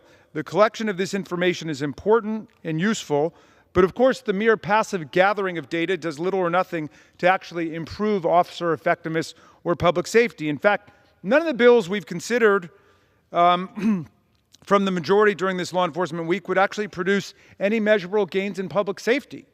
We spent the week voting for bills that will do nothing really but increase the number of weapons on our streets, our buses, our trains, our subways, parks and restaurants, and in our schools. That's a strange way to improve public safety or aid law enforcement in doing their jobs. Now, there are things we can actually do to improve public safety. And forgive me, I know Mr. Fry's in his second term, not in his first term, and he's a valuable member of our committee. The last gentleman to speak said he'd never wanted to hear about defunding the police again. And I agree with him completely. The problem is he's about to hear about it because DOJ is defunding the police as we speak. And unfortunately, with your cooperation and your passivity, they're getting away with it. Now, this self-anointed fourth branch of government, DOJ, which I think is getting run out of town right now because of its rank incompetence and lawless assaults on the privacy data of hundreds of millions of Americans and its unlawful summary mass firings of professional civil servants like air traffic controllers, food and drug inspectors, pediatric cancer researchers in my district, Forest Service firefighters. Well, anyway, they're getting run out of town now. I don't hear a lot about Elon Musk. He's lost some elections for my friends across the aisle, so they're trying to let him sink into anonymity. But he's done his damage, my friends. He's done his damage over the Department of Justice. And I've got to correct myself. I was saying that his employee, who I can identify now as Tarak Makicha, was responsible for slashing more than $500 million in public safety, local law enforcement, and victim assistance organizations across the country. And although that was technically correct, more than $500 million, it really understates the gravity of this offense against public safety. It was $811 million in grants that were terminated. Now understand what a grievous assault this is on our system of government. Congress passes budgets. They are initiated here in the House of Representatives. We voted to appropriate that money to the Department of Justice. The House voted for it. The Senate voted for it. It was signed into law by the President. The money went to the Department of Justice. It was programmed for those purposes. $811 million was awarded to each of those grantees, and now we've got some reportage explaining what happened. It all came down to this one guy, Tarak Makicha, working for Elon Musk. Anybody elect him around here? Anybody confirm him to any job? I don't think so, but he wrote some memos under the authority of Dusk, which now I think is invalidated, discredited authority. If you read the opinion from the Federal District Court of Northern California on Friday night, because they remember how the Constitution works. We don't have a fourth branch of government called Elon Musk or Tarak Makicha. But anyway, this guy wrote memos to the Deputy Attorney General demanding that all of these grants to law enforcement and public safety and victim assistance groups across the country in our districts be deleted. And he wouldn't rest until they were deleted, and they were deleted. So he said he could report it to his superiors and to the White House. Now, why aren't we using this valuable time, not just to pass a mere reporting bill, which is fine, but how about an action bill? How about a bill that restores hundreds of millions of dollars to actually promoting criminal law enforcement, public safety, aid to victims of rape and sexual assault, organizations fighting child sexual abuse across the country? Why don't we do that? Why don't we just pierce the fog of rhetoric a little bit and get down to something that's actually happening? And then we can follow that up with what I think would be a significant symbolic statement, as Ms. McBath urges us to do. Let's put up the plaque to honor the officers who defended us against the rampage of January 1st. The gentleman from North Carolina, I think, tried to change the subject as if one mob rampage justifies another. I'm against all mob violence. I'm against all mob rampages. I don't feel I've just got to speak out against one of them, but if I can't speak out against the one that comes to our house, who will trust me to speak out against mob violence anywhere else? I denounce it wherever it takes place, under whatever guise, under any ideological auspice at all. I denounce mob violence. But I challenge my friend from North Carolina to find me one Democratic official who incited violent insurrection or incited mob violence on that day. Because I will tell you, this chamber voted to impeach that president who incited mob violence against us in a sweeping bipartisan vote. Democrats and Republicans together. And then the Senate voted 57-43. The president, in his inimitable way, was able to beat the constitutional odds, but nonetheless, commanding majorities of both chambers found that he incited violence against us in order to overthrow a presidential election he had lost by more than 7 million votes. Find me a Democratic governor who pardoned any of the mobsters or the violent insurrectionists or people burning down buildings. Can you find me one? Can you find me any Democratic politician who wants to honor those people? Can you? Because I can show you a United States president today who seems to think that it was the rioters and insurrectionists who deserve honor and praise. So don't give me any false analogy or false comparison. We denounce violence everywhere. Will our colleagues have the courage to ask for the plaque honoring the police officers who opposed the violence that came right into this chamber? And I could hear them chanting, "Hang Mike Pence, hang Mike Pence." Remember him? He was the Republican vice president of the United States. And they chased him out. And now they'd like his memory to go down that Orwellian black hole so nobody remembers him, or so nobody remembers the things the Republicans said. They called it terrorism at the time. But now it's inconvenient. Donald Trump doesn't want police officers being honored for the work they did defending our Constitution, our democracy, our Capitol, and the members of Congress, including people who sit on that side of the aisle, as well as the members who sit on this side of the aisle. I thank the gentlelady for yielding, and I'm happy to yield back. The gentleman from Maryland yields. Members are reminded to refrain from engaging in personalities toward the president. The gentlelady from Georgia reserves. And the gentleman from South Carolina is recognized. Thank you, Mr. Speaker. I yield to the gentleman from North Carolina, Mr. Harris, 4 minutes. The gentleman is recognized. Thank you, Mr. Speaker.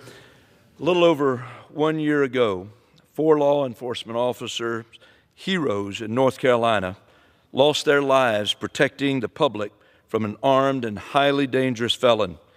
They showed up to work that morning like it was just another day, but gave the ultimate sacrifice for the Charlotte, North Carolina community. However, instead of acknowledging the danger that police officers willingly put themselves in every day and standing behind our men and women in blue, some radical progressives on the left would rather defund the police or even abolish them entirely. But not me, and not my colleagues that are here with me today.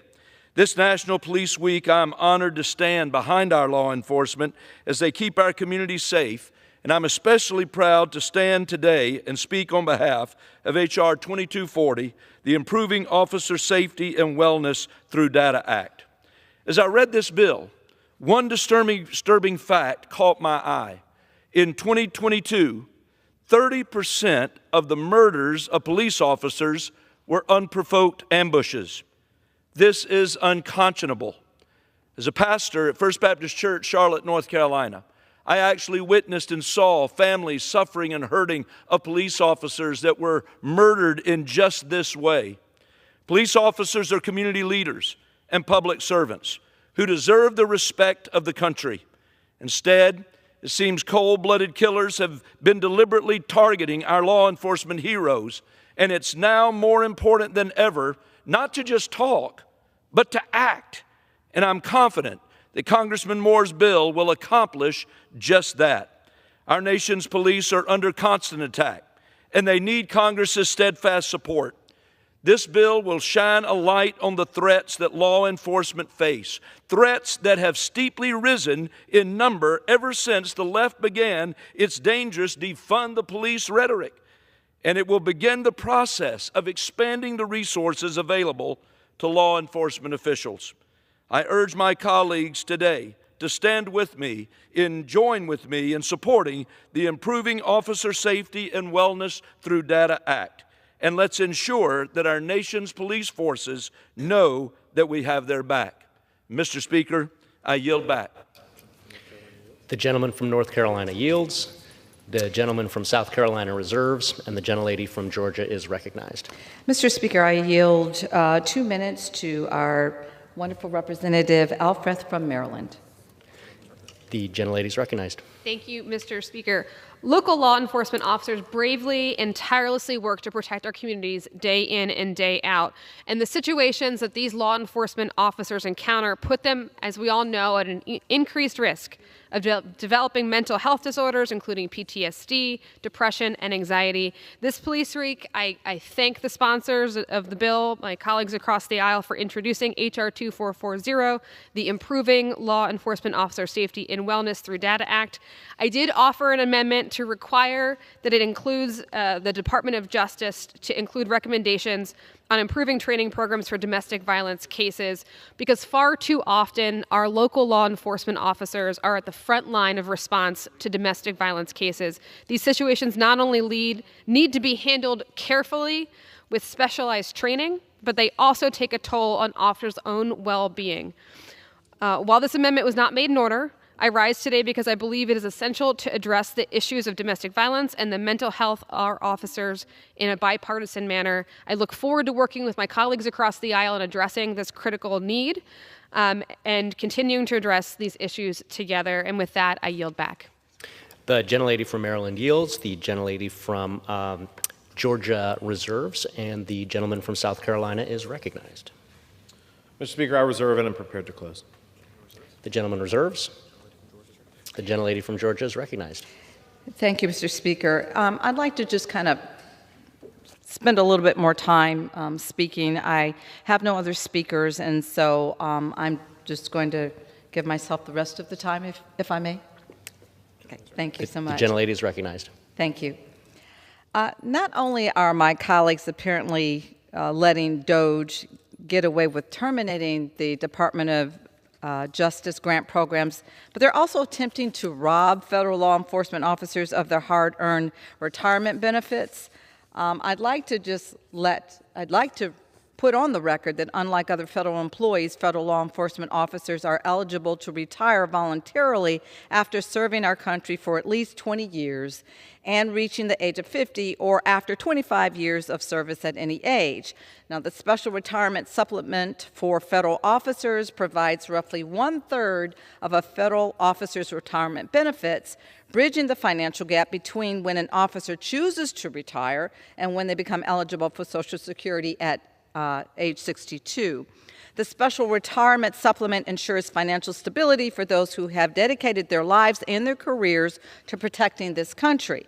But our Republican colleagues, their reconciliation bill would limit the supplement only to those who reach the mandatory retirement age of 57, no matter how many years they have served. It would also apply not just to new hires, but to all officers, to those who clearly earn the ability to claim this benefit and didn't sign up for this new rule.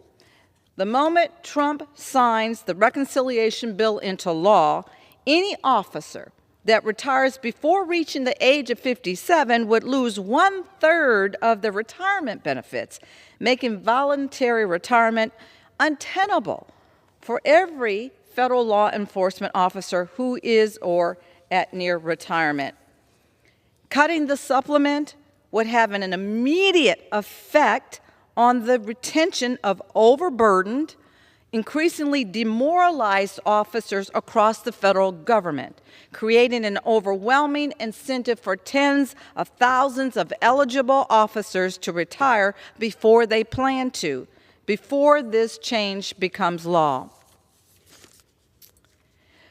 But in closing, it's National Police Week, and we are honoring the brave men and women in law enforcement who put their lives on line every single day to protect our communities and this nation. And I was proud to vote yes on this resolution on the House floor yesterday to express our nation's gratitude to our law enforcement. I would also like to thank all the families for their courage and for their strength, because families of law enforcement are part of this too. As ranking member of the Crime Subcommittee, I hear directly from families and officers from all across the country about the reforms that they need, that they desperately need. And I will continue to champion bills that provide tools that help our law enforcement officers and keep them all safe, because they deserve that. To all of our officers around the country, whether you be federal, state, or local, we stand with you and we thank you for your service. Though I really wish that we were doing so much more this week to make our officers safe or to invest in resources for your well-being, I will support this legislation and encourage my colleagues to do the very same. Thank you, and I yield. The gentlelady from Georgia yields. The gentleman from South Carolina is recognized. Mr. Speaker, before I close, I would like to yield 2 minutes to the gentleman from North Carolina. The gentleman from North Carolina is recognized. Thank you, Mr. Speaker. There's certainly no shortage of us who are attorneys, or at least former attorneys, on this floor. So one of the things, of course, is when we hear information, we want to run it down and sometimes do what we call correct the record. My good friend from Maryland pointed about some sort of cuts from DOJ that would affect law enforcement. So I immediately wanted to look and see what possibly could be talked about. And I think what the gentleman was talking about were a couple of things. One was was getting rid of a $250,000 grant funding for jailed trans inmates working with incarcerated transgender individuals, providing gender-affirming care to including housing and gender-appropriate facilities. Actually, I think that's a pretty good thing to get rid of, where we can put more resources to help in law enforcement. $2 million for some sort of national listening session for, as I understand, criminal defendants. And then $695,000 for a parallel convergent mixed methods case study. I don't even know what that means, but a parallel convergent mixed methods case study, research designed to assess the efficacy of police departments' LGBTQ liaison services. And I think one of the things that with this reconciliation bill and with actions of President Trump is to get rid of the waste and to put the resources to helping our men and women in law enforcement. So as we are here at National Police Week, as we're honoring police, while we have a few differences of opinion, I am at least comforted with the fact of knowing that we all on both sides of the aisle do support law enforcement, while we may disagree on a few other matters. And with that, I yield back my time to the gentleman from South Carolina. The gentleman yields. I reserve. South Carolina reserves. For what purpose does the gentlewoman from Georgia seek recognition? I ask unanimous consent to reclaim my time. Without objection, the gentlewoman is recognized. Thank you. I'd like to yield the balance of my time to my colleague from Maryland, Mr. Raskin. Thank you very much, Ms. McBath. How much time do we have? The gentleman has 5.5 minutes remaining. Thank you very kindly. Well, the gentleman stirred me out of my stupor there by coming back with a couple of grants that apparently were eliminated. I'll take his word for it. If I did the internal math correctly, that was less than $2 million out of $811 million cut in awards that were made by the Department of Justice to local law enforcement, citizen community safety groups, and so on across the country. Now, if there are certain grants that you don't want ever to go out, for example, I take it the gentleman doesn't think very highly of anything having to do with citizens who are transgender, and we differ about that apparently, because I think everybody's got civil rights and everybody's voice needs to be heard. But in any event, then bring that up in the Appropriations Committee and let's vote that democratically. That should not be up to one of Elon Musk's midnight riders, a computer hacker who comes in and simply decides to wipe out all of the handiwork of the United States House of Representatives and the United States Senate, signed into law by the President and then awarded by the Department of Justice. We do not have a fourth branch of government here, which is what the Federal District Court in Northern California was saying on Friday. Are my colleagues aware that there have been more than 250 cases brought against the reign of lawlessness and authoritarianism brought down on America in the first 5 months of the Trump administration, and there are 156 preliminary injunctions and temporary restraining orders right now? The Supreme Court heard a couple of hours ago the case about Donald Trump in an executive order trying to destroy birthright citizenship in America. Every sixth grader in America knows that if you're born in America, you're a citizen of the United States. They tried to reverse that. That got struck down by 4 courts. They call them radical left rogue judges. Well, 2 of the ones who struck it down were Democratic appointees, one by President Obama, one by President Biden. The other 2 were Republican appointees, one appointed by President Bush, one appointed by President Reagan, who said that in his 4 decades on the bench, he had never seen a more unconstitutional law than that one. He'd never seen an easier case than that one. You don't have to be a lawyer to understand what's wrong with that. You just have to know how to read. The first sentence of the 14th Amendment says all persons born or naturalized in the United States and subject to the jurisdiction thereof are citizens of the United States. And these people are finger painting all over the Constitution. They're usurping the rule of law as adopted by the Congress of the United States. They're creating new branches of government. I'm glad that they finally ran Elon Musk out of town because he was no longer politically useful to him. But in the meantime, we've got to deal with the wreckage. And if he by accident did something the gentleman agrees with, bully for him, great. But meantime, he's undone the will of Congress. He's nullified and canceled hundreds of millions of dollars going out to public safety and criminal law enforcement across America. So let's get back to the rule of law. Let's get back to law enforcement. I yield back to the very distinguished gentlelady from Georgia. The gentleman from Maryland yields, the gentlelady reserves, and the gentleman from South Carolina is recognized. I reserve. The gentleman reserves. The gentlelady from Georgia is recognized. Mr. Speaker, I have no more speakers, and I am ready to close. The gentlelady is recognized. Thank you.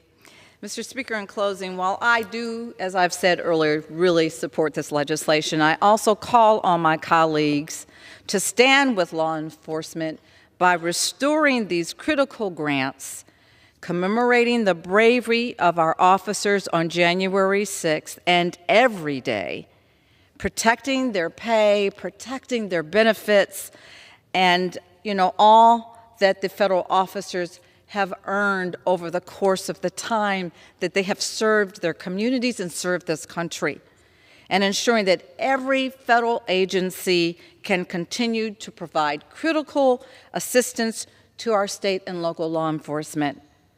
We can do a lot better. They deserve so much better from us. Let's please work to do better. And I yield. The gentlelady yields. The gentleman from South Carolina is recognized. Thank you, Mr. Speaker. Listen, this is an incredibly common sense and bipartisan piece of legislation. I urge all of my colleagues to support it. Law enforcement have been demonized. They have been attacked. They have been defunded in left-wing jurisdictions many years ago, and I hope that that movement is forever in the dustbin of our history. because we owe it to law enforcement to support them in any number of ways that we can as policymakers. And one of the easiest ways, in my mind, is this bill. Data is incredibly important, Mr. Speaker, and you know this firsthand. Data is incredibly important.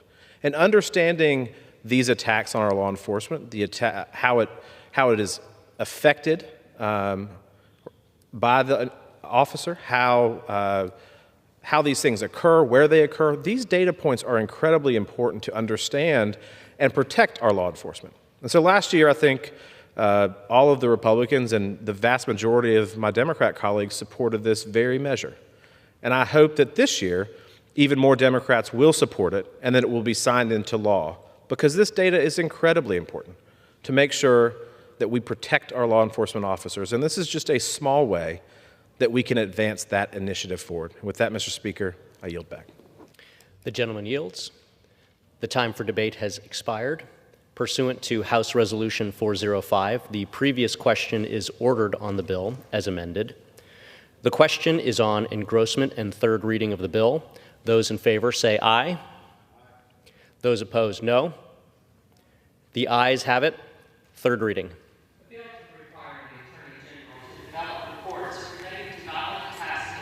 Enforcement officers and for other purposes. The question is on passage of the bill. Those in favor say aye. Those opposed, no. The ayes have it, and the bill is for what purpose does the gentlewoman from Georgia seek? I request the yeas and the nays. The yeas and nays are requested. Those favoring a vote by the yeas and nays will rise. A sufficient number having risen, the yeas and nays are ordered. Pursuant to Clause 8 of Rule 20, further proceedings on this question will be postponed.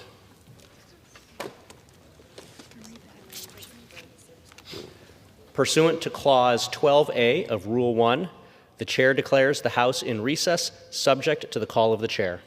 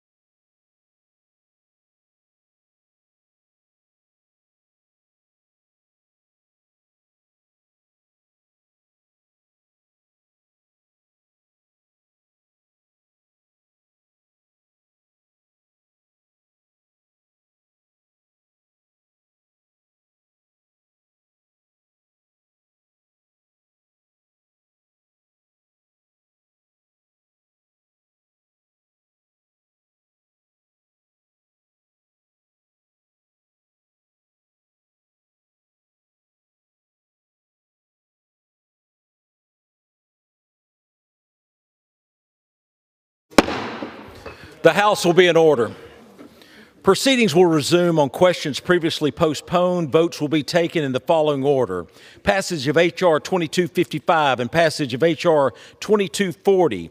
The first electronic vote will be conducted as a 15-minute vote. Pursuant to Clause 9 of Rule 20, remaining electronic votes will be conducted as 5-minute votes. Pursuant to Clause 8 of Rule 20, the unfinished business is the vote on passage of H.R. 2255, of which the yeas and nays are ordered. The clerk will read the title of the bill. Union Calendar Number 57, H.R. 2255, a bill to allow federal law enforcement officers to purchase retired service weapons and for other purposes. The question is on the passage of the bill. Members will record their votes by electronic device. This is a 15-minute vote.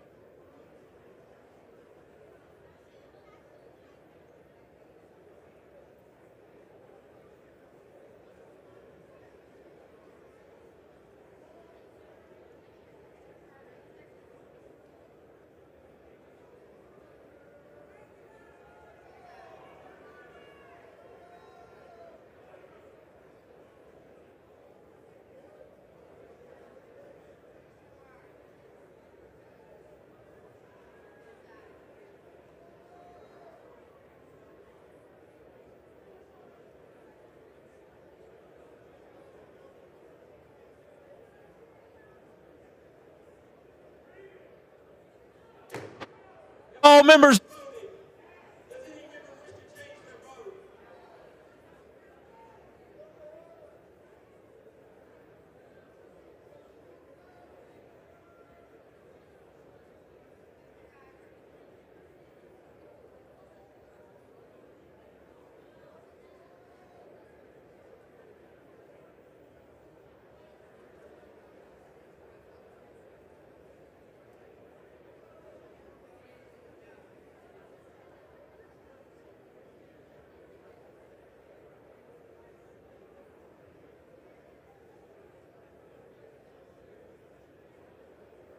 Vote. The yeas are 234, the nays are 182. The bill passed. Without objection, the motion to reconsider is laid on the table.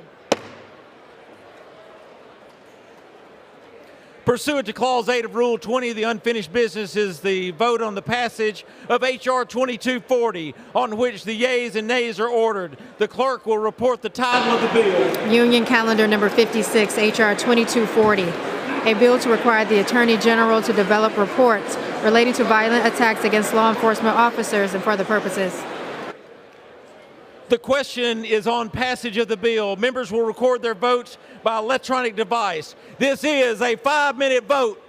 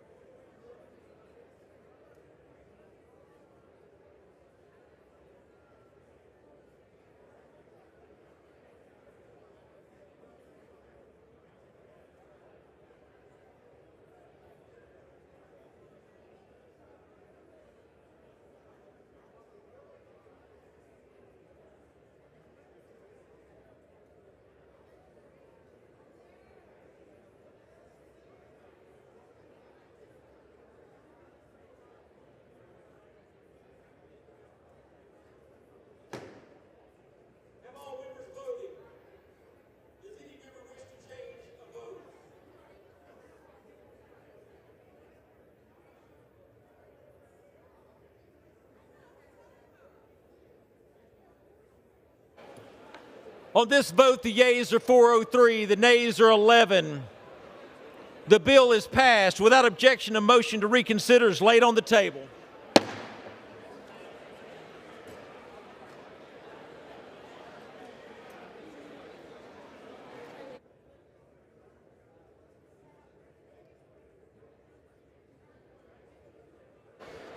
The House will be in order.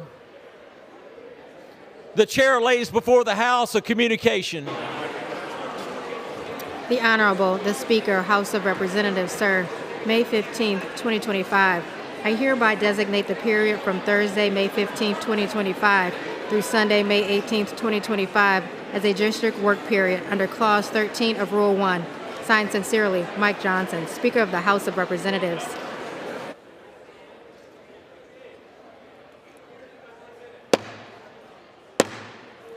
The House will be in order.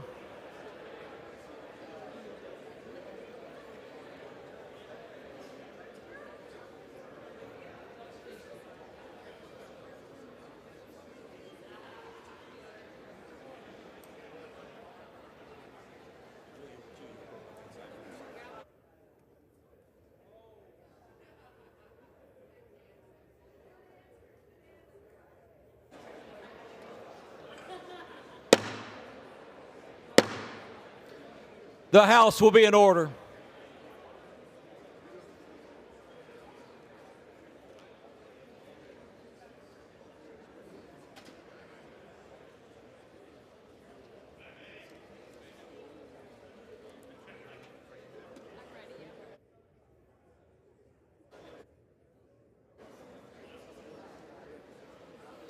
The chair will now entertain requests for 1-minute speeches. For what purpose does the gentleman from Minnesota seek recognition?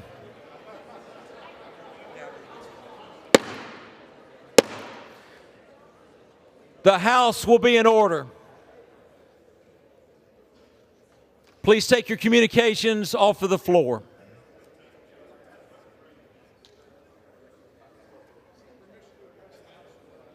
The gentleman is recognized. Mr. Speaker, I rise today to honor Midshipman Bridget Sundheim. A Delano High School graduate, Bridget is graduating from George Washington University today. The Sundheim family is in town for the celebration. They're somewhere up there. They're a generous, upstanding family from Delano. My wife Jackie and I have known them for years. During high school, Bridget launched Best Buddies, a student organization that continues transforming the lives of students with special needs. She was also a member of the Civil Air Patrol, which led Bridget to join the Navy ROTC at GW. Last summer, Bridget served on the USS McCampbell in Japan, earning a coveted blue chip from the ship's captain and guaranteeing a spot on the ship after being commissioned as a surface warfare officer. She plans to return to the USS McCampbell later this year. Driven, kind, and unwaveringly patriotic, Bridget holds herself to the highest standards. We wish her all the best and thank her for her service and dedication to our country. You make Delano and the state of Minnesota proud. I yield back. The gentleman from Minnesota yields. For what purpose does the gentleman from California seek recognition? Mr. Speaker, I ask for unanimous consent to address the House for 1 minute and to revise and extend my remarks. Without objection, the gentleman is recognized. I rise today to remind my colleagues that Congress, and only Congress, has the power of the purse. And yet Donald Trump and Elon Musk have unlawfully impounded billions of dollars of congressionally approved funds. They have illegally slashed funding for health care for veterans, food for hungry babies, and purported to terminate entire agencies created by Congress. This is not consistent with the Constitution or with democracy. Trump and Musk are asserting the powers of dictatorship. But unfortunately, our Republican colleagues have refused to enforce the law or the Constitution when it comes to this administration. That is why I, along with Representatives Liccardo and Vindman, introduced the Protect Our Constitution and Communities Act, or POCA. POCA affirms the separation of budgetary powers and creates a private right of action for individuals, states, and local jurisdictions who have been harmed by the administration's repeated violations of the ICA. POCA would also hold accountable any public official with decision-making authority who knowingly and intentionally violates the ICA, such as Elon Musk. It's time to stand up for the rule of law and to put the power of the purse back where it belongs, in the hands of Congress. This police week, I urge you all to consider supporting this important law enforcement The gentleman's priority. time has Thank you. I expired. yield Members back. are reminded to refrain from engaging in personalities toward the president. For what purpose does the gentleman from Ohio seek recognition? Mr. Speaker, I ask unanimous consent to address the House for 1 minute and to revise and extend my remarks. Without objection, the gentleman is recognized. Mr. Speaker, I rise today to recognize the selfless acts of service done by Diana Lawrence and the Troop Box Ministry to bless our nation's service members. It all began nearly a quarter century ago in the garage of the Lawrence's residence in Hamersville, Ohio. One of Diana's family members was serving faithfully in the military in Afghanistan, and she sent a care package overseas to show support. An idea was born, and soon students from Milford schools and volunteers from all over town joined Diana's mission. Her operation expanded to 2 sheds in her backyard where volunteers collected the names and addresses of troops, assembled donated items into care packages, and sent them on their way overseas. Each box included a Gideon Bible, a deck of cards, as well as toothbrushes, shampoo, personal hygiene tools, and snacks. Troop Box Ministry started receiving special requests from soldiers, and soon they were knitting wool helmet liners and collecting cans of spray for the bottoms of combat boots to give service members a better grip on slippery terrain. Over the next 23 years, Diana and her volunteers sent an estimated 10,000 packages to American troops serving all over the Middle East and beyond. As a result, Diana and her family-style operation found their way into Southern Ohio's history books as service leaders with a purpose. Thank you, Mr. Speaker, and I yield back. For what purpose does the gentleman for Virginia seek recognition? Without objection, the gentleman is recognized for 1 minute. Mr. Speaker, I rise today to honor the life and memory of Nihal Grandi, a brother, son, and student from Loudoun County who tragically passed away in an accident over the weekend. At just 19 years old, Nihal was a proud graduate of Rock Ridge High School and a freshman at Indiana University's Kelley School of Business. He was known for his joyful smile and ability to inspire a sense of community wherever he went. And as a volleyball team captain and a STEM competition coach, Nihal was always attuned to the needs of those he led, whether mentoring a teammate through a difficult challenge or calmly navigating high-stakes competitions. He knew when to guide or be a reassuring presence, and above all, he was a man of deep principles and kindness. And I and so many in my community are sending prayers to his family and friends and all who had the privilege to know him. May he rest in peace. I yield back. For what purpose does the gentleman from Indiana seek recognition? Mr. Speaker, I seek unanimous consent to address the House for 1 minute and to revise and extend my remarks. Without objection, the gentleman is recognized for 1 minute. Mr. Speaker, I rise in recognition of our law enforcement community in Indiana's 6th District and across our Hoosier State. Police Week is a time for all of us to recognize and honor those serving our communities, and most especially those who have given their lives in the line of duty. This week I was joined by our Johnson County Sheriff, Dwayne Burgess. Dwayne and his deputies worked tirelessly to keep Johnson County a safe community in which to live, work, and to raise a family. Thank you, Sheriff Burgess, and for your many years of dedicated service. During my short time in Congress, I have prioritized issues including protecting qualified immunity, officer safety and wellness. I remain committed to providing support for our law enforcement officers who do so vital work to protect our communities. Thank you. I yield back. For what purpose does the gentleman for Virginia seek recognition? I seek unanimous consent to address the House for 1 minute and to revise and extend my remarks. Without objection, the gentleman is recognized for 1 minute. Mr. Speaker, today during National Police Week, I rise to commend the bravery of law enforcement officers across Virginia's 7th Congressional District. In early April, tragedy struck Spotsylvania County when a mass shooting left 3 people sadly deceased and 3 others injured. Law enforcement officers from Spotsylvania County and the city of Fredericksburg swiftly answered the call and put their lives on the line to protect their neighbors. As a former prosecutor and Army veteran, I understand the mission that our men and women in uniform take on every day. You serve knowing that your work is bigger than any one person. It's about protecting our communities and upholding the law for our families and loved ones. So today, I thank the brave law enforcement officers of Spotsylvania and Fredericksburg and all officers serving across the 11 counties of Virginia's 7th Congressional District. Your service and sacrifice is deeply valued. I yield back. For what purpose does the gentleman from North Carolina seek recognition? Mr. Speaker, I ask unanimous consent to address for 1 minute and to revise and extend my remarks. The gentleman, without objection, the gentleman is recognized for 1 minute. Mr. Speaker, so far, President Trump has signed over 151 executive orders. but Congress has only sent him 5 bills to sign into law, a historically low number, and that's on us. We are legislators, and we have a constitutional duty to legislate. Unless codified into law, President Trump's historic government reforms are in jeopardy. Congress must get to work locking in these victories for good. We can't afford for future administrations to erase them with a stroke of a pen. Republican members of Congress are quick to praise President Trump's executive orders, but we're very slow to codify them. Doesn't matter if we have to vote 7 days a week. We need to be mass-producing bills that codify the same executive orders that have been keeping our constituents safe. Congress has a once-in-a-lifetime opportunity to achieve victories that Republicans have always talked about. We need to get this done. Mr. Speaker, I yield back my time. For what purpose does the gentlewoman from Virginia seek recognition? For what purpose does the gentlewoman from Vermont seek recognition? Sorry. I ask unanimous consent to address the House for 1 minute to revise and extend my remarks. Without objection, the gentlewoman is recognized for 1 minute. Mr. Speaker, I was a history teacher, and I know that we have to be documenting this moment. When we look back, I don't want anyone to say that we didn't know what was happening.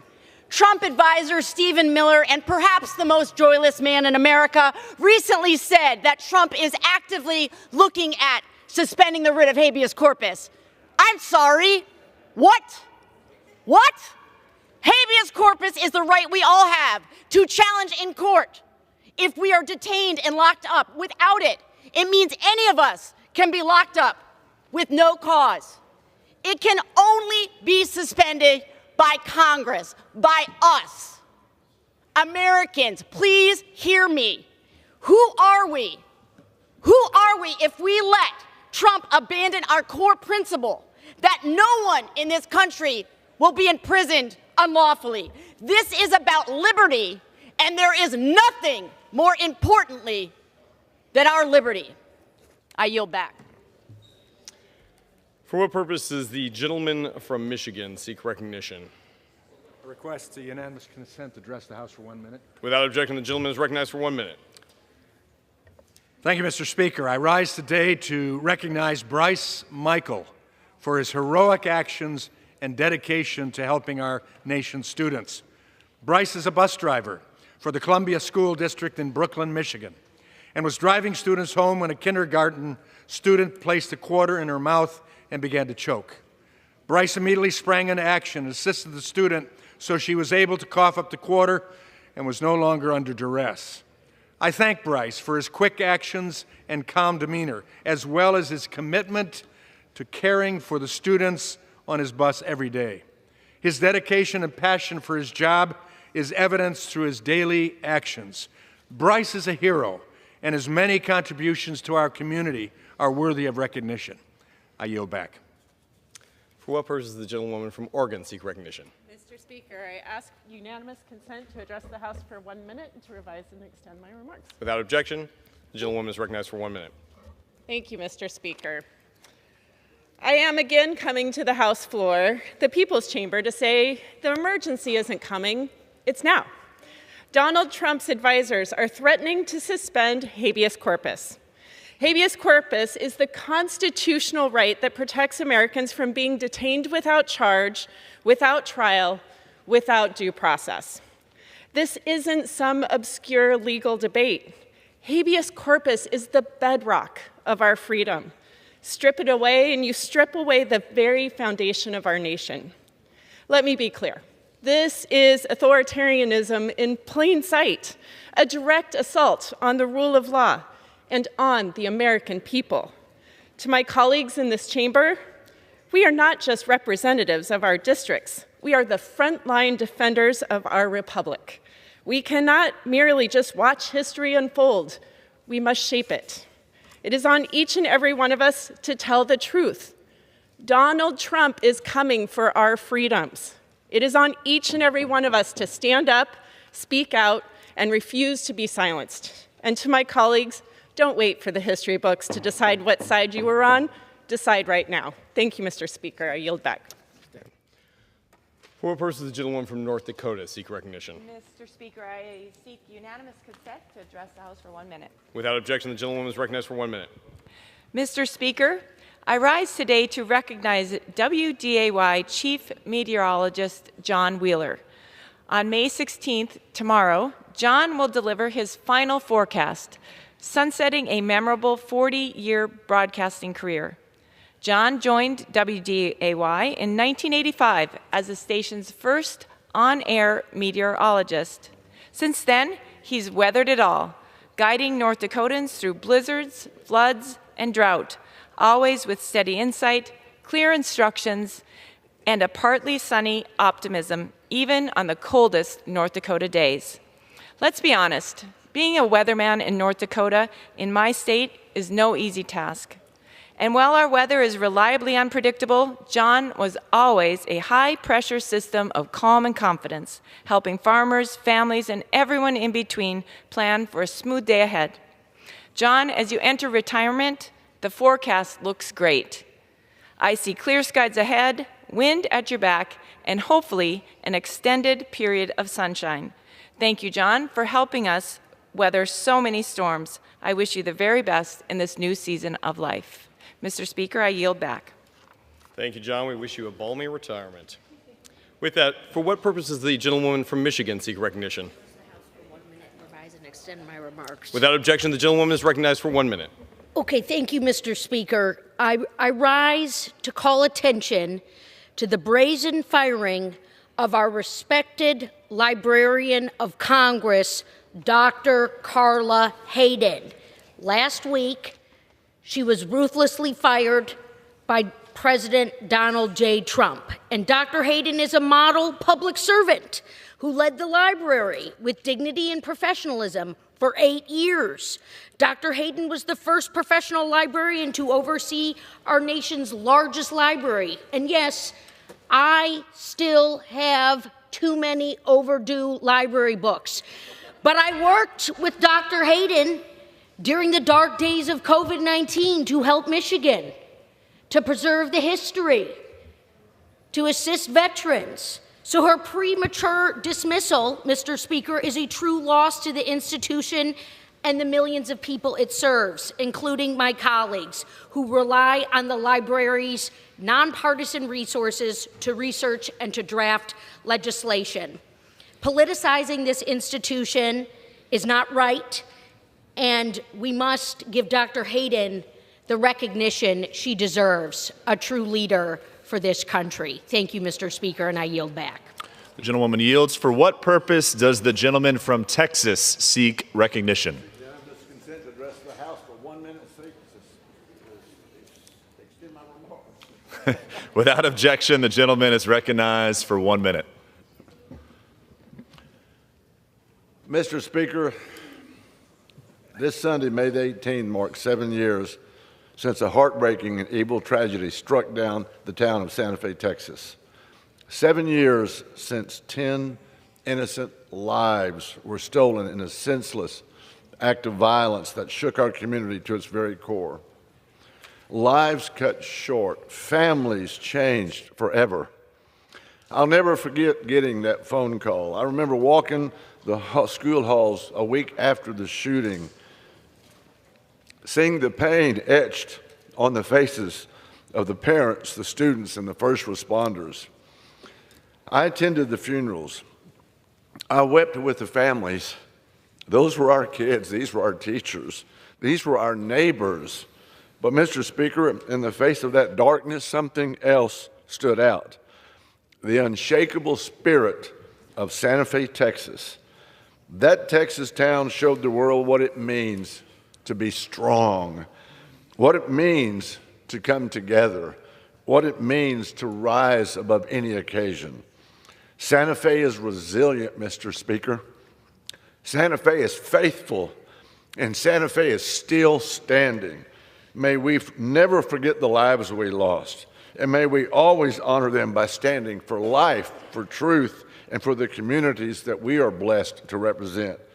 God bless Santa Fe. God bless Texas, and may God continue to bless these United States of America. I yield back.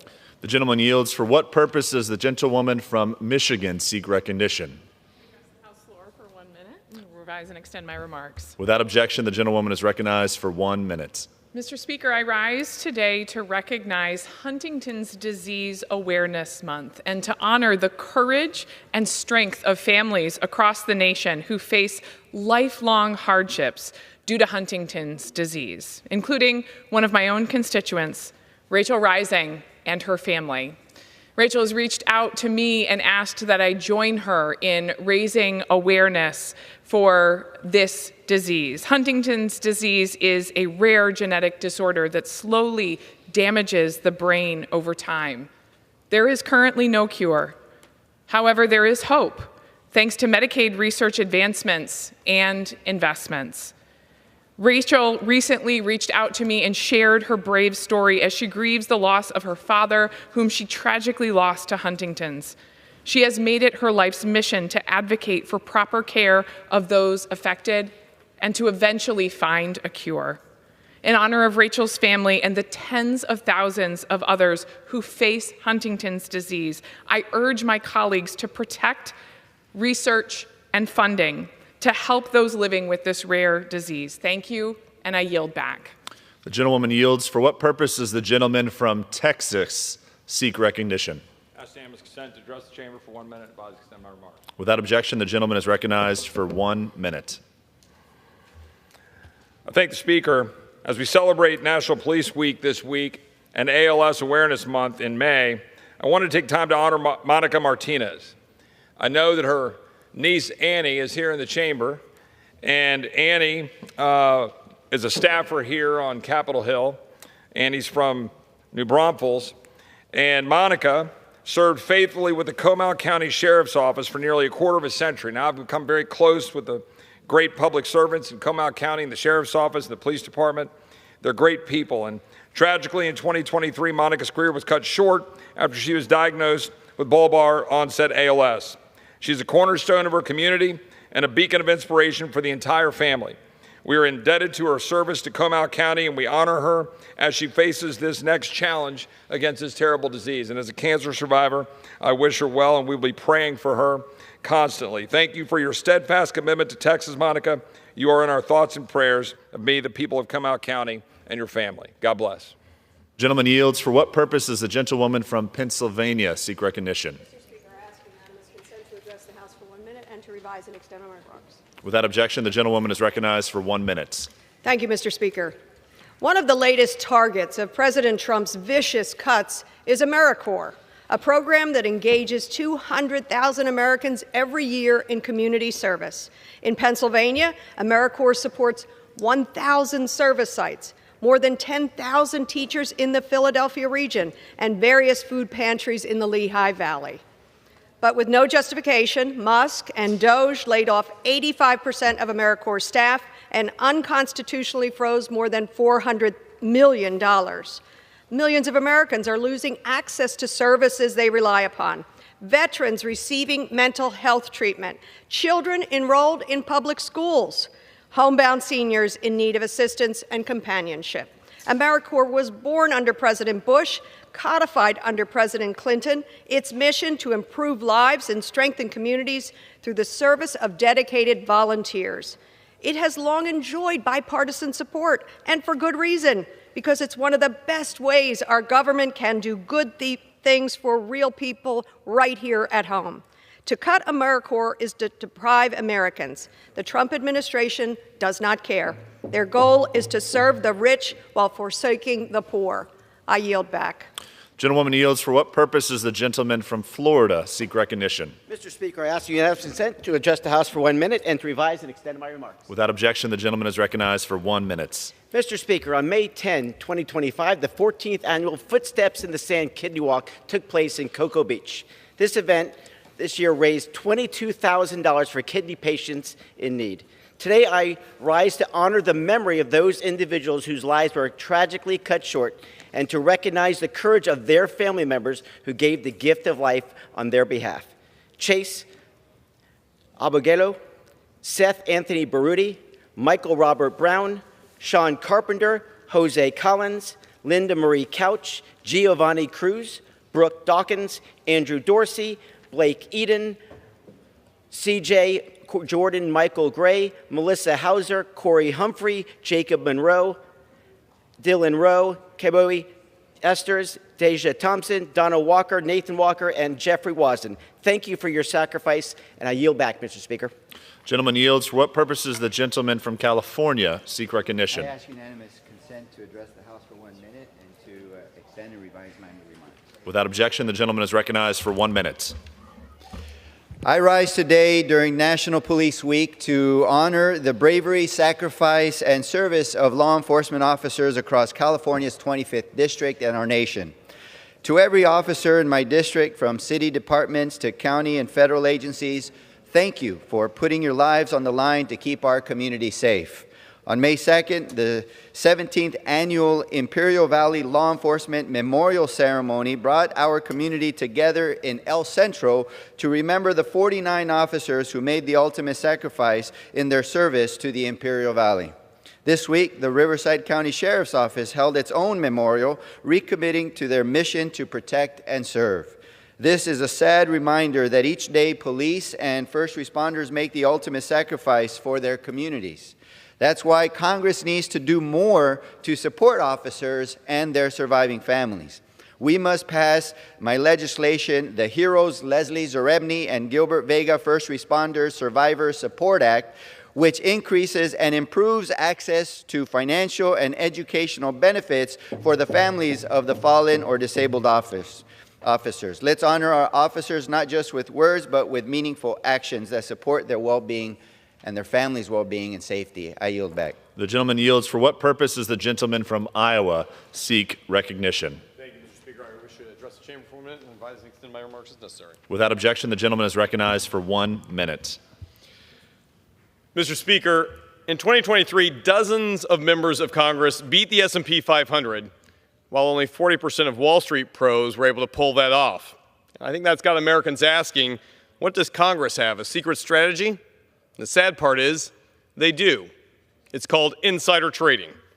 Members of this body are so good at investing in apps like the Pelosi tracker that exists as a stock tip machine, it's given investors a 45% return in the last year alone, simply by copying the former speaker's stock trades.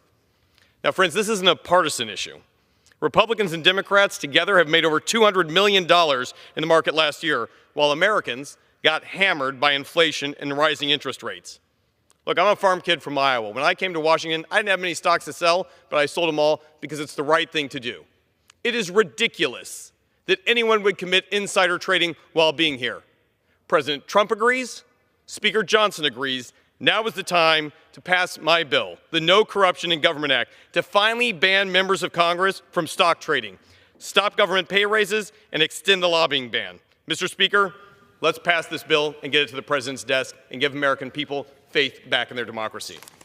The gentleman yields. For what purpose does the gentleman from Rhode Island seek recognition?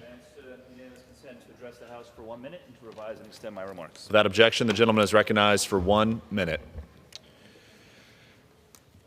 Mr. Speaker, I rise for the 10th time to call on the Trump administration to restore funding for life-saving food aid for malnourished children across the globe. $50 is all it takes to save the life of a child. Adhesion Nutrition in Rhode Island makes a life-saving paste called Plumpy Nut that, for just 30 cents a packet over 8 weeks, can save the life of a child suffering from malnutrition. $50, 30 cents a packet, 1 packet a day, $50 over 8 weeks, and you can save a life.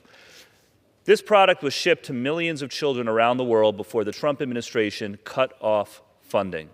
Now, Secretary Rubio and Elon Musk have both said that this funding will be restored, but they have yet to actually do it. So once again, I am calling, along with many of my colleagues, for this funding to be restored. The administration needs to live up to its word. The lives of children depend on it. And I yield back. The gentleman yields. For what purpose does the gentleman from Maryland seek recognition? And extend my remarks. Without objection, the gentleman is recognized for 1 minute. Mr. Speaker, this week, the Energy and Commerce Committee finally attacked fraud, waste, and abuse in the Medicaid system. I think every American knows that when a government runs a program, there's fraud, waste, and abuse, and that's exactly what it dealt with. For instance, 1 million people have committed fraud against the Medicaid system by being enrolled in 2 states. 1 million people. And my colleagues across the aisle think it's a bad idea to eliminate that fraud, waste, and abuse because they all voted against it. This chart shows what actually happens when you eliminate fraud, waste, and abuse, and the Republicans increase spending in Medicaid by 25% over the next 10 years for the people who really need it: the pregnant women, the children, the disabled, the blind, the elderly. And we did it eliminating fraud, waste, and abuse. I yield back. The gentleman yields. For what purpose does the gentlewoman from Ohio seek recognition?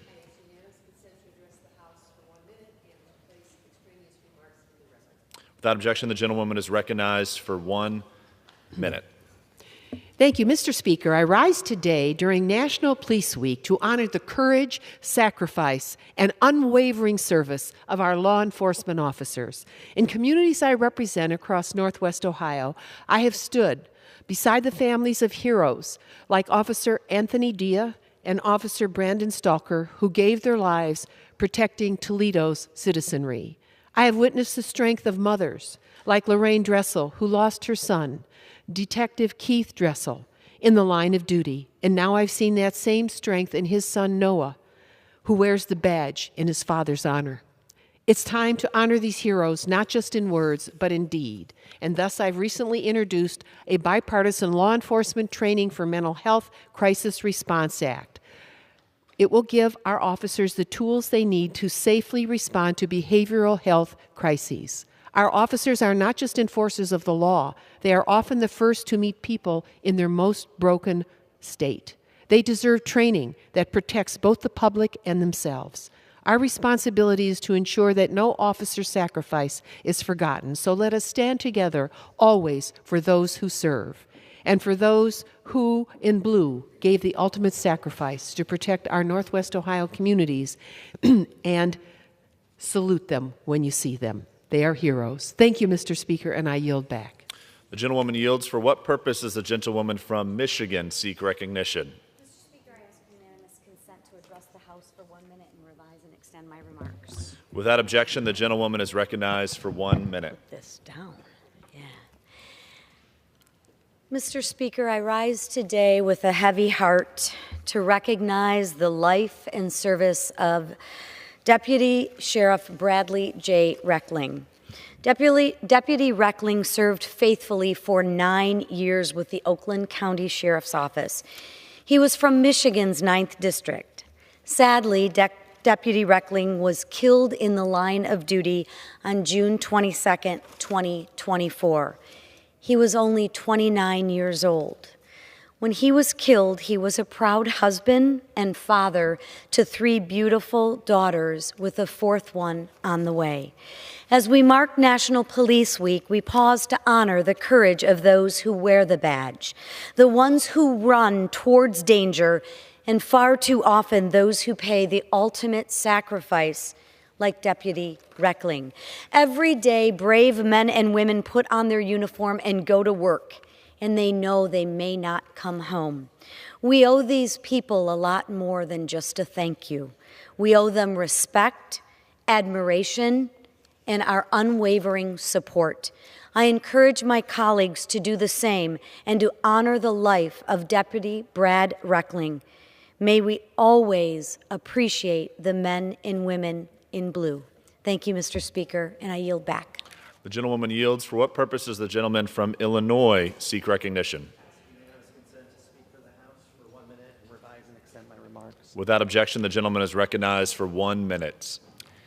This is National Police Week, when we honor the brave men and women who serve and protect us every day. But it's also a good reminder that they deserve our thanks every day. We also need to thank the spouses and the children of our law enforcement who deal with the risk of their loved ones who may not come home. And finally, we remember the family members who made the ultimate sacrifice for our safety. Serving in the People's House means we support law enforcement. I'm proud to have served and secured funding for our police training and safety Because from Rockford to the Quad Cities, Peoria to Bloomington Normal, our officers go above and beyond every day to keep us safe, many days without the support that they need to deal with stress. That's why I'm so proud of the Invest to Protect Act, my bipartisan legislation that gives small and mid-sized police departments the funding that they need for training, recruitment, and mental health resources. So happy National Police Week. My hope is that everyone wearing a badge right now stays protected, safe, and feels their nation's thanks. I yield back. Gentleman yields. For what purpose does the gentleman from our home state of Georgia seek recognition? Address the House for 1 minute, revise and extend my remarks. Without objection, the gentleman is recognized for 1 minute. Thank you, Mr. Speaker. Today I rise to offer my sincerest congratulations to the 2025 Masters champion Rory McIlroy. Since 1934, amidst the blooming azaleas, towering pines, and flowering dogwoods, the first full week of April brings the world's greatest golfers to my hometown of Augusta, Georgia. And they experience sport's most unique and rewarding challenge, the Masters Golf Tournament, the first major of the year. As golf fans know, the iconic green jacket never comes easily, but for Rory McIlroy, his year-long quest to glory at Augusta was far more than just a victory. In clinching the green jacket, Rory snapped a 11-year major championship drought and completed the long-awaited career Grand Slam, joining just 5 other prestigious players in doing so. Again, Augusta made history. One of the greatest moments in golf. And Rory made a comment at the trophy presentation that I think exemplifies this country. He said to his daughter Poppy, he said, "Never give up on your dreams. Keep coming back. Keep working hard. And if you put your mind to it, you can do anything." What an example to the next generation of athletes, leaders, and to the American people. Congratulations, Rory. Now we're pulling for you. It's championship week again in the world of golf, and we're pulling for you to achieve the season's Grand Slam. Now I yield back. The gentleman yields. For what purpose does the gentleman from Rhode Island seek recognition?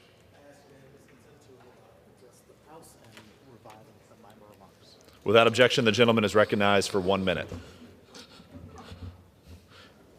Mr. Speaker, I rise today on behalf of my constituent, Pranoy, a remarkable young adult and lifelong learner from Barrington, Rhode Island. Pranoy is driven by his dream of attending college, but that dream is at great risk. It can only be realized if he receives support. Pranoy lives with Down syndrome and uses an adaptive communication device with specialized software to communicate, paid for by Medicaid. Yet, Republicans are trying to ram their disastrous budget poised to gut Medicaid and threaten health care for 1 in 4 Rhode Islanders.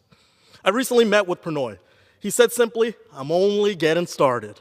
That sentence sums it up, and is what keeps his family and myself up at night. These Republican Medicaid cuts would hinder Pranoy's potential. I'm standing here today because I stand with Pranoy. I stand with the disability community, and I will stand against any attempt to rip away Medicaid from children who deserve the same opportunity to flourish as any other American, to live out their potential and flourish. Thank you, and I yield back. Gentleman yields. For what purpose does a gentlewoman from Michigan seek recognition?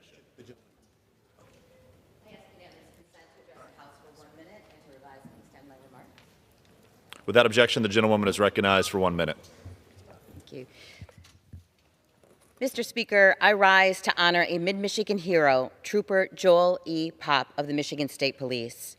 Trooper Popp passed away in the line of duty last year, and this tragedy touched every corner of our community. Family, friends, neighbors, the men and women who served with him, and strangers gathered together to honor his service and his sacrifice. Joel was an avid outdoorsman. When off duty, he could be found hunting, fishing, snowmobiling, or golfing. He loved being a husband and a father. Trooper Popp has been added to the National Law Enforcement Officers Memorial Wall here in D.C., where he joins other American heroes who made the ultimate sacrifice. This National Police Week, I want to thank Trooper Popp, and all the other brave men and women who put their lives on the line to protect and serve our nation and its people. We owe you a profound debt of gratitude. Thank you, and I yield back. Woman yields. For what purpose does the gentleman from Utah seek recognition? Without objection, the gentleman is recognized for 1 minute. Thank you, Mr. Speaker. As chairman of the House Merit Caucus, I'm proud to recognize a Utah educator who embodies excellence, Ms. Lacey Anderson. Lacey is a special education teacher who refused to accept low expectations for neurodivergent students. Instead, she founded Autism Solutions Academy in West Jordan, Utah, becoming a board-certified analyst and building a school that meets the needs of kids where they are. Her student-first approach provides real options to parents of special needs children. By customizing lesson plans and blending teaching models, she makes sure that every student, regardless of ability, has the path to succeed. During a recent visit, I met Sophia, a student who once was nonverbal and withdrawn. Today, she's reading, writing, and thriving because of a teacher who believed in her. That's what real leadership looks like. That's merit in action. When we raise the bar, our kids rise to the meet it. Every child in America deserves the same chance. Thank you, and I'll yield back. Gentleman yields. For what purpose does the gentleman from New York seek recognition? I ask unanimous consent to address the House for 1 minute and revise and extend my remarks. Without objection, the gentleman is recognized for 1 minute. I rise today during National Police Week to honor the brave men and women who put their lives on the line each day to keep us safe. I rise to honor Lieutenant Michael Husak of the Onondaga County Sheriff's Office and Syracuse Police Officer Michael Jensen, who were ambushed and killed on a quiet street in Salina, New York just 13 months ago. And also to honor Oswego County Sheriff's Deputy Kaylee Campbell, who was killed in a motor vehicle accident in my old state Senate district last fall. Their names now join others from Central New York and the Mohawk Valley, like Syracuse Officer Wally Howard, on the National Law Enforcement Officers Memorial. A note briefly that Officer Howard's killer was shamefully released from prison by President Trump at the end of his first term. The Syracuse community, the police department, Officer Howard's family, the prosecutors who brought this case for justice were all shocked at the decision to release this convicted murderer. Syracuse and New York 22 will never forget the sacrifices of these men and women, regardless of how long their names are up on the National Law Enforcement Officers Memorial, and will always support law enforcement and their families. I thank Lieutenant Husak, Officer Jensen, and Deputy Campbell for their commitment to their community, and I rise to AA to honor their service and to support those family and friends and extend my condolences. We stand with you and we grieve with you. Thank you, Mr. Chair. I yield back. The gentleman yields. For what purpose does the gentlewoman from California seek recognition? Mr. Speaker, I request unanimous consent to address the House for 1 minute and to revise and extend my remarks. Without objection, the gentlewoman is recognized for 1 minute. Thank you, Mr. Speaker. Actually, can I have this? Can you raise this up? I apologize. Thank you. I appreciate it. Thank you. Thank you, Mr. Speaker. Mr. Speaker, I rise today to address the House to highlight my support of Head Start. I most recently, in my district, visited an organization called the Unity Council that serves families and parents and seniors and children, providing them with affordable housing, career opportunities, community engagement, and yes, Head Start programs. I learned from the Unity Council that President Trump and the administration has stopped funding for the Oakland Head Start program. This means that over 600 children will not have daycare, mental health services, dental care, and basic health screenings, all provided by this incredible program. The president recently said he would not touch the Head Start program, and yet here we are nationally, over 800,000 children receive daycare support from Head Start. Cutting Head Start funding and stopping early childhood development, it's not efficiency. It's not trimming the fat. Cutting programs like Head Start and is breaking literally the bones of our nation and of our future. Mr. Speaker, I yield back. The gentlewoman yields. For what purpose does the gentlewoman from New Mexico seek recognition? Good evening, Mr. Speaker. I ask for unanimous consent to address the House and to revise and extend my remarks. Without objection, the gentleman is recognized for 1 minute. As we honor Police Week, I want to take a moment to thank all of our first responders who bravely put their lives on the line every day across New Mexico, and to honor all of those who have fallen in the line of duty. As we honor our heroes, we must honor them not just in words, but in action, because our communities deserve real solutions. Funding for law enforcement, behavioral health programs, keeping fentanyl off the streets, and real solutions that keep our communities safe. That's why I've been working with state police, tribal law enforcement, county sheriffs, and police departments across New Mexico to invest in technologies and tools, to fund fire stations and emergency response, to invest in healthcare providers and behavioral health clinics, working with housing and homeless providers to help our veterans, elders, families, and young people, and to keep our communities safe, because that is how we do it, by investing not only in the people who serve our communities bravely every day, but by investing in the people of our community. With that, I yield back. Gentlewoman yields. For what purpose does the gentleman from New York seek recognition? Unanimous consent to address the House for a minute. Without objection, the gentleman is recognized for 1 minute. Thank you, Mr. Speaker. During National Police Week, I rise to honor Columbia County Sheriff's Deputy Bernard Roberts. He was a Marine, a husband, a father, and a member of the CCSO for 18 years. I was so honored to see Deputy Roberts' name added to the National Law Enforcement Officers Memorial Wall this afternoon. Bernard is survived by his wife, Valentia, and their 6 children, Jaden, Tristan, Tristina, Adriana, Naya, and Hillary. And speaking with them today, it's clear Deputy Roberts was an exceptional man, a dedicated officer, and a loving father. He had a playful side. His friends called him Cupcake B. And he was also a very serious student, which is a trait that he has passed along to his daughters. His legacy of service and love endures through his family. Mr. Speaker, as we honor all of our law enforcement heroes this week, let us especially remember Deputy Bernard Roberts. We're forever grateful for his service and his sacrifice and for his beautiful family. Thank you, and I yield back. Gentleman yields. Are there any other members who wish to seek recognition for 1 minute? Under the Speaker's announced policy of January 3rd, 2025, the gentlewoman from Michigan, Ms. Stevens, is recognized for 60 minutes as the designee of the Minority Leader.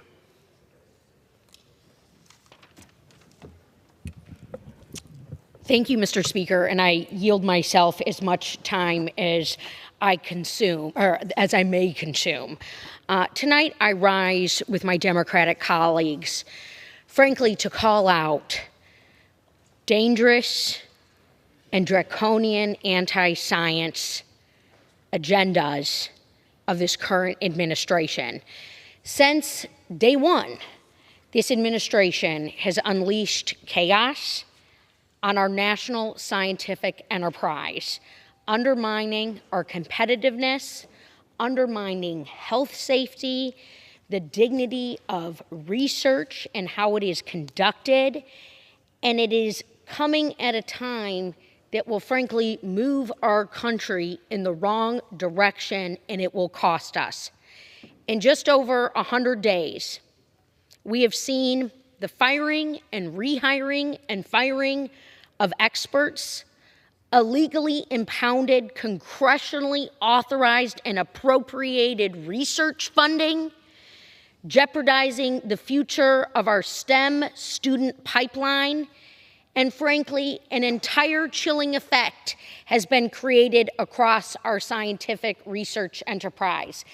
And for the science enthusiasts watching at home, allow me to clarify that yes, we support our national scientific research enterprise, our National Science Foundation, our National Institute of Standards and Technology, and in this country, we also have a National Institute of Health. And some of us are old enough to remember when we passed a DARPA for health research, ARPA-H, Advanced Research Projects in Health. And while much of my remarks will be dedicated towards our hard-nosed scientific research funding, I do want to make mention of what it means to have our health sciences under attack right now as well. Because doctors and researchers, particularly in the medical fields, are feeling extraordinary pain. These aren't just talking points. This isn't just fear-mongering. This is the cessation of scientific research, health research, special projects dedicated towards combating cancer. Pilot projects being halted just in the middle of their ongoing. And it is a blow to patients, it is a blow to medical researchers and physicians. And so my colleagues tonight are going to join me in speaking about the anti-science agenda that is under full swing in the United States of America and what it means. And tonight I'm going to speak about Michigan. I'm going to speak about the harm of this chaos and the anti-science agenda that it poses to the incredible state of Michigan. The state of Michigan, known for its manufacturing prowess, and yes, we have great healthcare institutions as well, but we are known as the place that has put the world on wheels for our best-in-class workforce, and of course, for the beauty of our Great Lakes. We are known as a place that has the most number of FIRST robotics teams in the nation, that we are a hotbed and a place that people come to, businesses come to expand, to grow, and to tap into our engineering talent. And you can't have a shop floor without research and development. You can't have the incredible manufacturing and the incredible innovation without the scientific research and development. It is about problem solving. And I know this from my time in the Obama administration. I know this from my time working in a scientific research lab, that innovation takes place on the shop floor and in the heart of Michigan's manufacturing capabilities. And we're so proud of public-private partnerships. We're so proud of how the government can provide seed funding through the National Science Foundation, support for our National Institute of Standards and Technology through the Manufacturing Extension Partnership Program. And yes, my friend Mike Coast, the former leader of the Michigan Manufacturing Technology Center, Michigan's MEP, and I are overdue for a conversation because he is ringing the alarm bell about what these cuts will do for Michigan and what this means. And so I saw and know this story also from my growing up and from my upbringing, and what it means to have a strong and vibrant manufacturing economy that it is intertwined with the nation's scientific research enterprise and appropriated dollars. I have visited, my friends, over 250 unique small businesses, small manufacturers, innovators, entrepreneurs, training centers, and the innovation story is powered by Michigan's incredible workforce, our hardworking men and women, those large concentrations of engineers that we have from Grand Rapids to Flint to Saginaw, Lansing, and of course all over southeast Michigan, from Detroit to Macomb County and throughout Oakland County. All of this goes hand in hand, from the lab to the shop floor to the classroom to the tinkering in your garage or in Michigan, because we do have those cold winters in your basement. People are innovating, and they are designing, and they are doing. And to see a headline like I have right here before me that I woke up to on a Saturday morning, that the National Science Foundation is canceling more than 400 STEM grants. What does that mean for Michigan? What does that mean for our schools that are not fully funded? What does it mean when we are competing on the world playing field? We need to have these scientists. We need to have these technologists. We need to have the engineers and the mathematicians. The student pipeline is absolutely essential, Mr. Speaker. And because of this Trump-Musk anti-science agenda undermining the symbiotic relationship and threatening Michigan's future in advanced manufacturing, environmental protection, and next-generation mobility technologies. Newsflash, we had 40-plus new factories being built and developing in Michigan just last year alone. The chaos continues to set us back. These aren't false threats. They're now our realities. It's blow after blow, and it's self-inflicted chaos at a time when we don't need it, when it's not going to work for Michigan, and it is not going to work for this country. My friends, Michigan is a national leader in public university research, with 9 public institutions in the great state of Michigan ranked as top-tier research university, what we call R1 research university, and we have also R2 universities, all ranked in that top 9. This is also including Oakland University, which is located in my district and where my parents met, and is part of my origin story, and they have a very robust engineering department that relies on these National Science Foundation grants, basic scientific research, technology readiness 1 through 9. What does that mean? We need to have basic scientific research. We need to have the scientific method, of course, dictating and governing how we conduct research in the United States of America. We have University of Michigan, Michigan State University, that recently just came forward with what it would mean to see these grants and the relationship between our universities and our government shrink. And in fact, that was also, I hold this up in the Detroit News, that the MSU president has spoken about the partnership between research universities and government-driven innovation. We need these things. Wayne State University, same thing. Michigan Technological University, same thing. They conduct over 90% of the state's academic research, totaling more than $3 billion. We want to compete. We want to be a driver of the moonshot of this century. And so every day, Michiganders reap the benefits of these universities, these small businesses, the entrepreneurs, the small business innovation research grants. I walk out my door and people are practically coming up to me saying that this is where they want to grow and go. And the STEM talent that is so Michigan critical to all of us. And so the economic impact of just the 3 largest research institutions of nearly $24 billion to the state of Michigan. This is personal for us, and this is very real, where tomorrow's breakthroughs are going to begin, breakthroughs that our automakers are going to rely on, breakthroughs to compete in the global marketplace, and also to win on the battlefield. We are in a race for technological and, frankly, innovation dominance. And these cuts that have come through from the stroke of a pen in an Oval Office have sincere and grave and real results that are harmful. And as a lawmaker, I choose to use my time, yes, to continue to craft the legislation that I'm so proud to see making its way through the Science Committee on quantum, on reauthorizing NSF and NIST.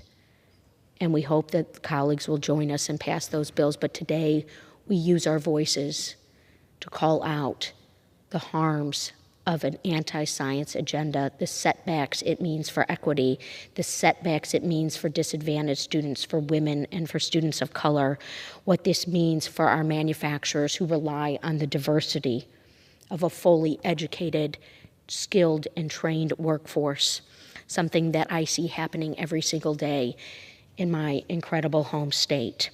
And it's that grit that Michiganders bring to everything that I know will get us through. And it's with tremendous honor, Mr. Speaker, that I sit and stand with my colleagues tonight as we speak out. And I would like to, at this time, yield to my incredible colleague from the Commonwealth of Virginia for as much time as he may consume for tonight's special hour. And thank you so much, sir, for leading with me tonight.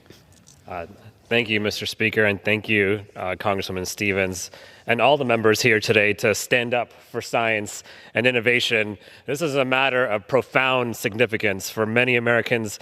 It's a matter of life or death, whether they realize it or not, because it is the responsibility of this body to be stewards of our country's future and leave this country better than how we found it.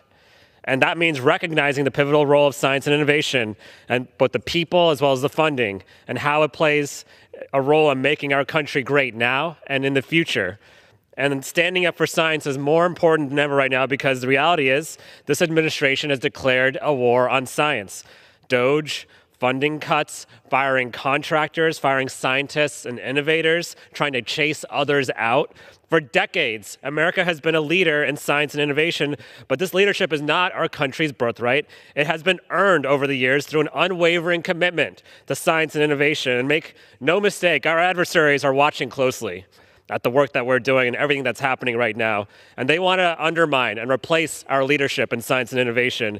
And we are at risk of being outrun on AI, quantum, and so many other critical technologies and innovations. And instead of helping us maintain our global leadership, this administration is slashing funding to our science agencies and firing federal scientists. The president is proposing $4.9 billion cut to the National Science Foundation. And on top of that, over $1 billion in grant funding. This administration has already terminated that. And at least $100 million in grant funding was cut from universities just in my state of Virginia alone. Investments in science and innovation have fueled our economy and started entire industries and given us healthcare breakthroughs, fortified our national defense, reinforced our leadership in the world. And make no mistakes, these firings and cuts to science and innovation will hurt every single American. They will make us less safe, less healthy, and less prosperous. Now, I have the honor of representing Northern Virginia, one of the most scientifically advanced communities in the country. And many of the folks who have been cut or fired or who've seen their funding go away are subject to these cuts. And they've seen harassment and intimidation and firings. And they are losing the ability to help Americans stay safe and stay healthy. And what's happening is there's a brain drain of science and technology innovators in our country because of these cuts.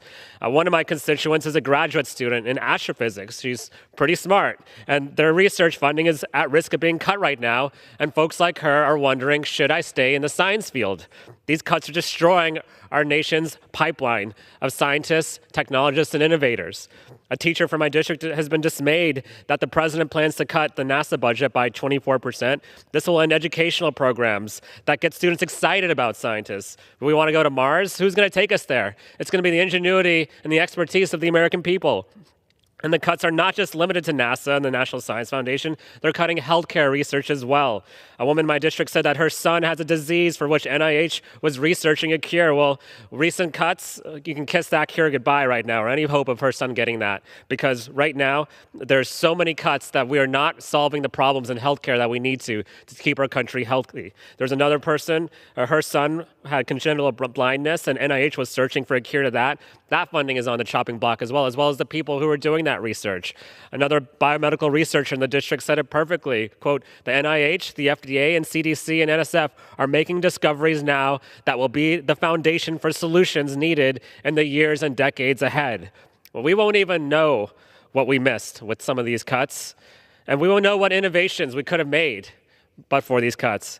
I want to end by saying that I'm pretty sure these firings and cuts to science and research aren't really about waste, fraud, and abuse or government efficiency, because if they were, and if this administration actually cared about efficiency They know that funding to science and technology and innovation doubles or triples the investment back in economic activity, not to mention all the lives and research that are saved and all the people who are kept healthy and safe by this research. This does not have to be partisan. This does not have to be controversial in any way. I want to call on all my colleagues on both sides of the aisle to stand up for science, research, and innovation, because standing up for science means standing up for the health, safety, and prosperity of every American.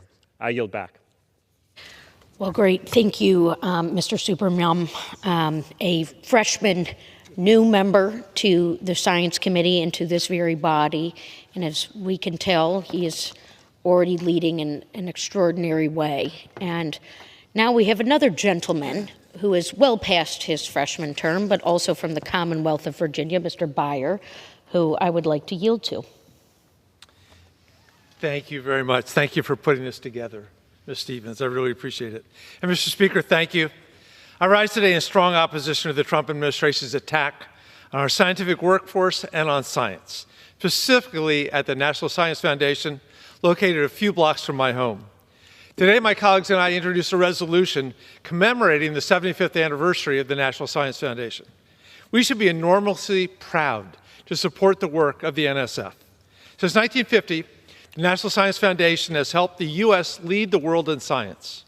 It supported the research and key investments that helped catalyze the internet, advanced technology for MRI machines, for 3D printing, for artificial intelligence. It created American Sign Language, detected gravitational waves, it developed laser eye surgery, and much, much more. It's been a cornerstone of our scientific education in the United States, providing support from elementary and pre-kindergarten right through the PhD level. NSF's prestigious awards draw researchers from across the world to come to the United States to do the work to study, and best for us, often to stay. The same incredible talent is under attack by this president, who is not only recklessly removing our best scientists from the federal workforce, but also defunding science and the scientific research at our nation's premier institutions. These are exactly the people who create our America's future. In a skinny budget request, the president proposed a $5 billion cut to the National Science Foundation, including $1 billion in STEM education and workforce programs. If that budget request is enacted by Congress, this will be a death knell for our innovation economy and for America's future. I've already been alarmed by the workforce cuts the Trump administration has made in past months. We're losing our best and our brightest. Some might find jobs in the private sector, but many are likely to be poached by other countries. We hear again and again that many countries are trying to recruit our best and brightest. And I personally, because the cuts have heavily impacted my home, I've had hundreds of constituents, thousands, fired or coerced out of the federal workforce by the toxic environment that DOGE is intentionally creating. These are professionals who've dedicated their talent and their lives, their scientific expertise, to make sure that the National Science Foundation is advancing the most cutting-edge, innovative research proposals. Mr. Speaker, the last thing we should be doing is losing that talent. I'm also deeply alarmed at the canceled grants and funding at NSF and our other scientific agencies. The Trump administration has cut more than $1 billion in awards this year. Many of these grants were terminated for no reason by the administration. One particularly egregious example was an award on improving the effectiveness of teaching students how to do computer science. Really? At a time when we need to increase our domestic AI and STEM-focused workforce, we need students to be familiar with the AI systems of tomorrow so they can contribute to our continued leadership in tech. Mr. Speaker, I keep looking for examples in history of this retreat from knowledge. There were England's Luddites in the early 19th century who fought the use of new textile technology. There was Mao Zedong's Cultural Revolution, 1966 to 1976, when intellectuals and scientists were labeled the stinking old ninth and were sent to re-education camps in the countryside. For 75 years, the National Science Foundation has kept the U.S. at the forefront of science, has made us the envy of the world. The NSF can claim 268 Nobel Prize winners, and yet now we have a president and administration that is anti-science and anti-progress. NIH, NOAA, NASA, the CDC, EPA, and tragically the National Science Foundation. Just as we have made investments in projects that are pivotal in artificial intelligence, quantum, and other leading areas, now is the time that we stop investing in our future. This is what the Trump administration is doing. I joined my administration today to stand up for science, to oppose the administration's attacks on the National Science Foundation, and to fiercely champion our investment in science and knowledge for the generations to come. With that, Mr. Speaker, I yield back.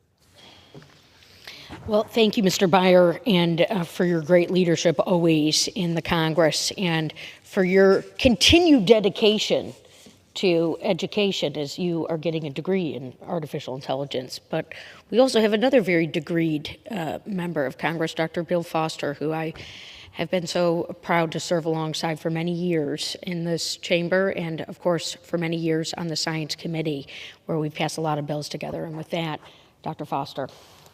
Thank you. Thank you, Congresswoman Stevens and Congressman Subramanian, for organizing this such an important topic now. As Congress's sole PhD physicist, I spent 25 years of my life before coming to Congress working at Department of Energy Office of Science supported laboratory. We were smashing protons and antiprotons together to make particles that have not been around since the Big Bang. I'm proud to have been on the team that discovered the top quark, the heaviest known form of matter, where we worked with scientists from all over the world who came to America because we had the best equipment and the best experiment and the best scientists, and they wanted to collaborate. All of this is at risk. Amidst the Republican assault on science, I'm going to focus my remarks tonight mainly on the NSF. On May 10th, we celebrated the 75th anniversary of the National Science Foundation. Today, together with my fellow Representative Don Beyer, Jay Obernolte, Scott Franklin, Haley Stevens, we introduced a House resolution to celebrate that anniversary. The resolution highlights the importance of the NSF to our nation's research enterprise and the workforce it supports, totaling roughly 350,000 students, teachers, scientists, entrepreneurs, researchers, including 268 Nobel Prize winners to date. The NSF is a cornerstone of American innovation and foundational for continuing basic research discoveries. We hope this work continues for decades to come. Support for federal science agencies like the NSF have led to new and unexpected research directions that would not have been possible without federal funding. And that's why it's important that we recognize the role that NSF-funded basic research plays in the discoveries driving the next generation of scientists. This includes funding for AI, for cybersecurity, supercomputers, fusion, energy, space, ocean exploration, black holes, semiconductors, and last but not least, the internet. In addition to basic research, the NSF also funds many educational programs supporting the next generation of scientists, perhaps in the fullness of time, its most crucial mission, because it enables the careers to move forward in science of these young people who have shared my fascination of science. Over the past 75 years, the NSF has stayed true to its mission to, quote, promote the progress of science, to advance the national health, prosperity, and welfare, and to secure the national defense. And underpinning this has been its commitment to a merit-based and peer-reviewed grant process that has ensured that good science is consistently prioritized and free from political interference. The NSF has had an exemplary 75 years, and I look forward to its progress in the next 75. So, how are Republicans celebrating this anniversary? By slashing the budget by a factor of 2 and muzzling the science. Unfortunately, the Trump administration has failed to see the importance of this federal investment in science for our country's future. The President's FY26 budget proposes cutting the NSF budget by 55%, including fundamental research, education, and broadening participation efforts. Other agencies have been impacted by the funding cuts. NIH by 37%, NOAA by 24%, the EPA by 54%, NASA's science arm by 46%, and the Department of Energy Office of Science by 14%, among many others. Long-term, these cuts will have detrimental impacts on scientific and technological innovation, cause irreparable damage to our global competitiveness. So this discussion could not come at a more important time. As a result of Trump's directives, all grant funding for the NSF is now halted, and existing grants are under review for termination. I led over 100 of my fellow members in a letter to the administration opposing this unconstitutional grant freeze, which is in direct opposition to Congress's appropriations. These measures come after canceling over 1,000 NSF active research grants last month, with another 344 more grants canceled recently in the third consecutive round of Friday terminations. Why Friday? Well, Friday traditionally is the place that you reveal actions that you're ashamed of. I wonder why they put it on Friday. In addition to freezing all grants at the NSF, the agency instituted a 15% cap on indirect cost rates for colleges and universities, where many of our future scientists receive training and participate in research experiences early in life that can spark their curiosity. Many of these grants across many agencies are impacting STEM education across the career pipeline. In addition to stopping research discoveries, these cuts will lead to the loss of STEM talent, which places the United States at a permanent competitive disadvantage. President Trump's budget also proposes eliminating NASA's Office of STEM Engagement, which will significantly deter young talent from participating in STEM programming and impair our nation's ability to lead scientific fields. In yet another Republican assault on STEM education, which seems to be a theme of their cuts, the U.S. Geological Survey, the federal hiring freeze led to the termination of a summer internship program for undergraduate students. The National Association of Geoscience Teachers, USGS, cooperative summer fellowship program had been running since 1965, matching undergraduate students with mentors and projects at the agency. Through this program, talented student interns benefit from working with well-established scientists and gain valuable research experience at a well-known science agency. This experience can spark their curiosity in science and may set them up for long-term research careers, assuming, of course, the budget is not slashed there as well.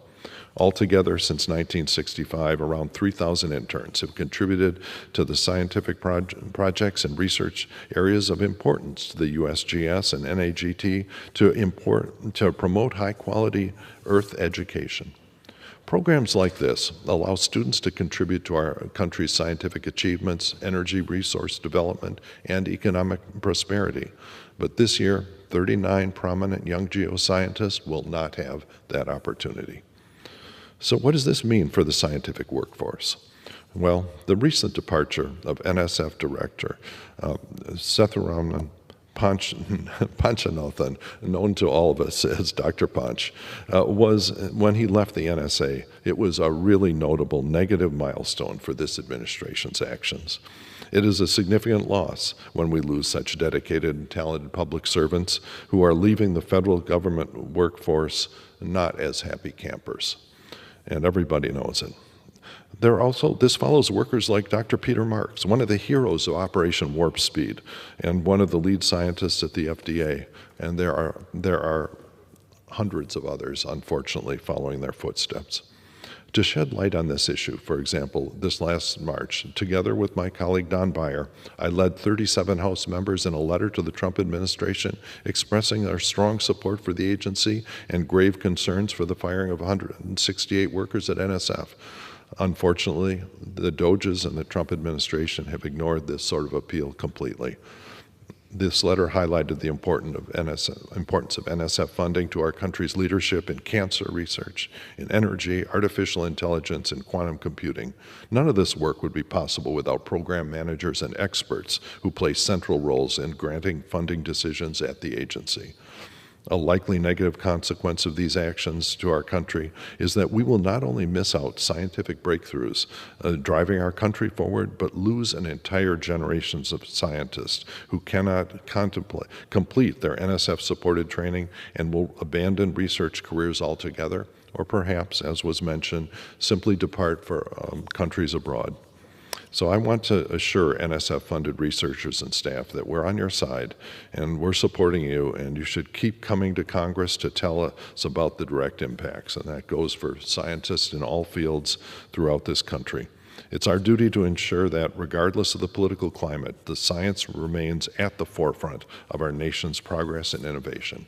So I urge my sensible colleagues on both sides of the aisle to support efforts to increase the resiliency of our federal science agencies in the face of these growing threats from the administration, and to continue supporting the U.S. research workforce.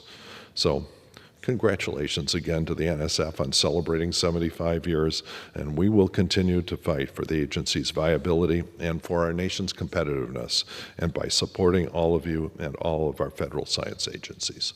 Thank you, and I yield back. Thank you so much, Dr. Foster, as always, wise and important words. And with that, I'd also now like to pass the floor over to Mr. Whitesides, new member of Congress from California and a leader in the field of science and space exploration. Thank you, Congresswoman. My name is George Whitesides, and I represent California's 27th Congressional District. Before I was a member of Congress, I served as the Chief of Staff of NASA and later as the CEO of an aerospace company that created hundreds of well-paid jobs in the Antelope Valley. I have a degree in remote sensing and GIS. I grew up in a science family. My dad is a chemist and a professor, and I've worked on new and innovative ways to tackle our wildfire crisis, a growing threat that the people I represent know all too well. I know from firsthand experience that the United States is home to the smartest, most hardworking, most impressive minds of our time who have dedicated their lives to helping families across the country fight deadly diseases, predict and prevent natural disasters before they hit, and mount a challenge against our foreign rivals like China.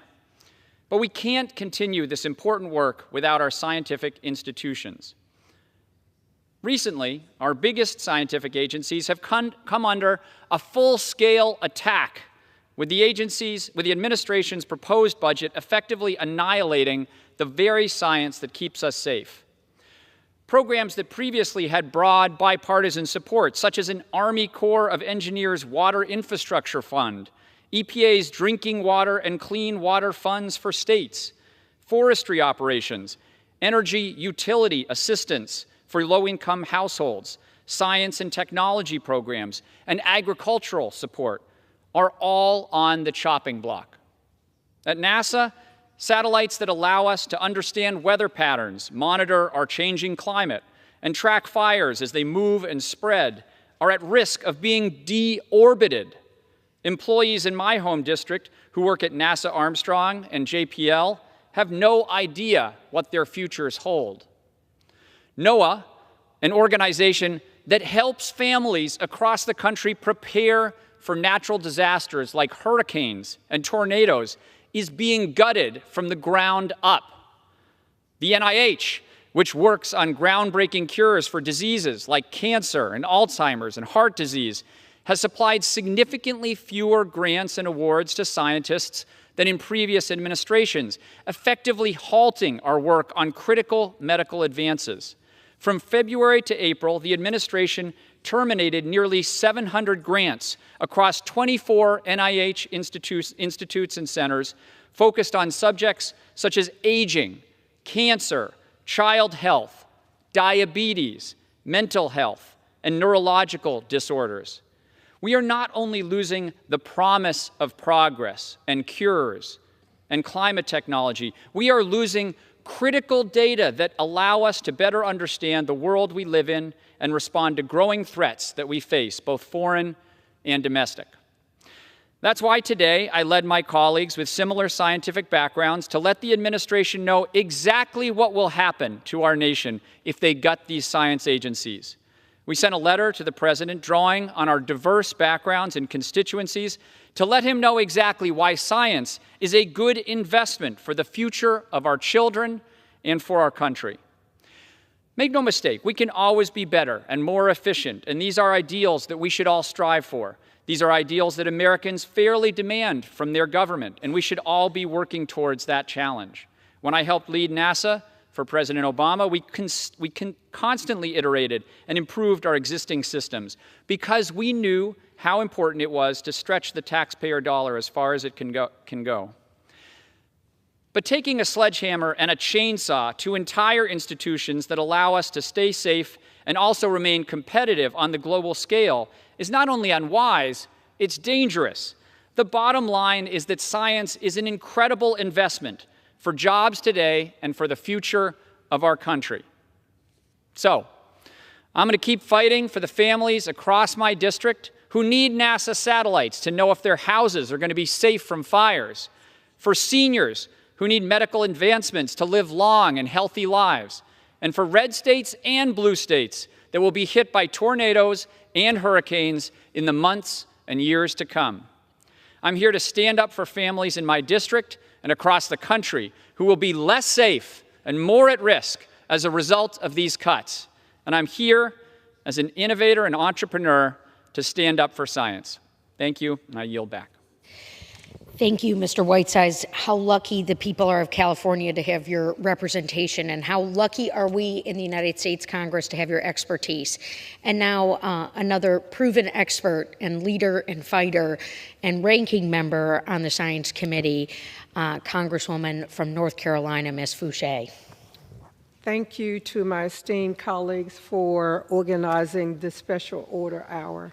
And thank you, Mr. Speaker. I rise in solidarity with my colleagues to stand up and speak out against the proposed budget and demonization of science and the science community.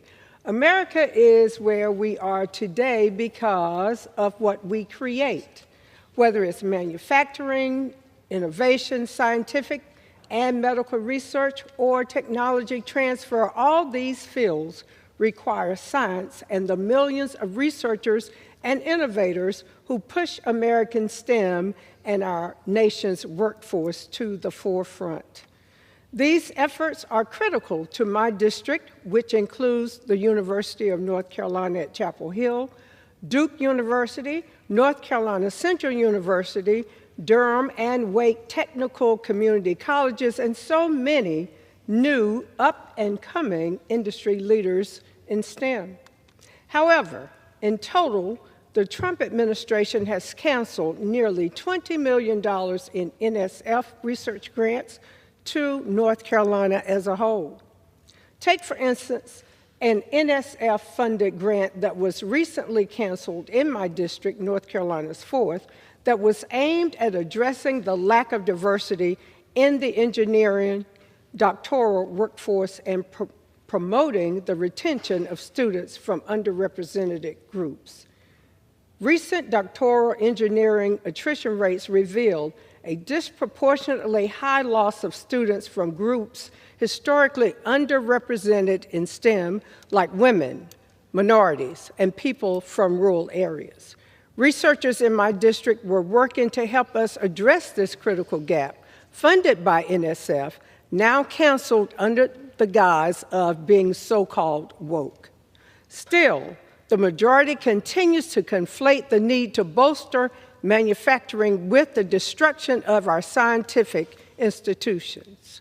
We need to make things here at home, but does America really win if China does all the innovation? I like the idea of an America that supports domestic manufacturing and is a leader in innovation, not an America that does China's manufacturing work. But right now, because of the senseless cuts to NSF, NIH, and scientific institutions across the board, we are instead taking steps toward losing a generation of innovators and helping China lead global STEM innovation, not us. Thank you, and I yield back.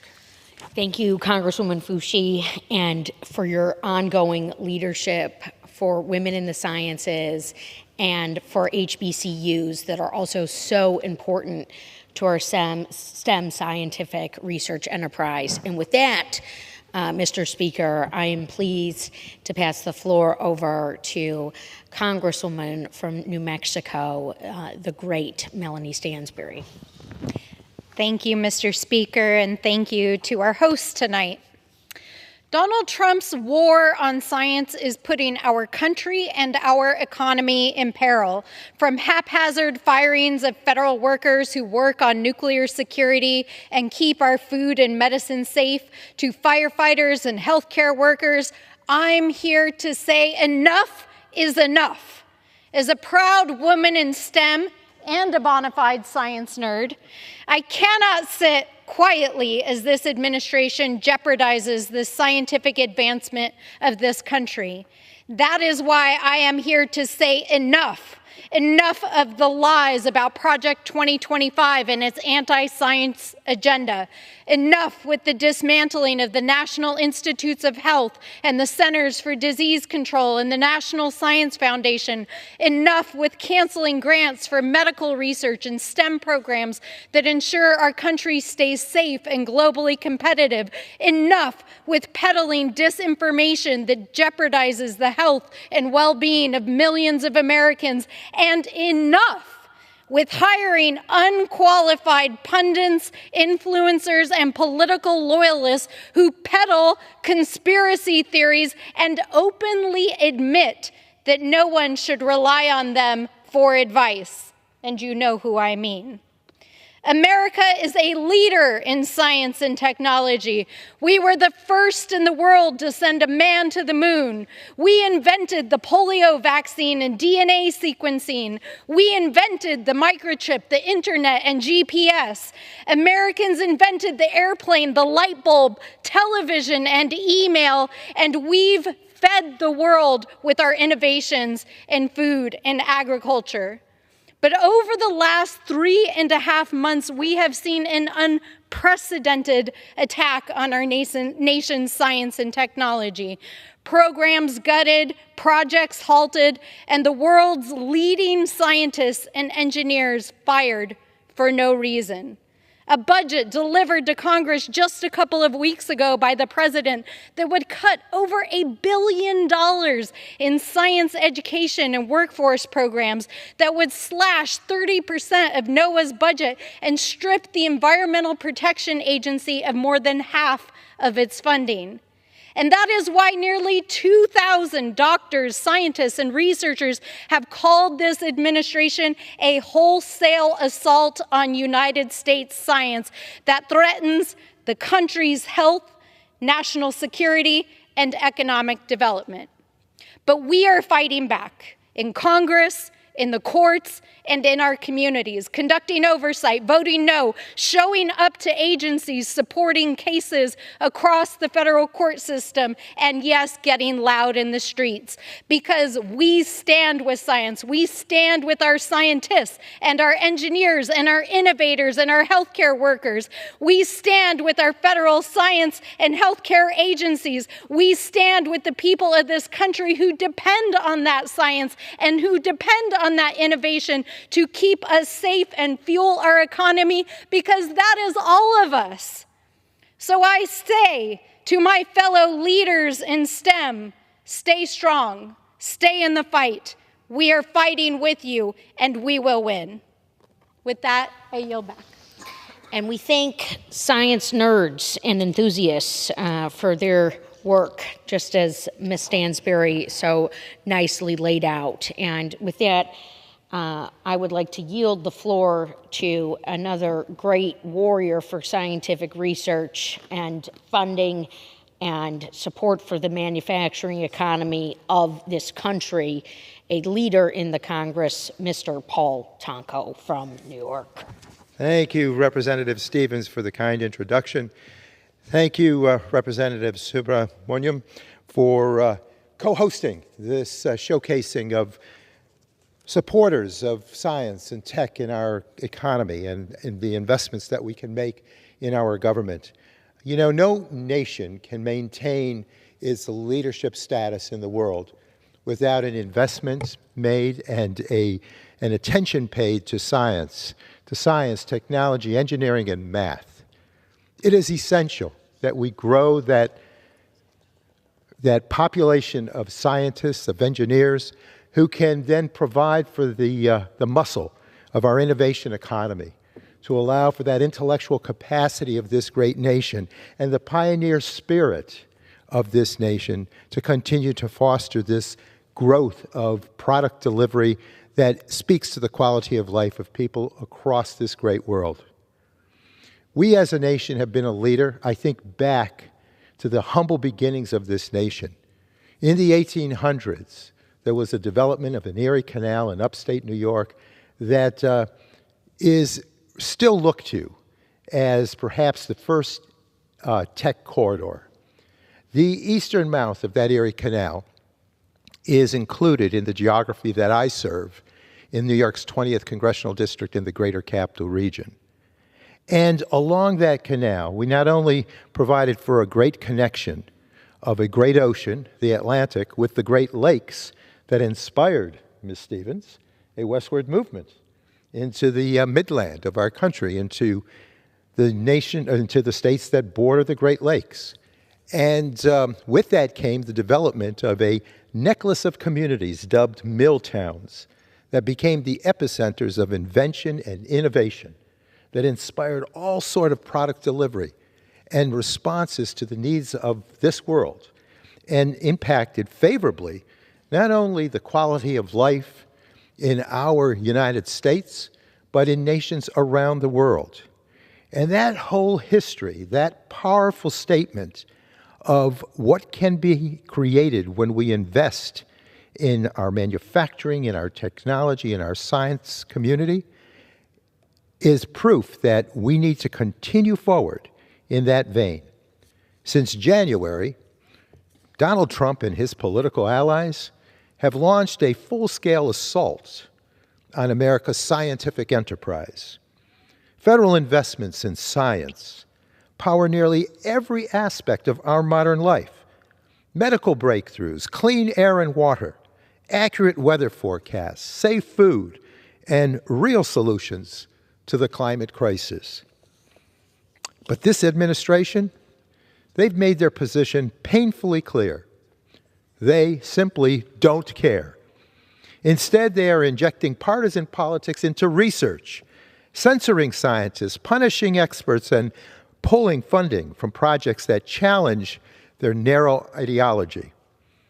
They don't care about protecting communities from the climate disaster, and we're going to continue to write checks for disaster aid if we continue this ignoring of climate change. They don't care about preventing the next pandemic. We've learned that science became very much focused upon during the whole COVID crisis. And they don't care about making STEM more inclusive. And they certainly don't care if Americans suffer as a result. This isn't just wrong. It's a blatant attack on scientific integrity. Integrity in research is essential to scientific excellence and to maintaining the public's trust. That's why, as an engineer and lifelong advocate for science, I've made it one of my top priorities in Congress to right the ship of American science policy. As part of that effort, I am indeed proud to lead the Bipartisan Scientific Integrity Act. And tomorrow, we'll be launching the Scientific Integrity Task Force to continue our fight to protect science from political interference. Hands off science. Let that pure product of research get delivered to those decision makers, those policy makers, and let us determine what those findings mean in terms of the need for additional policy and research advocacy. Let us do it in the purest sense. My district, New York's 20th, has felt the effects of these attacks firsthand. Over $715 million in National Science Foundation grants have been terminated in New York's 20th Congressional District alone, including a $1 million award to the University of Albany's Project SAGES. Project SAGES was created to confront one of the deepest, most persistent inequities in science, and that is the underrepresentation of women, especially women of color, in faculty positions. This was peer-reviewed, data-driven, mission-critical science, and we need to make certain that we continue to build upon that. Cutting this program sends a clear message to a generation of researchers. You don't belong. And it doesn't stop there. Another canceled UAlbany NSF grant supported a collaborative study to improve public understanding of population science, especially around climate change, racial justice, and the rise of misinformation. The goal was to equip students and communities with tools to recognize and challenge the misuse of demographic data, data increasingly weaponized to justify political extremism and division. Does that sound familiar? You bet it does. And SUNY campuses, the state of University System of New York campuses across the state, lost almost $2.5 million in NSF support for programs helping students of color succeed in STEM, through research opportunities, mentorships, and academic support. These students are the future of a diverse and dynamic scientific workforce, and this administration slammed the door in their faces. Let's be clear. These cuts are not about efficiency. They are not about fiscal responsibility. They are rooted in racist, sexist, authoritarian ideology. I will not stay silent while extremists attack our scientists, our students, our universities, and our future. We are woefully underproducing scientists and engineers in our society. You can look at the growth of those communities in other nations, other continents. This country is woefully underproducing. We do not have the luxury of walking away from any one demographic of students out there based on gender, race, ethnicity, to meet our goals. We cannot skip over any of those populations. We must stand up. Stand up for science, stand up for equity, and stand up for the truth. And with that, Congresswoman, I yield back. Wonderful. Thank you, Mr. Tonko, and thank you so much for your years of leadership on the Scientific Integrity Act, still very essential legislation for this country. And what a profound honor it is to be with colleagues in this democracy, sharing these views. And with that, we are so pleased to be joined by Congressman from California, Mr. Takano. Thank you to my colleagues, Ms. Stevens and Mr. Subramanian, for hosting this special order hour. Your leadership is much needed, and we appreciate you. Mr. Speaker, I rise today, or Madam Speaker, I rise today because something is deeply wrong. The Trump administration is gutting our nation's scientific infrastructure and doing it with purpose. This isn't some misunderstanding or clerical error. It's an attack on research, on truth, on the people who have dedicated their lives to making our country stronger, smarter, and healthier. Thousands of scientists have been laid off. Grants approved by Congress are being withheld. Whole labs are shutting down. And now the administration wants to slash funding for the NIH, the CDC, the Department of Energy's labs, and the university partnerships that have built the modern American economy. They call this reform. It's not reform. It's a dagger to the heart of American innovation. Let's be honest about what's going on here. Elon Musk and the so-called Department of Government Efficiency are using the federal government to settle scores. Cancer trials? Not essential. Now, national science databases? Too expensive. That's not policy. It's a crusade against expertise. Last month, I sat down with 5 undergraduate researchers at UC Riverside. They are doing remarkable work on everything from climate change to biomedical engineering. Their students are bright, their ideas are bold, and their funding is suddenly at risk, not because the science failed, but because politics did. And while the fire researchers in other countries are sending job offers, while we fire researchers, other countries are sending job offers. France, Germany, Canada, Australia, they're rolling out the red carpet for the scientists we are pushing out the door. And while we make it harder for international students, researchers, and the greatest minds around the world to come and bring their talent, other countries are offering funding, housing, and guaranteed lab space. One institute called it a quote-unquote once-in-a-century brain gain opportunity, a once-in-a-century brain gain opportunity for other countries. This is what it looks like when a country values science. And meanwhile, we are bleeding talent. As ranking member of the House Veterans Affairs Committee, I need to speak plainly. Our veterans are being hurt too. In Pennsylvania, doctors at VA hospitals warned that life-saving cancer trials were being shut down. I was told by the secretary, just when I rushed from that hearing, that they really weren't being shut down. But there's a lot of questions around what the status of these trials are. More than 1,000 veterans at risk of losing access to treatments for head and neck cancer, kidney disease, and traumatic brain injuries. Some of these trials have not been restarted. In Pittsburgh, a study for veterans struggling with opioid addiction stalled out when a hiring freeze hit. In Los Angeles, all chemotherapy treatments almost stopped entirely before the VA reversed course. These are not just numbers, these are people. These are veterans. Veterans who stepped up for this country, now wondering why the country will not step up for them. We passed the PACT Act to expand care to those exposed to burn pits and other toxins. It was the largest expansion of veterans' care in generations, making good on a promise to help those who served our nation.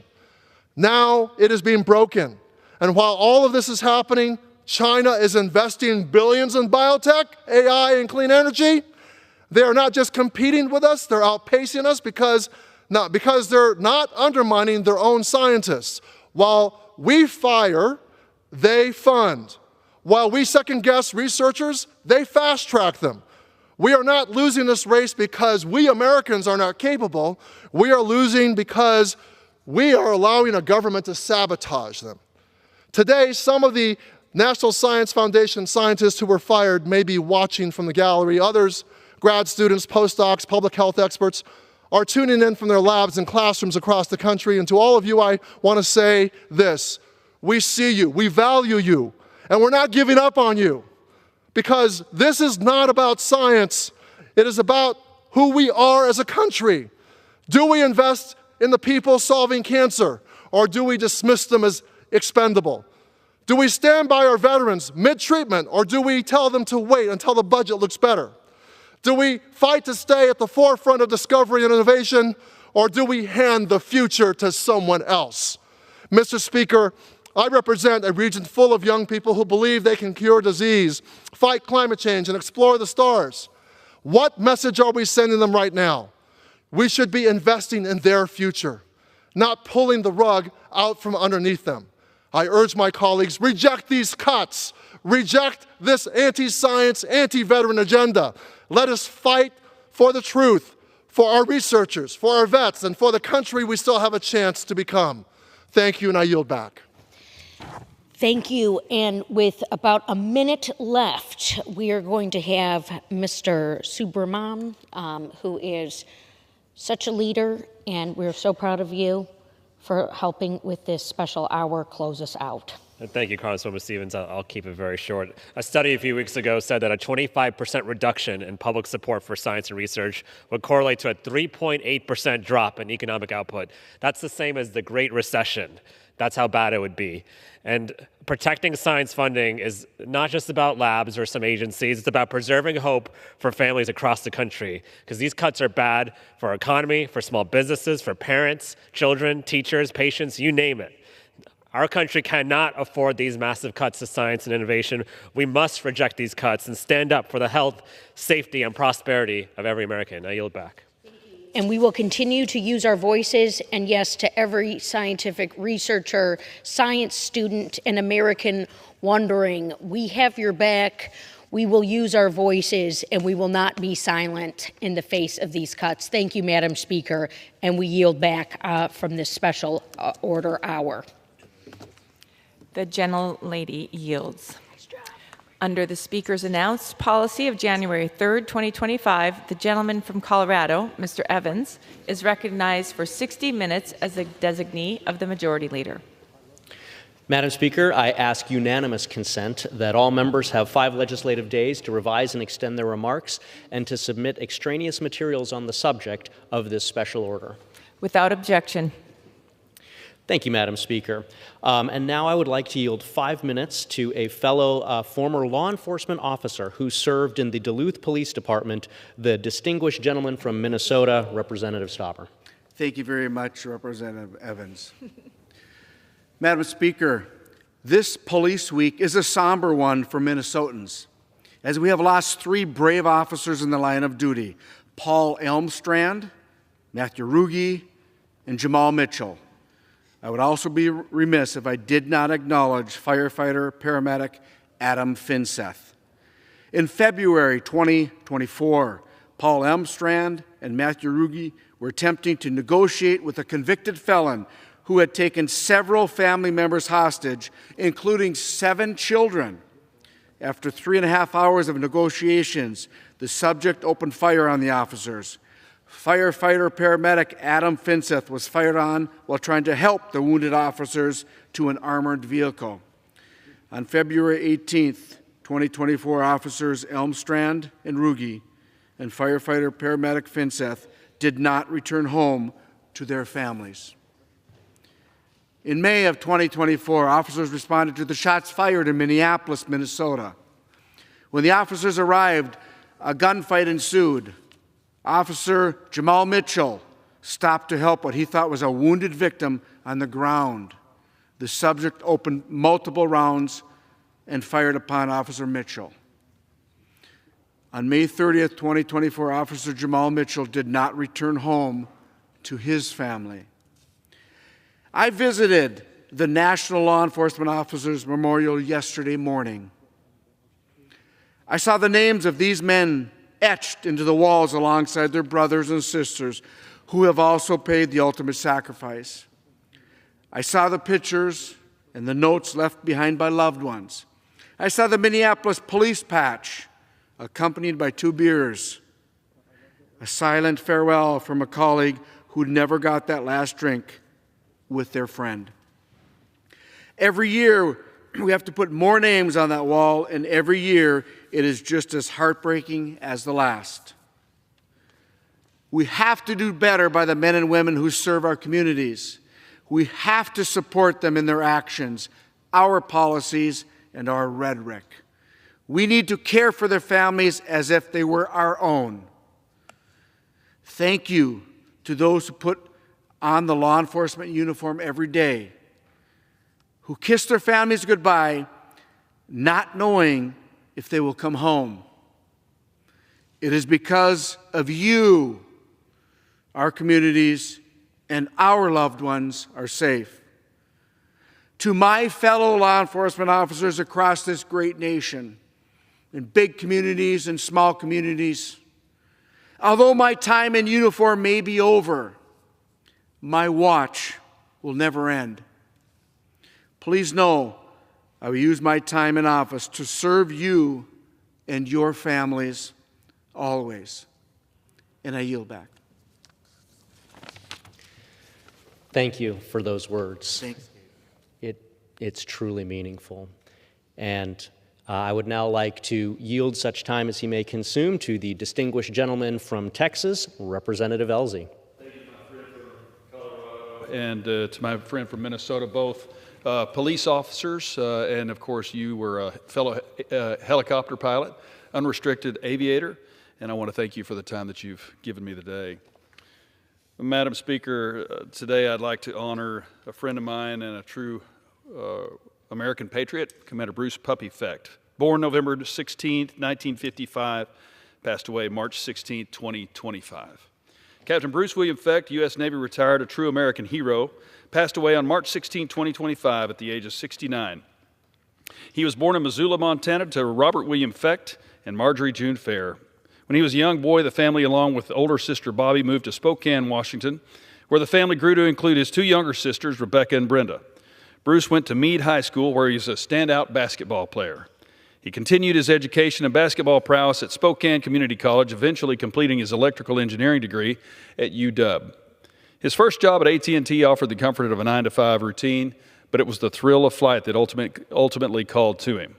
Bruce pursued his dream of becoming a naval aviator, applying to and being accepted into Aviation Officer Candidate School in Pensacola, Florida.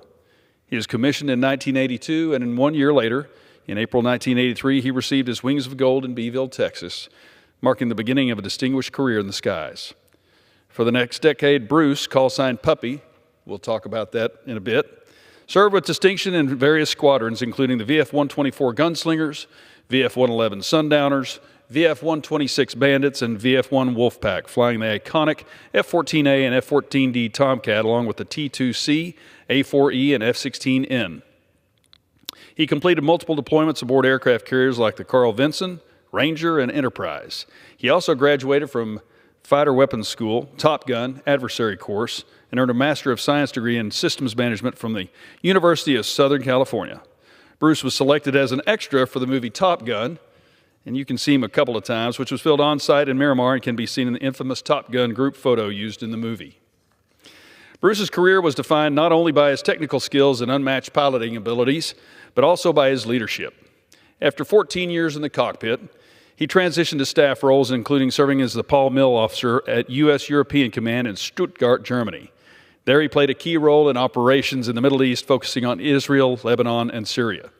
Bruce returned to the cockpit in 1999, joining the VF-14 Top Hatters executive officer and later commanding officer.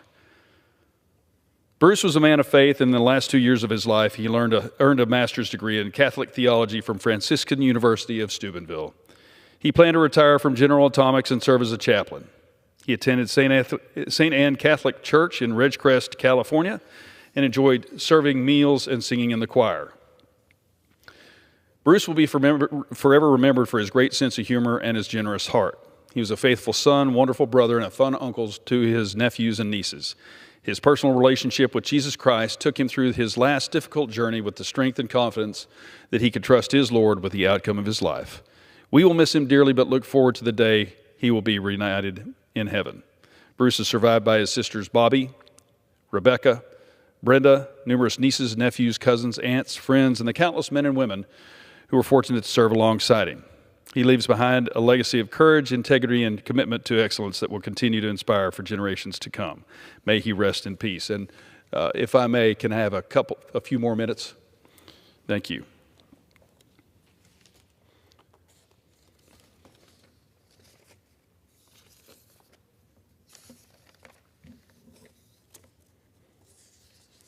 Ladies and gentlemen, it is Police Week, and in honor of Police Week, I want to recognize two remarkable individuals whose bravery and dedication serve as examples of heroism in our communities. First, I want to honor the life and service of Detention Officer Isaiah Patrick Bias of Ellis County Sheriff's Office. Last December, Officer Bias made the ultimate sacrifice while serving his community at the Ellis County Jail. He began his journey with the Sheriff's Office as a teenager in the Explorer program, growing into a respected officer known for his kindness and professionalism. I had the honor of attending Officer Bias's funeral, where family, friends, and fellow officers gathered to remember a man who served with dignity and heart. Ellis County Sheriff Brad Norman spoke of Isaiah's unwavering dedication and the impact he made on everyone who knew him. His passing is a powerful reminder during this police week of the dangers faced by our law enforcement officers each and every day. His memory serves as a beacon of service and courage to us all. Next, I want to recognize Molly McAllister. Molly is a dispatcher from Cherokee County whose quick thinking and intuition saved a life. Most days, Molly takes calls about all kinds of things: lost pets, traffic accidents, folks just needing a little help. But one day, she picked up the phone and it was different. A woman called asking about her child's eye prescription. Now, that might sound like an odd call for 911, but Molly picked up on something, a hesitation, a tone in her voice. She knew something wasn't right. She sensed fear and desperation from the other side of the phone. Rather than brushing it off, Molly followed her instincts. She coordinated with deputies in the area and sent them to the caller's location. And thank God she did, because that woman was being held at gunpoint. Because of her actions, the suspect was arrested, and that caller is still with us today. That's real heroism. Not the kind you read about in big headlines, but the kind that happens every single day in our communities because people like Molly are paying attention. She listened, she cared. And because of that, a life was saved. Molly reminds us that sometimes the most important thing you can do is simply listen and act. Today, I was privileged to recognize these two heroes, but I'm not the only one you've heard from today, and these are not the only two people in my district who deserve recognition. Mr. Speaker, I yield back. Thank you for those incredibly moving tributes and for the words and the memories and the recognition.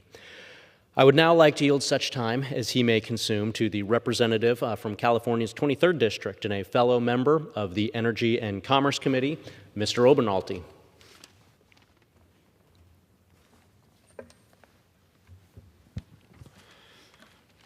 Mr. Speaker, I rise today to honor the lives and the legacies of two remarkable law enforcement officers from California's Inland Empire, Officer Seth Franklin of the Redlands Police Department and Officer Sean Jarvis of the San Bernardino Police Department.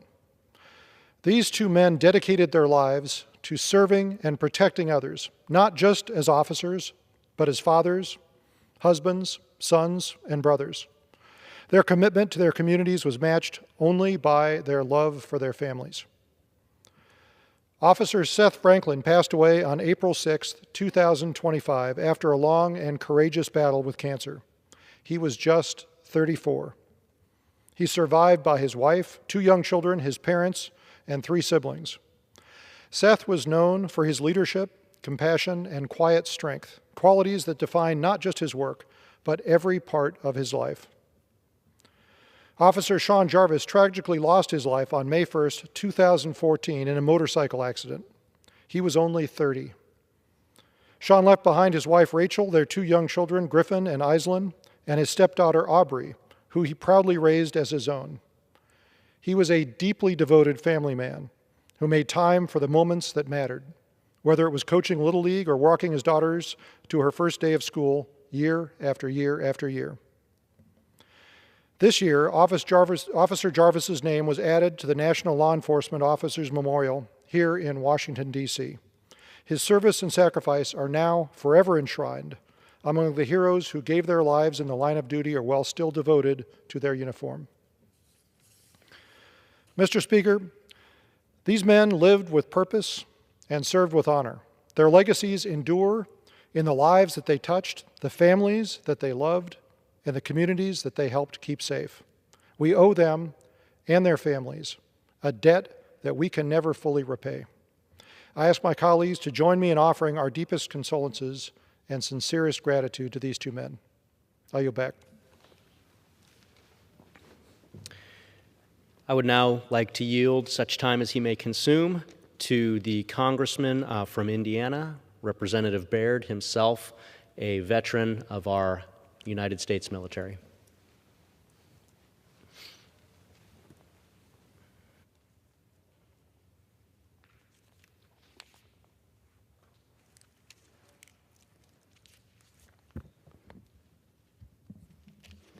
I thank the gentleman from Colorado for yielding me this time.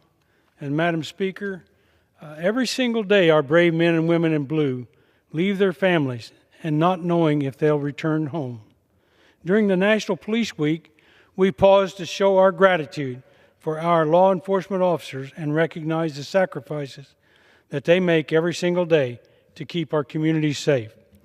Today, I would particularly like to recognize Fred Fissler from the Hendricks County Sheriff's Office and Brandon Schreiber from the Newton County Sheriff's Office, 2 constituents of mine who tragically lost their lives in the line of duty in 2024. Their service and sacrifice will not be forgotten. To the law enforcement officers across the state of Indiana, thank you for your unwavering courage, dedication, and service to our communities. I also want to thank the families of our law enforcement officers. Your strength, resilience, and sacrifices should also be honored and appreciated. Let this week serve as a reminder that we should always back the blue. Thank you, and I yield back. Thank you.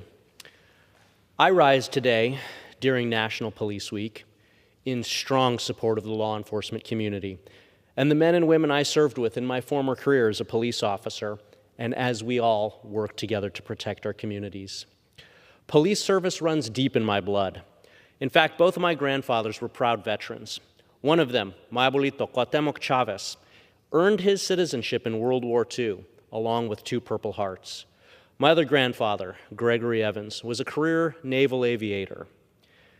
He believed that service to this country wasn't just an obligation, it was a privilege. And that belief has shaped who I am today. From a young age, I was taught that truly loving this country means being willing to serve, to protect, and to sacrifice for it. And that lesson has stayed with me and led me to serve 12 years in the U.S. Army and the Colorado Army National Guard, and later to my 10 years of service with the Arvada Police Department. Wearing the uniform teaches you so much about leadership, about resilience and responsibility. It gives a deeper understanding and respect for the men and women who put themselves in harm's way for others. These are the people who don't just talk about courage and service, they live it. During my first term here in Congress, I've made it a priority to defend and honor our law enforcement officers, especially those who have given everything in the line of duty. The very first bill I introduced as a member of this House was about defending and uplifting our state and local law enforcement, the Uplift Act. This bill is about empowering law enforcement officers to do their jobs and keep our community safe by extending hold harmless protections to officers that work with federal law enforcement to remove people who are illegally present in our communities and who are committing other crimes. In fact, I found out just today that a friend of mine had lost a daughter, Caitlin Weaver, to an illegal immigrant who was driving over 90 miles an hour in a 45-mile-an-hour zone and created a fatal traffic accident. Unfortunately, the state that I represent, Colorado, continues to prioritize the protection of illegal immigrants who commit crimes over the safety of innocent American citizens like Caitlin. While Colorado has been a sanctuary state for nearly 6 years, the state legislature continues to handcuff police officers from cooperating with their federal law enforcement counterparts. Colorado also severely restricts local police officers from being able to even safely and orderly transfer a criminal to federal custody, which jeopardizes officer safety and results in our police officers being assaulted. My bill, the Uplift Act, would help fix this problem, and as a former cop, I will never stop advocating for the protection and well-being of law enforcement. While my first bill focused on defending law enforcement, my most recent one focuses on honoring law enforcement. As someone who's worn the badge, I know firsthand the sacrifice and commitment that the job requires. Law enforcement isn't just a profession, it's a calling. It takes a special kind of person to wake up every day knowing the risks, knowing the dangers, knowing that that might be their last day, and they still put on the uniform and go to work. John 15:13 talks about the greatest love that someone has is being willing to lay down their life for their friends. Police officers across our country embody that kind of love every single day when they go out and they protect our communities.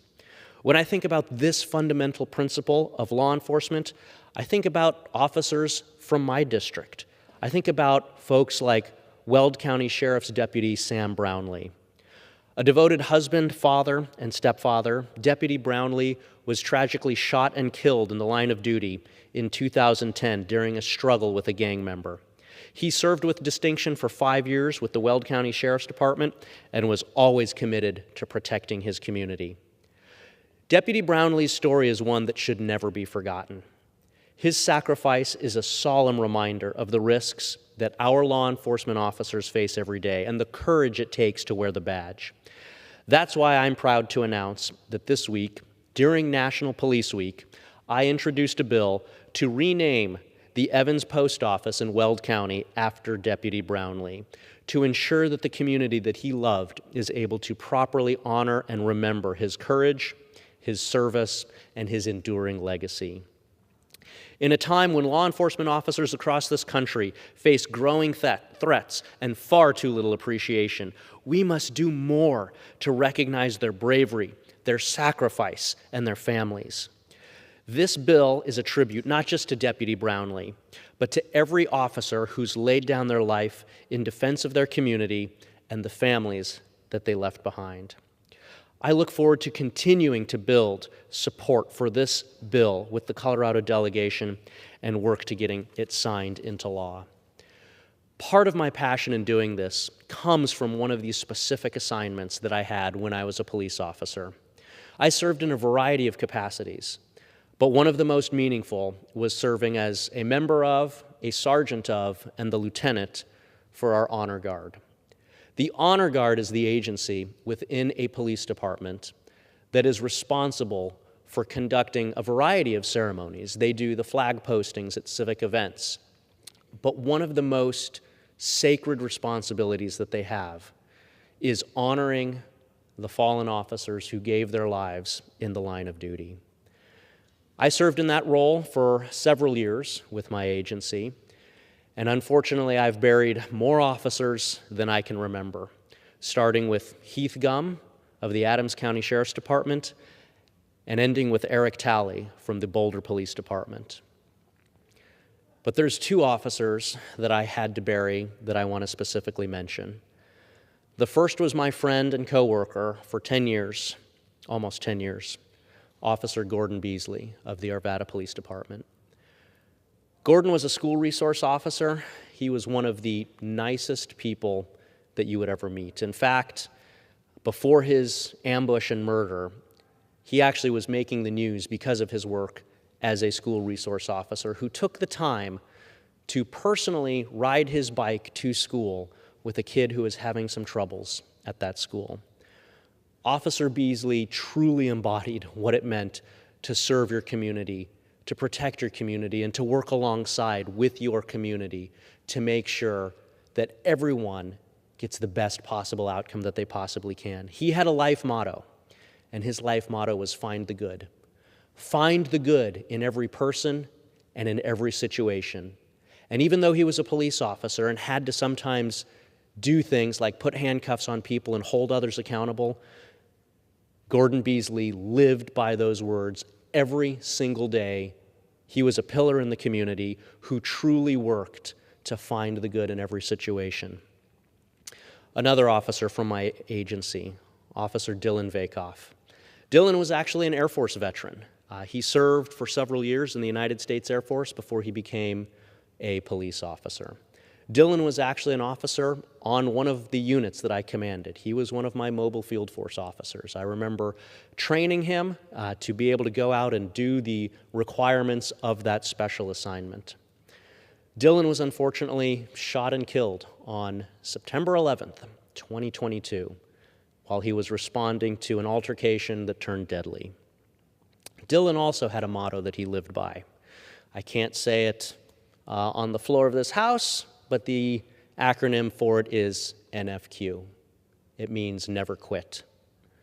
Dylan was somebody who never quit. He never quit in his commitment to his country. He never quit in his commitment to his state, and Dylan never quit, even when he was called upon to make the ultimate sacrifice and lay down his life in defense of his community. And in many ways, Dylan embodies what it means to be a police officer. Having served for 12 years in the Army and another 10 years in law enforcement, I often compare military and law enforcement service to being two sides of the same coin, or to use police terminology, two sides of the same perimeter. In law enforcement, whenever we have a dangerous situation, we have to contain that situation to keep the public safe. And so we set up what's called an inner perimeter. But we also want to make sure that the rest of the community does not go into that perimeter. So while you have an inner perimeter of officers who are containing the situation and who are focused inward, you have an outer perimeter of officers who are making sure that the innocents stay away from a potentially hazardous situation or area. And that's how I see the military and law enforcement. Law enforcement is the inner perimeter. They protect us in our homes, in our communities, in our schools, in our parks, and on our roadways. And the military protects us from external threats, but they are two sides of the same coin. And so when folks like Dylan, or like Gordon, or Heath Gum, or Eric Talley, or so many others are called upon to make that sacrifice, they are making that sacrifice from the exact same motivations as a broader community of military and law enforcement and first responders who are out to make sure that we stay safe. And at a law enforcement funeral, which again I've unfortunately been to too many of, we honor those sacrifices. And we make two solemn promises. The first promise is to never forget. And we honor that promise by doing things like what we do tonight. We honor that promise through memorials and through speeches and through memories, through carrying the actual lives and stories of those who have made the ultimate sacrifice. Because Dylan and Gordon are no longer with us. But as long as we talk about them, as long as we talk about how they lived their lives, as long as we carry on their mottos, never quit, find the good. In a small way, they are still with us. And their memories, their examples, their courage, their commitment, and their service lives on through them as long as we never forget. There's a second promise that we make at law enforcement funerals. We have the watch from here. Because you see, law enforcement is like the thin blue line. Individuals may come and go, but the thin blue line itself never sleeps, never grows tired. It doesn't fail. It cannot fail, because the thin blue line is what keeps our communities, our country, and our way of life safe from the threats and the harms and the chaos that would exist if just for a single day police officers didn't put on the badge and the uniform and go to work. Individual officers come and go, but the thin blue line never does. And so we make a promise to the fallen who gave the ultimate sacrifice. They are no longer able to continue in that watch. We do a final radio call, but then we make a promise. We have the watch from here. And so for everyone under the sound of my voice, for the police officers, for the citizens, for everyone else, that is the action item. That is the takeaway from this speech. We have the watch from here. For the police officers, for the first responders, for the families who serve right alongside their loved ones, know that we will not forget and that we will stand by you to the absolute utmost of our abilities, because that is what having the watch from here means. It means that the sacred requirement to protect our communities will not end. It means that those of us, the living, and particularly the living who are in this great self-governed society that we call the United States of America, it means that we have the responsibility to work with, to support, to empower, and to protect our law enforcement officers as they go out into the community and they put their lives, their family's future on the line to protect us. And so, as someone who has made those sacred promises too many times at funerals, it is my honor to stand here today on the floor of the United States House of Representatives on May 15th, Police Day in Police Week, to reaffirm and to challenge all of us to continue with those two sacred promises. Never forget, and then go out, be a good citizen, be a member of a community, support the law enforcement officers and the men and women who themselves are physically every day putting on the badge and the uniform and who are keeping that watch from here. Thank you. And Madam Speaker, I yield back. The gentleman yields.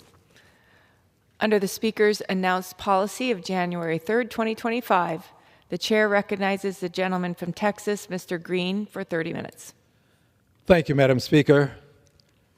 And still I rise, Madam Speaker, proud to be an unbought, unbossed, liberated Democrat. Proud also to have friends. And tonight I'd like to thank a couple of my friends who have helped me with an endeavor that I believe is necessary and that is going to generate a movement that will make a difference in the lives of the people of this country. So tonight I'd like to start by thanking my friend, Attorney John Boniface, a lawyer par excellence, a person who has been involved with the movement to impeach and who has, through his organization, Free Speech for People, they have collected more than 500,000 signatures for impeachment. These are the people who are at the genesis of this movement, and I want to thank all of them for what they are doing. I also would like to thank another friend, lawyer as well, but a great consumer advocate, a protector of rights for people who we consider consumers. And that, of course, is the attorney Ralph Nader. the great Ralph Nader. And while I missed his last birthday, I heard it was quite a celebration. He is 91 years young, and I'm grateful to him for all that he's done. He's done things that have benefited people when it comes to safety with automobiles, safety with consumer products, generally speaking. So I thank them both for what they've done in this effort to impeach and to inspire me to do the things that I will do and call to your attention. I would also like to make note that on this evening, I have filed articles of impeachment. The articles are H-Res 415. I say articles, there's really but one article within this resolution. I will not read the resolution. There will be an appropriate time to read it. This is not that time. But I do want to call to your attention the fact that I have been censured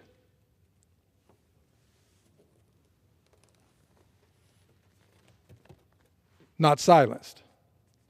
And I say this because I'll be presenting this resolution, but I have many more things to say about the effort that we are embarking upon. And because this effort is so important to us, I will be talking about it a good deal of the time in the future. I am censured, but I'm not silenced. I am at this moment bringing to the attention of everyone the countdown to impeachment. The countdown. The countdown begins tonight with a message that I have for my colleagues, for the press, for the public, for all who are interested in this topic. And this message will be sent to persons. It will be published. It will be on my website. It will be available to those who desire to know the essence of it. The message reads with a reference, and the reference is my reason for impeaching the president. The threat that we said Donald John Trump posed to democracy prior to his being sworn in on January 20th, 2025, has become our reality. To whom it may concern, I penned this communique with a heavy heart, driven with a conscience that will not allow me to ignore my well-founded, strong pre-election condemnation of Donald John Trump as a threat to American democracy that has now become our reality. Currently, I am among the many who denounced President Trump as an authoritarian, defined by Merriam-Webster as relating to or favoring the concentration of power in a leader or an elite not constitutionally responsible to the people.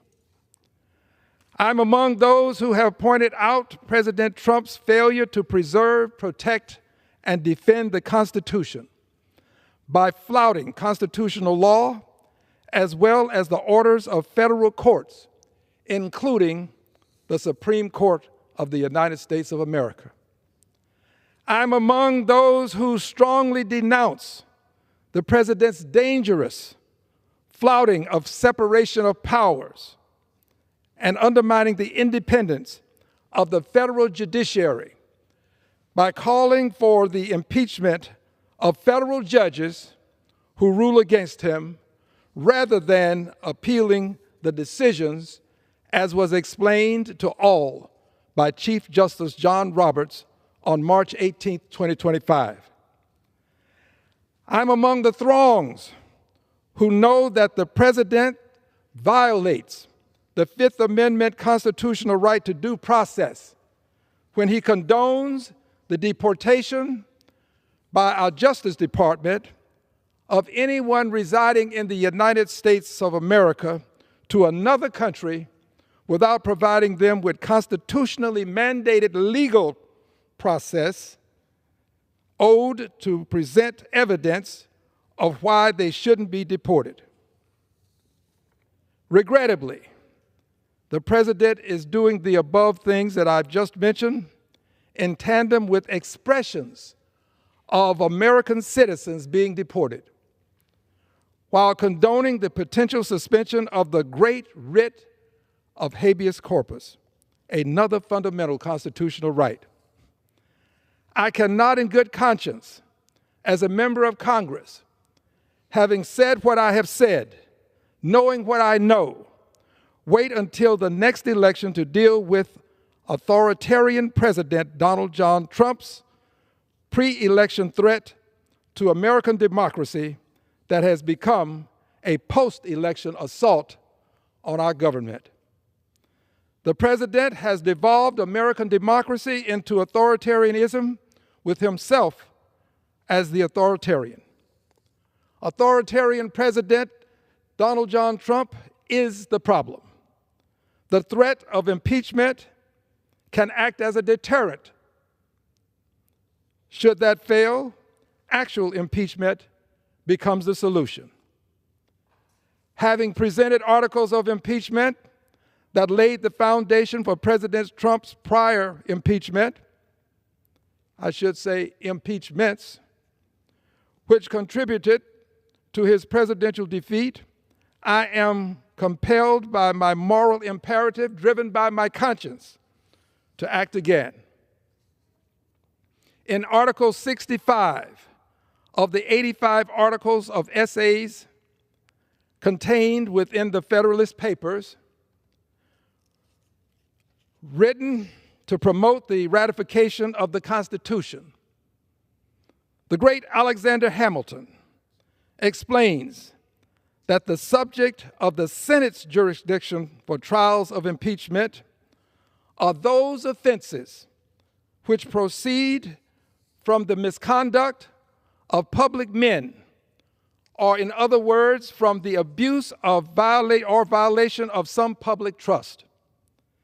They are of a nature which may, with peculiar propriety, be denominated political, as they relate chiefly to injuries done immediately to society itself.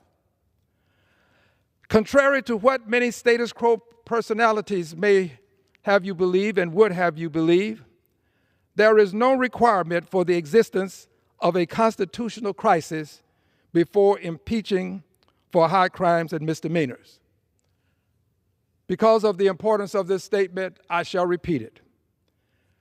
Contrary to what many status quo personalities would have us believe, there is no requirement for the existence of a constitutional crisis before impeaching for high crimes and misdemeanors. In fact, in 1868, President Andrew Johnson was impeached for speaking ill of Congress in Article 10 of the Articles of Impeachment against him. Federal Judge John Pickering became the first person convicted by the Senate. He was impeached by the U.S. House of Representatives in 1803 for misconduct as a judge and for intoxication. He was impeached and convicted under the same constitutional law that all presidents have been impeached under.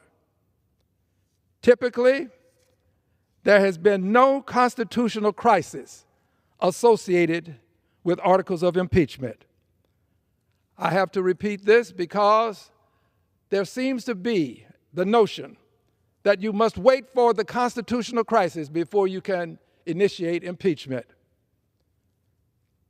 Typically, there has been no constitutional crisis associated with articles of impeachment, although a constitutional crisis can exist without any crime having been committed.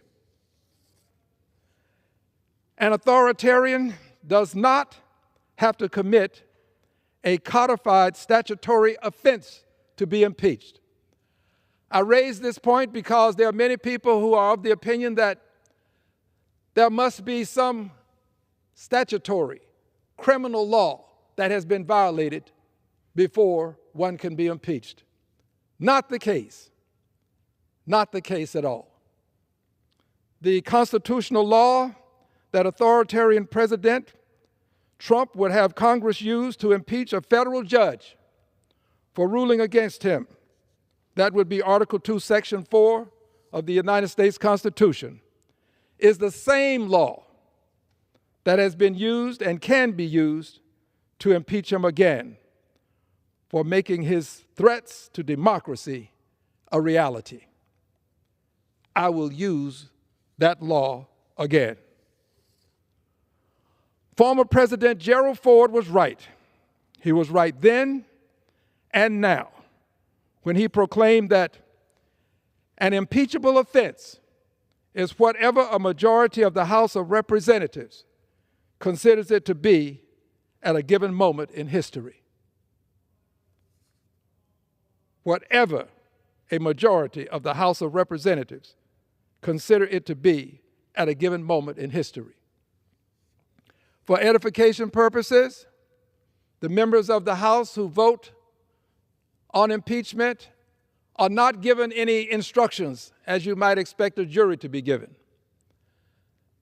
No one can tell them what the definition is such that they must honor what they are told.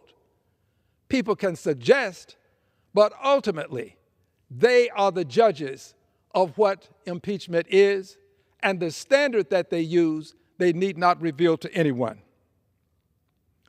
Waiting for a constitutional crisis to impeach can be the forerunner to tanks on American streets. Acting now with my single vote to impeach can function as a wake-up call to impeach, as well as deter an authoritarian president and avert a constitutional crisis. I believe in the power of one. I believe that one person can make a difference.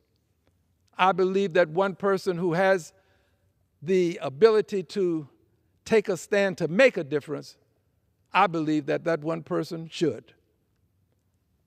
Acting now, as was done before, can also become a part of the genesis of a public movement similar to that which led to authoritarian Donald Trump's prior impeachments and defeat at the polls in 2020, the presidential election year when he was defeated.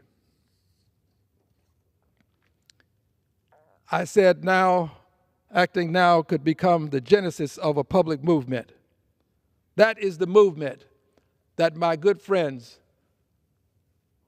with Free Speech for People have initiated, the movement that people across the country are engaged in and talking about. I don't claim that what we're doing tonight is the genesis. I think it is a part, but I don't think it is the genesis.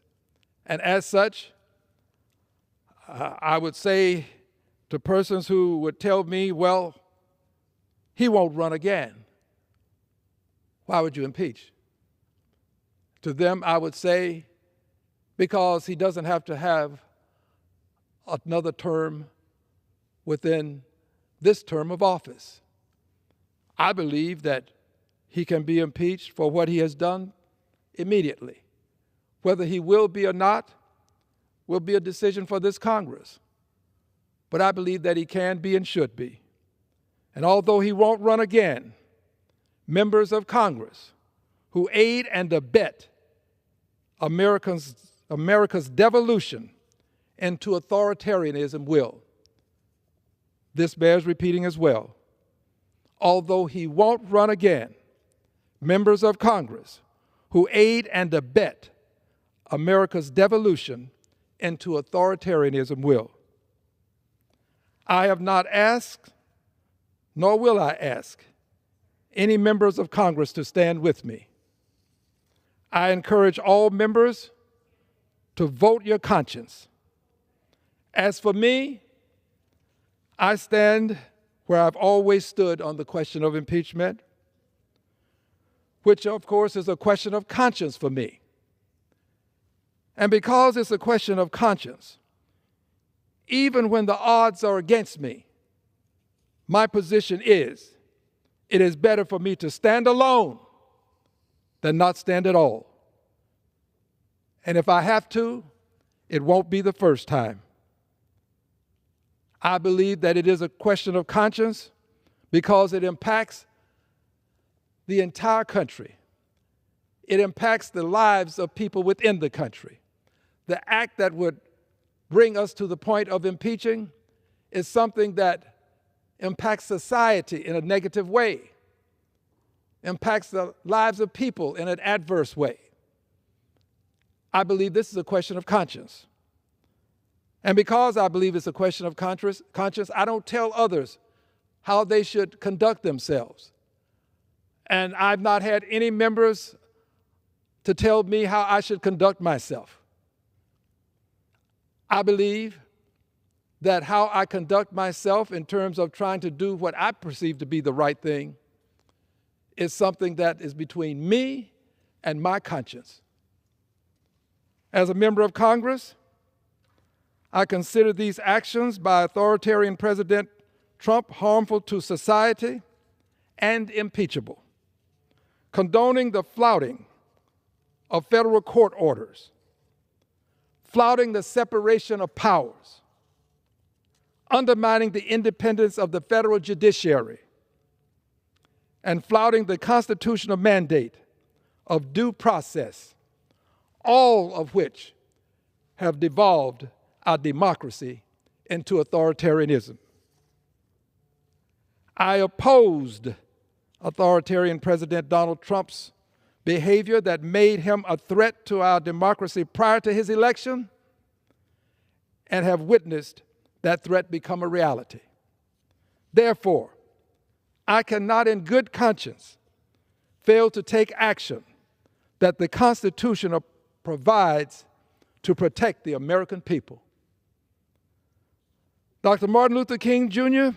addressed such questions of conscience when he proclaimed, "Cowardice will ask the question when you're confronting these questions of conscience." This is what he said. Cowardice will ask the question, is it safe? Is this the safe thing for me to do? Can I get hurt physically by doing this? Is it safe for me to traverse my neighborhood, to move across the country? Is it safe for me to do it? Cowardice asks this question. He goes on to say, expediency asks the question, is it politic? Is this good for politics? Will this help me to ascend to some lofty position? Or will this bring me down? Will this be something that can hurt my career? This is what Dr. King is saying. Is it politic? And then he says vanity. Ask the question, is it popular? Will I lose my smiles that I'm greeted with? Will the people that normally carry on conversations avoid me? Will they seek to make me a pariah simply because I have done what I believe to be right? Not telling anybody else what they must do. This is what Dr. King is saying. Is it popular?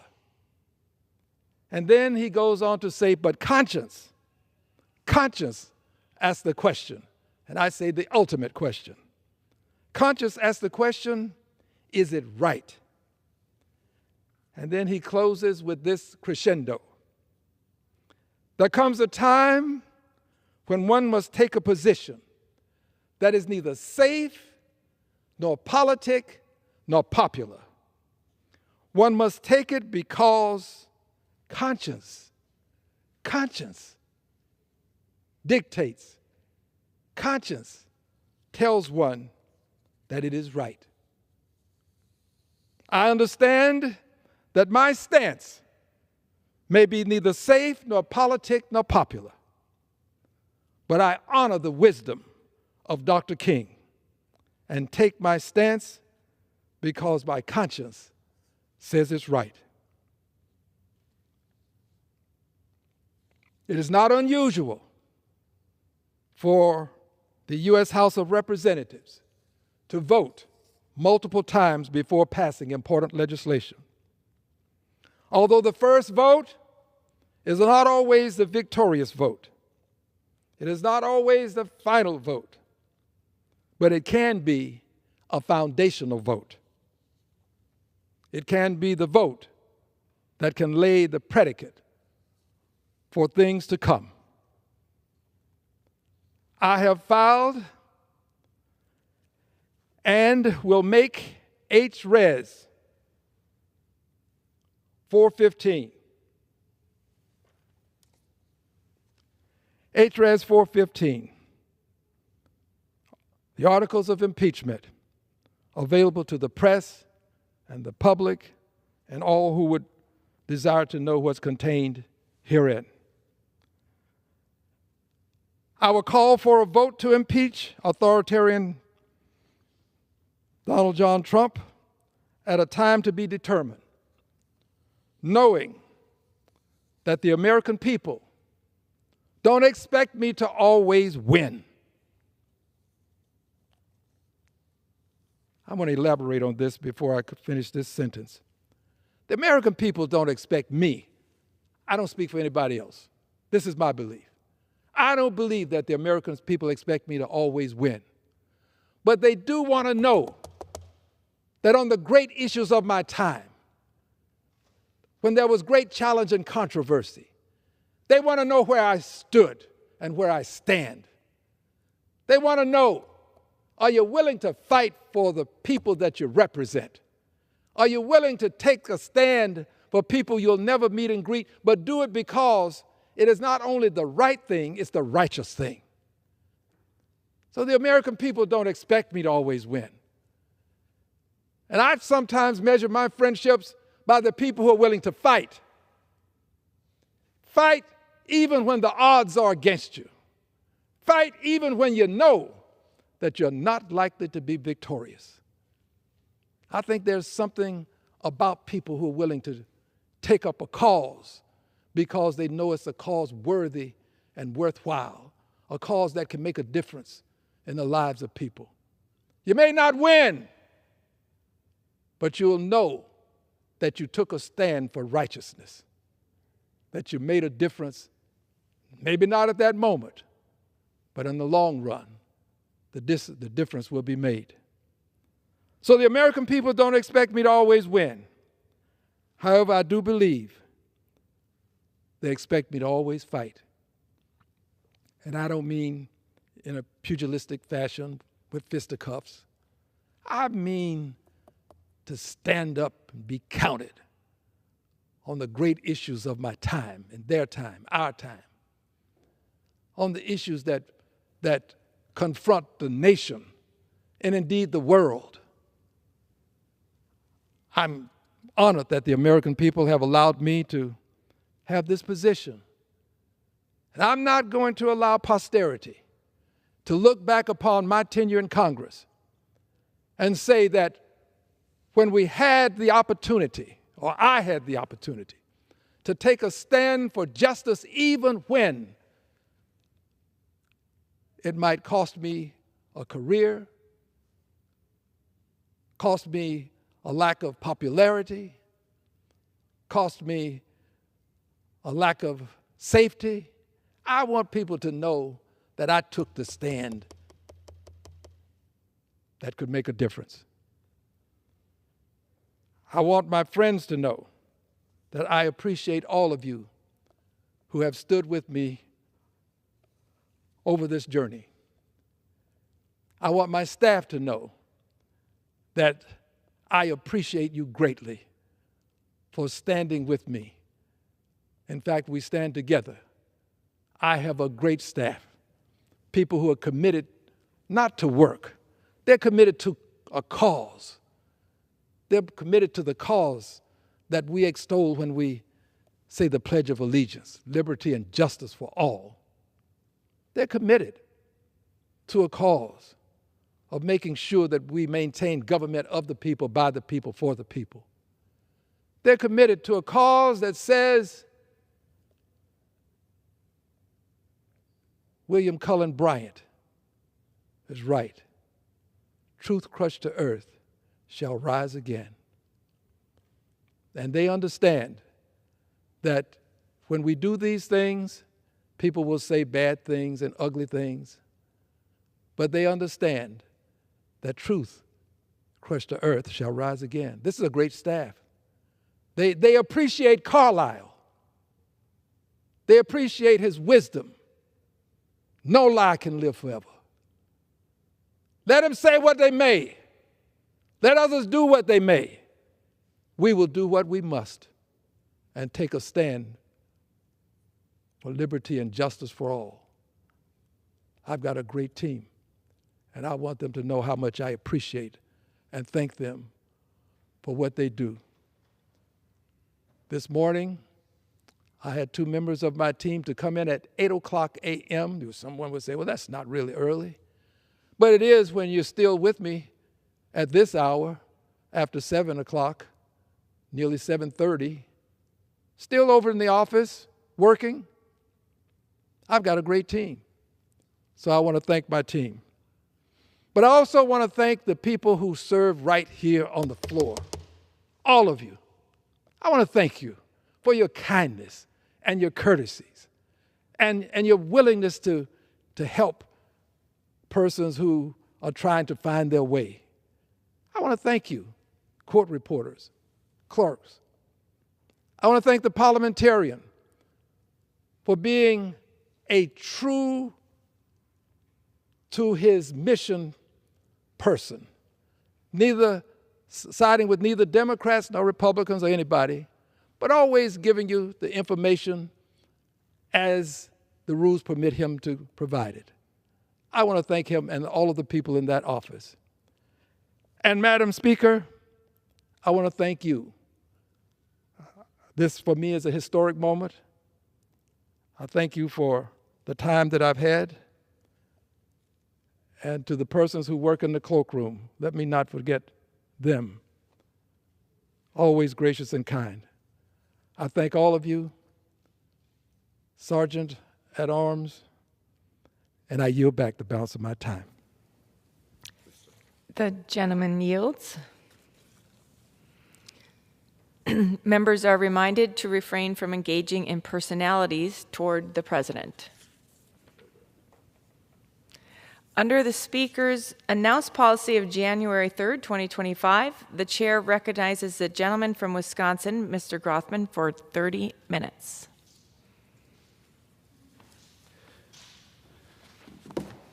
Thank you. I think it's important that the Chair and the public know that there are always debates going on in this building which will determine how the big, beautiful bill is sent to President Trump. One of those debates involves the state and local tax deduction. Another of the debates, which hasn't been as highlighted, involves President Trump's proposal to reduce the marginal rate on manufacturing to 15%.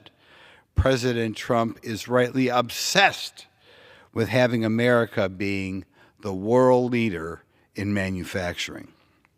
Another one of the debates is what we should do to encourage Americans to have more children.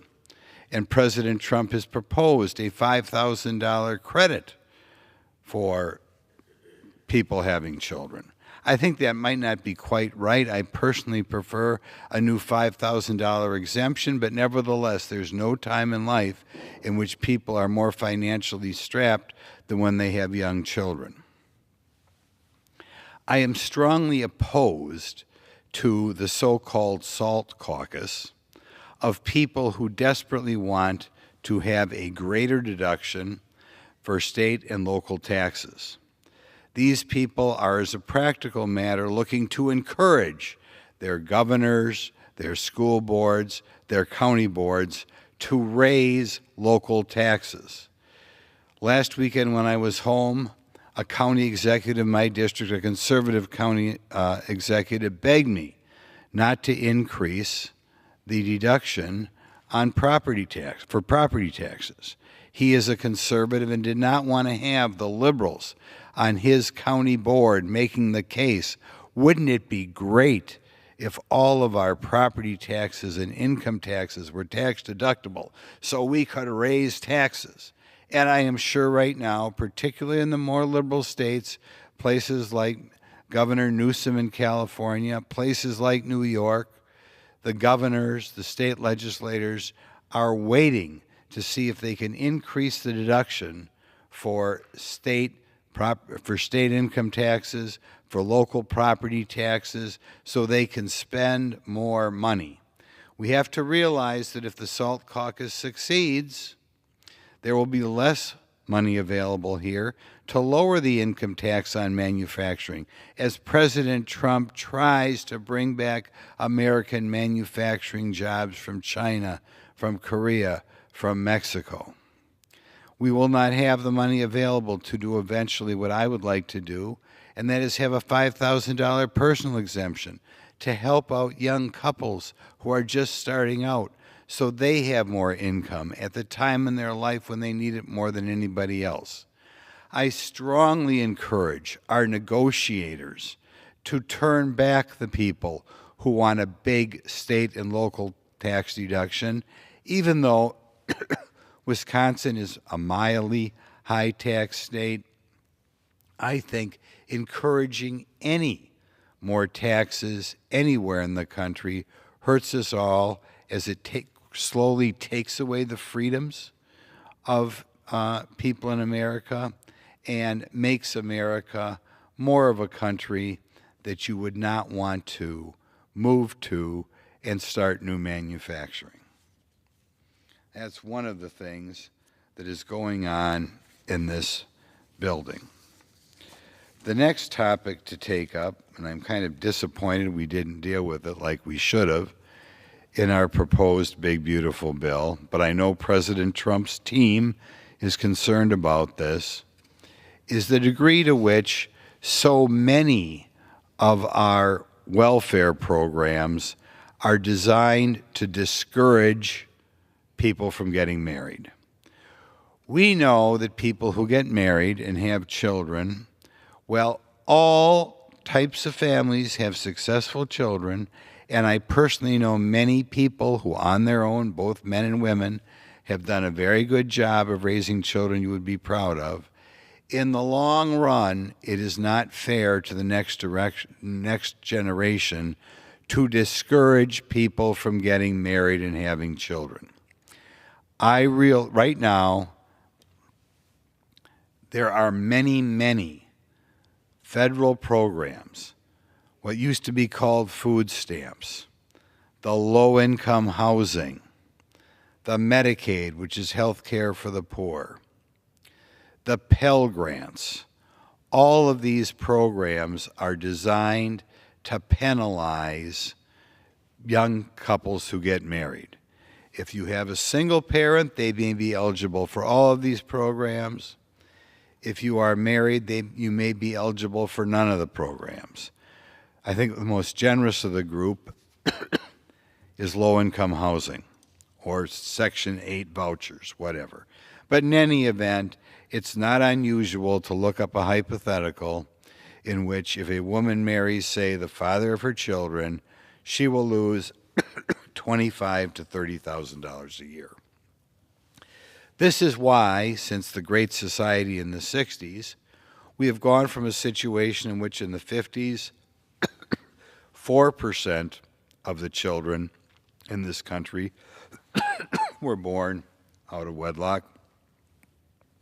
And now we are in a position in which we have over 40% of the children in the country were born out of wedlock. It did not happen by it did not happen by accident. It happened because the Great Society programs in the 1960s were designed to encourage this sort of behavior. You may say, who wants to discourage people who are married from having children? In fact, Karl Marx, of course, was very opposed to the traditional family. We've known since I've been here, Black Lives Matter made it clear that they were opposed to what they referred to as the Western prescribed nuclear family. And of course, even after Black Lives Matter came out for that, it did not present many of our members, particularly on the Democrat side of the aisle, from standing with Black Lives Matter, a group opposed to the nuclear family. We know that many of the feminists in the 60s, I'm thinking of Kate Millett, who was described as the mother of women's studies classes that are all over our universities, were outright opposed to the nuclear family. It is disappointing we are not doing more in this budget to address that problem, to stop encouraging young people not to be married. And we all by now have run into young couples who may even want to be married, but they won't be married because they lose $20,000 or $25,000 a year. Indeed, in this program, we're expanding the Pell Grant program, a program that was one of these things that has a marriage penalty associated with it.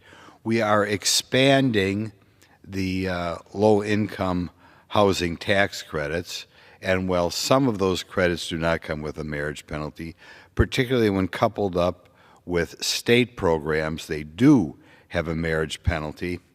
Another program we're expanding that's going in the wrong direction.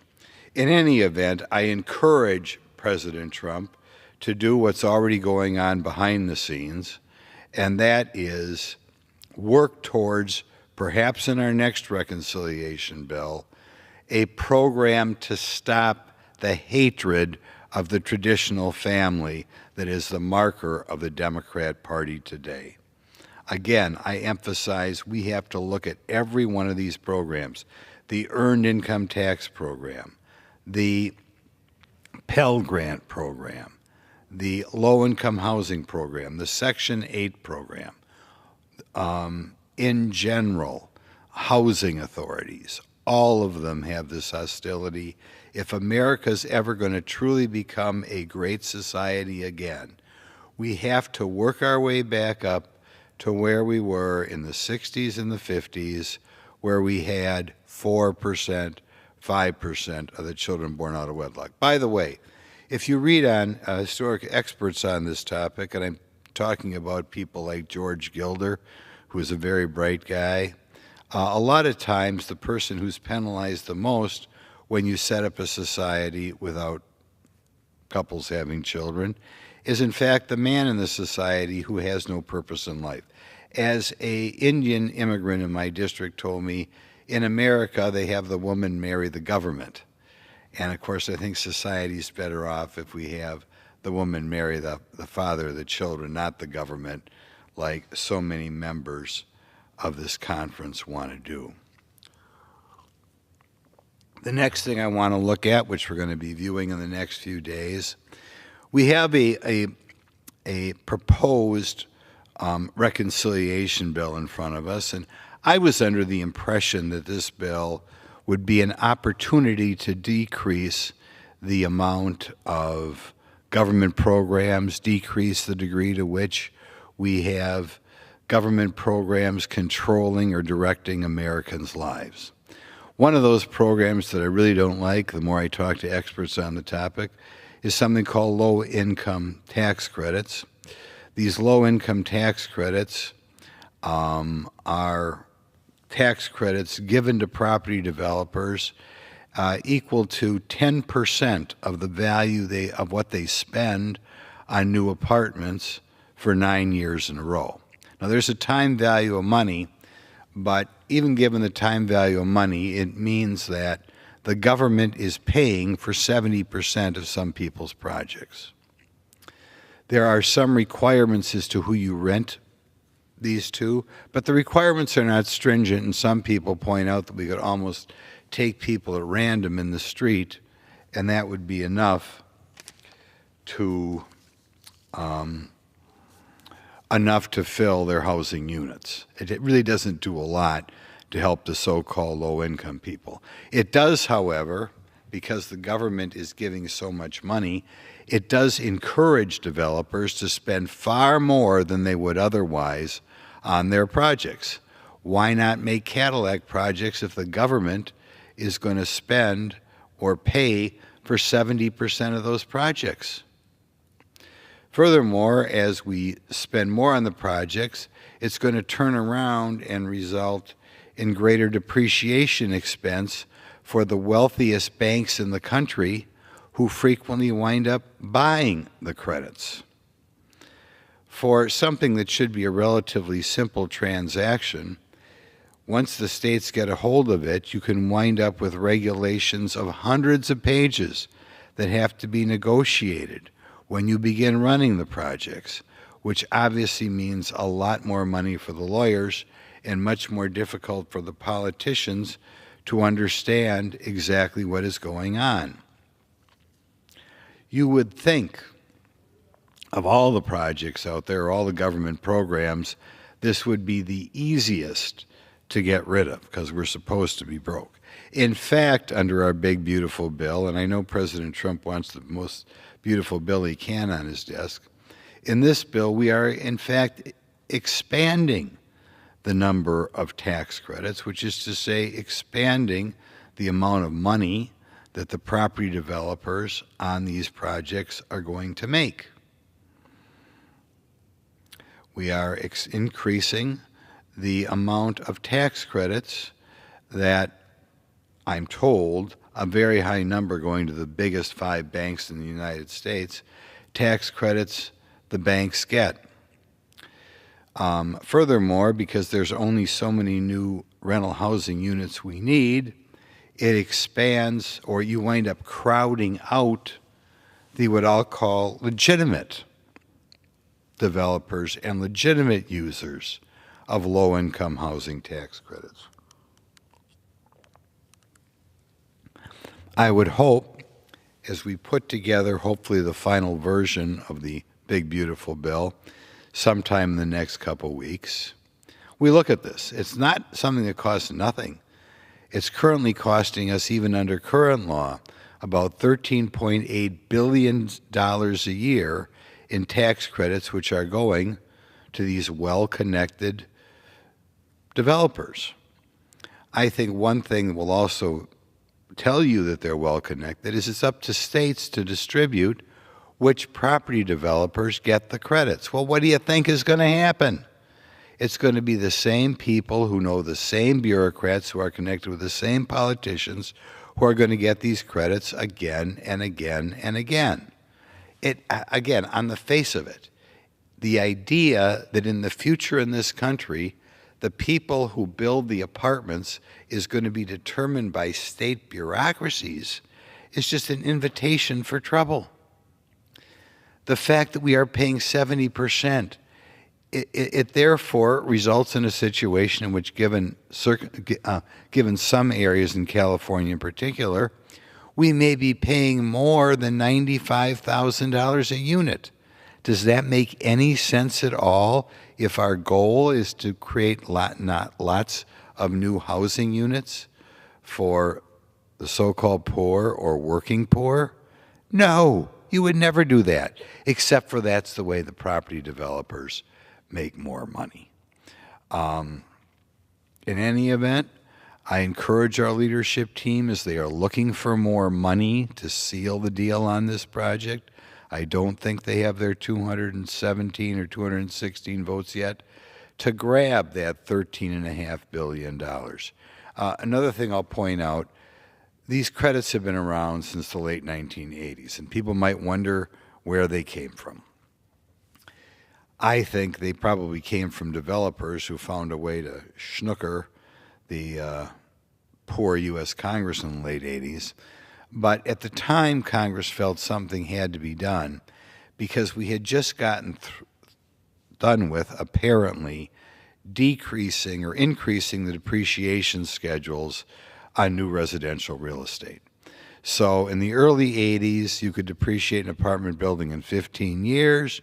When they changed it to 27 and a half years, it greatly reduced the number of new apartments that people were building, and therefore it was easier to sell to Congress that one way to get more apartments online is to have these ridiculously over-generous credits.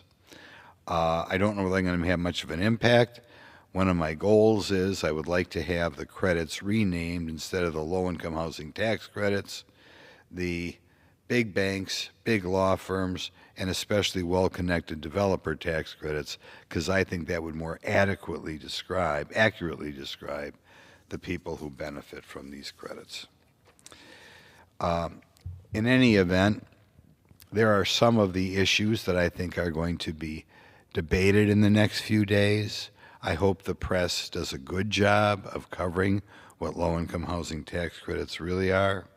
I hope the press does a good job of setting before the American public, and particularly the Republican volunteers who did so much to get us here, laying out the differences between the tax cuts based on how high your property or sales taxes are, how high your local property taxes or state sales and income taxes are. We'll see if how our base feels about who we should reward or what type of behavior we should encourage through the tax code. Should we encourage people to have more children?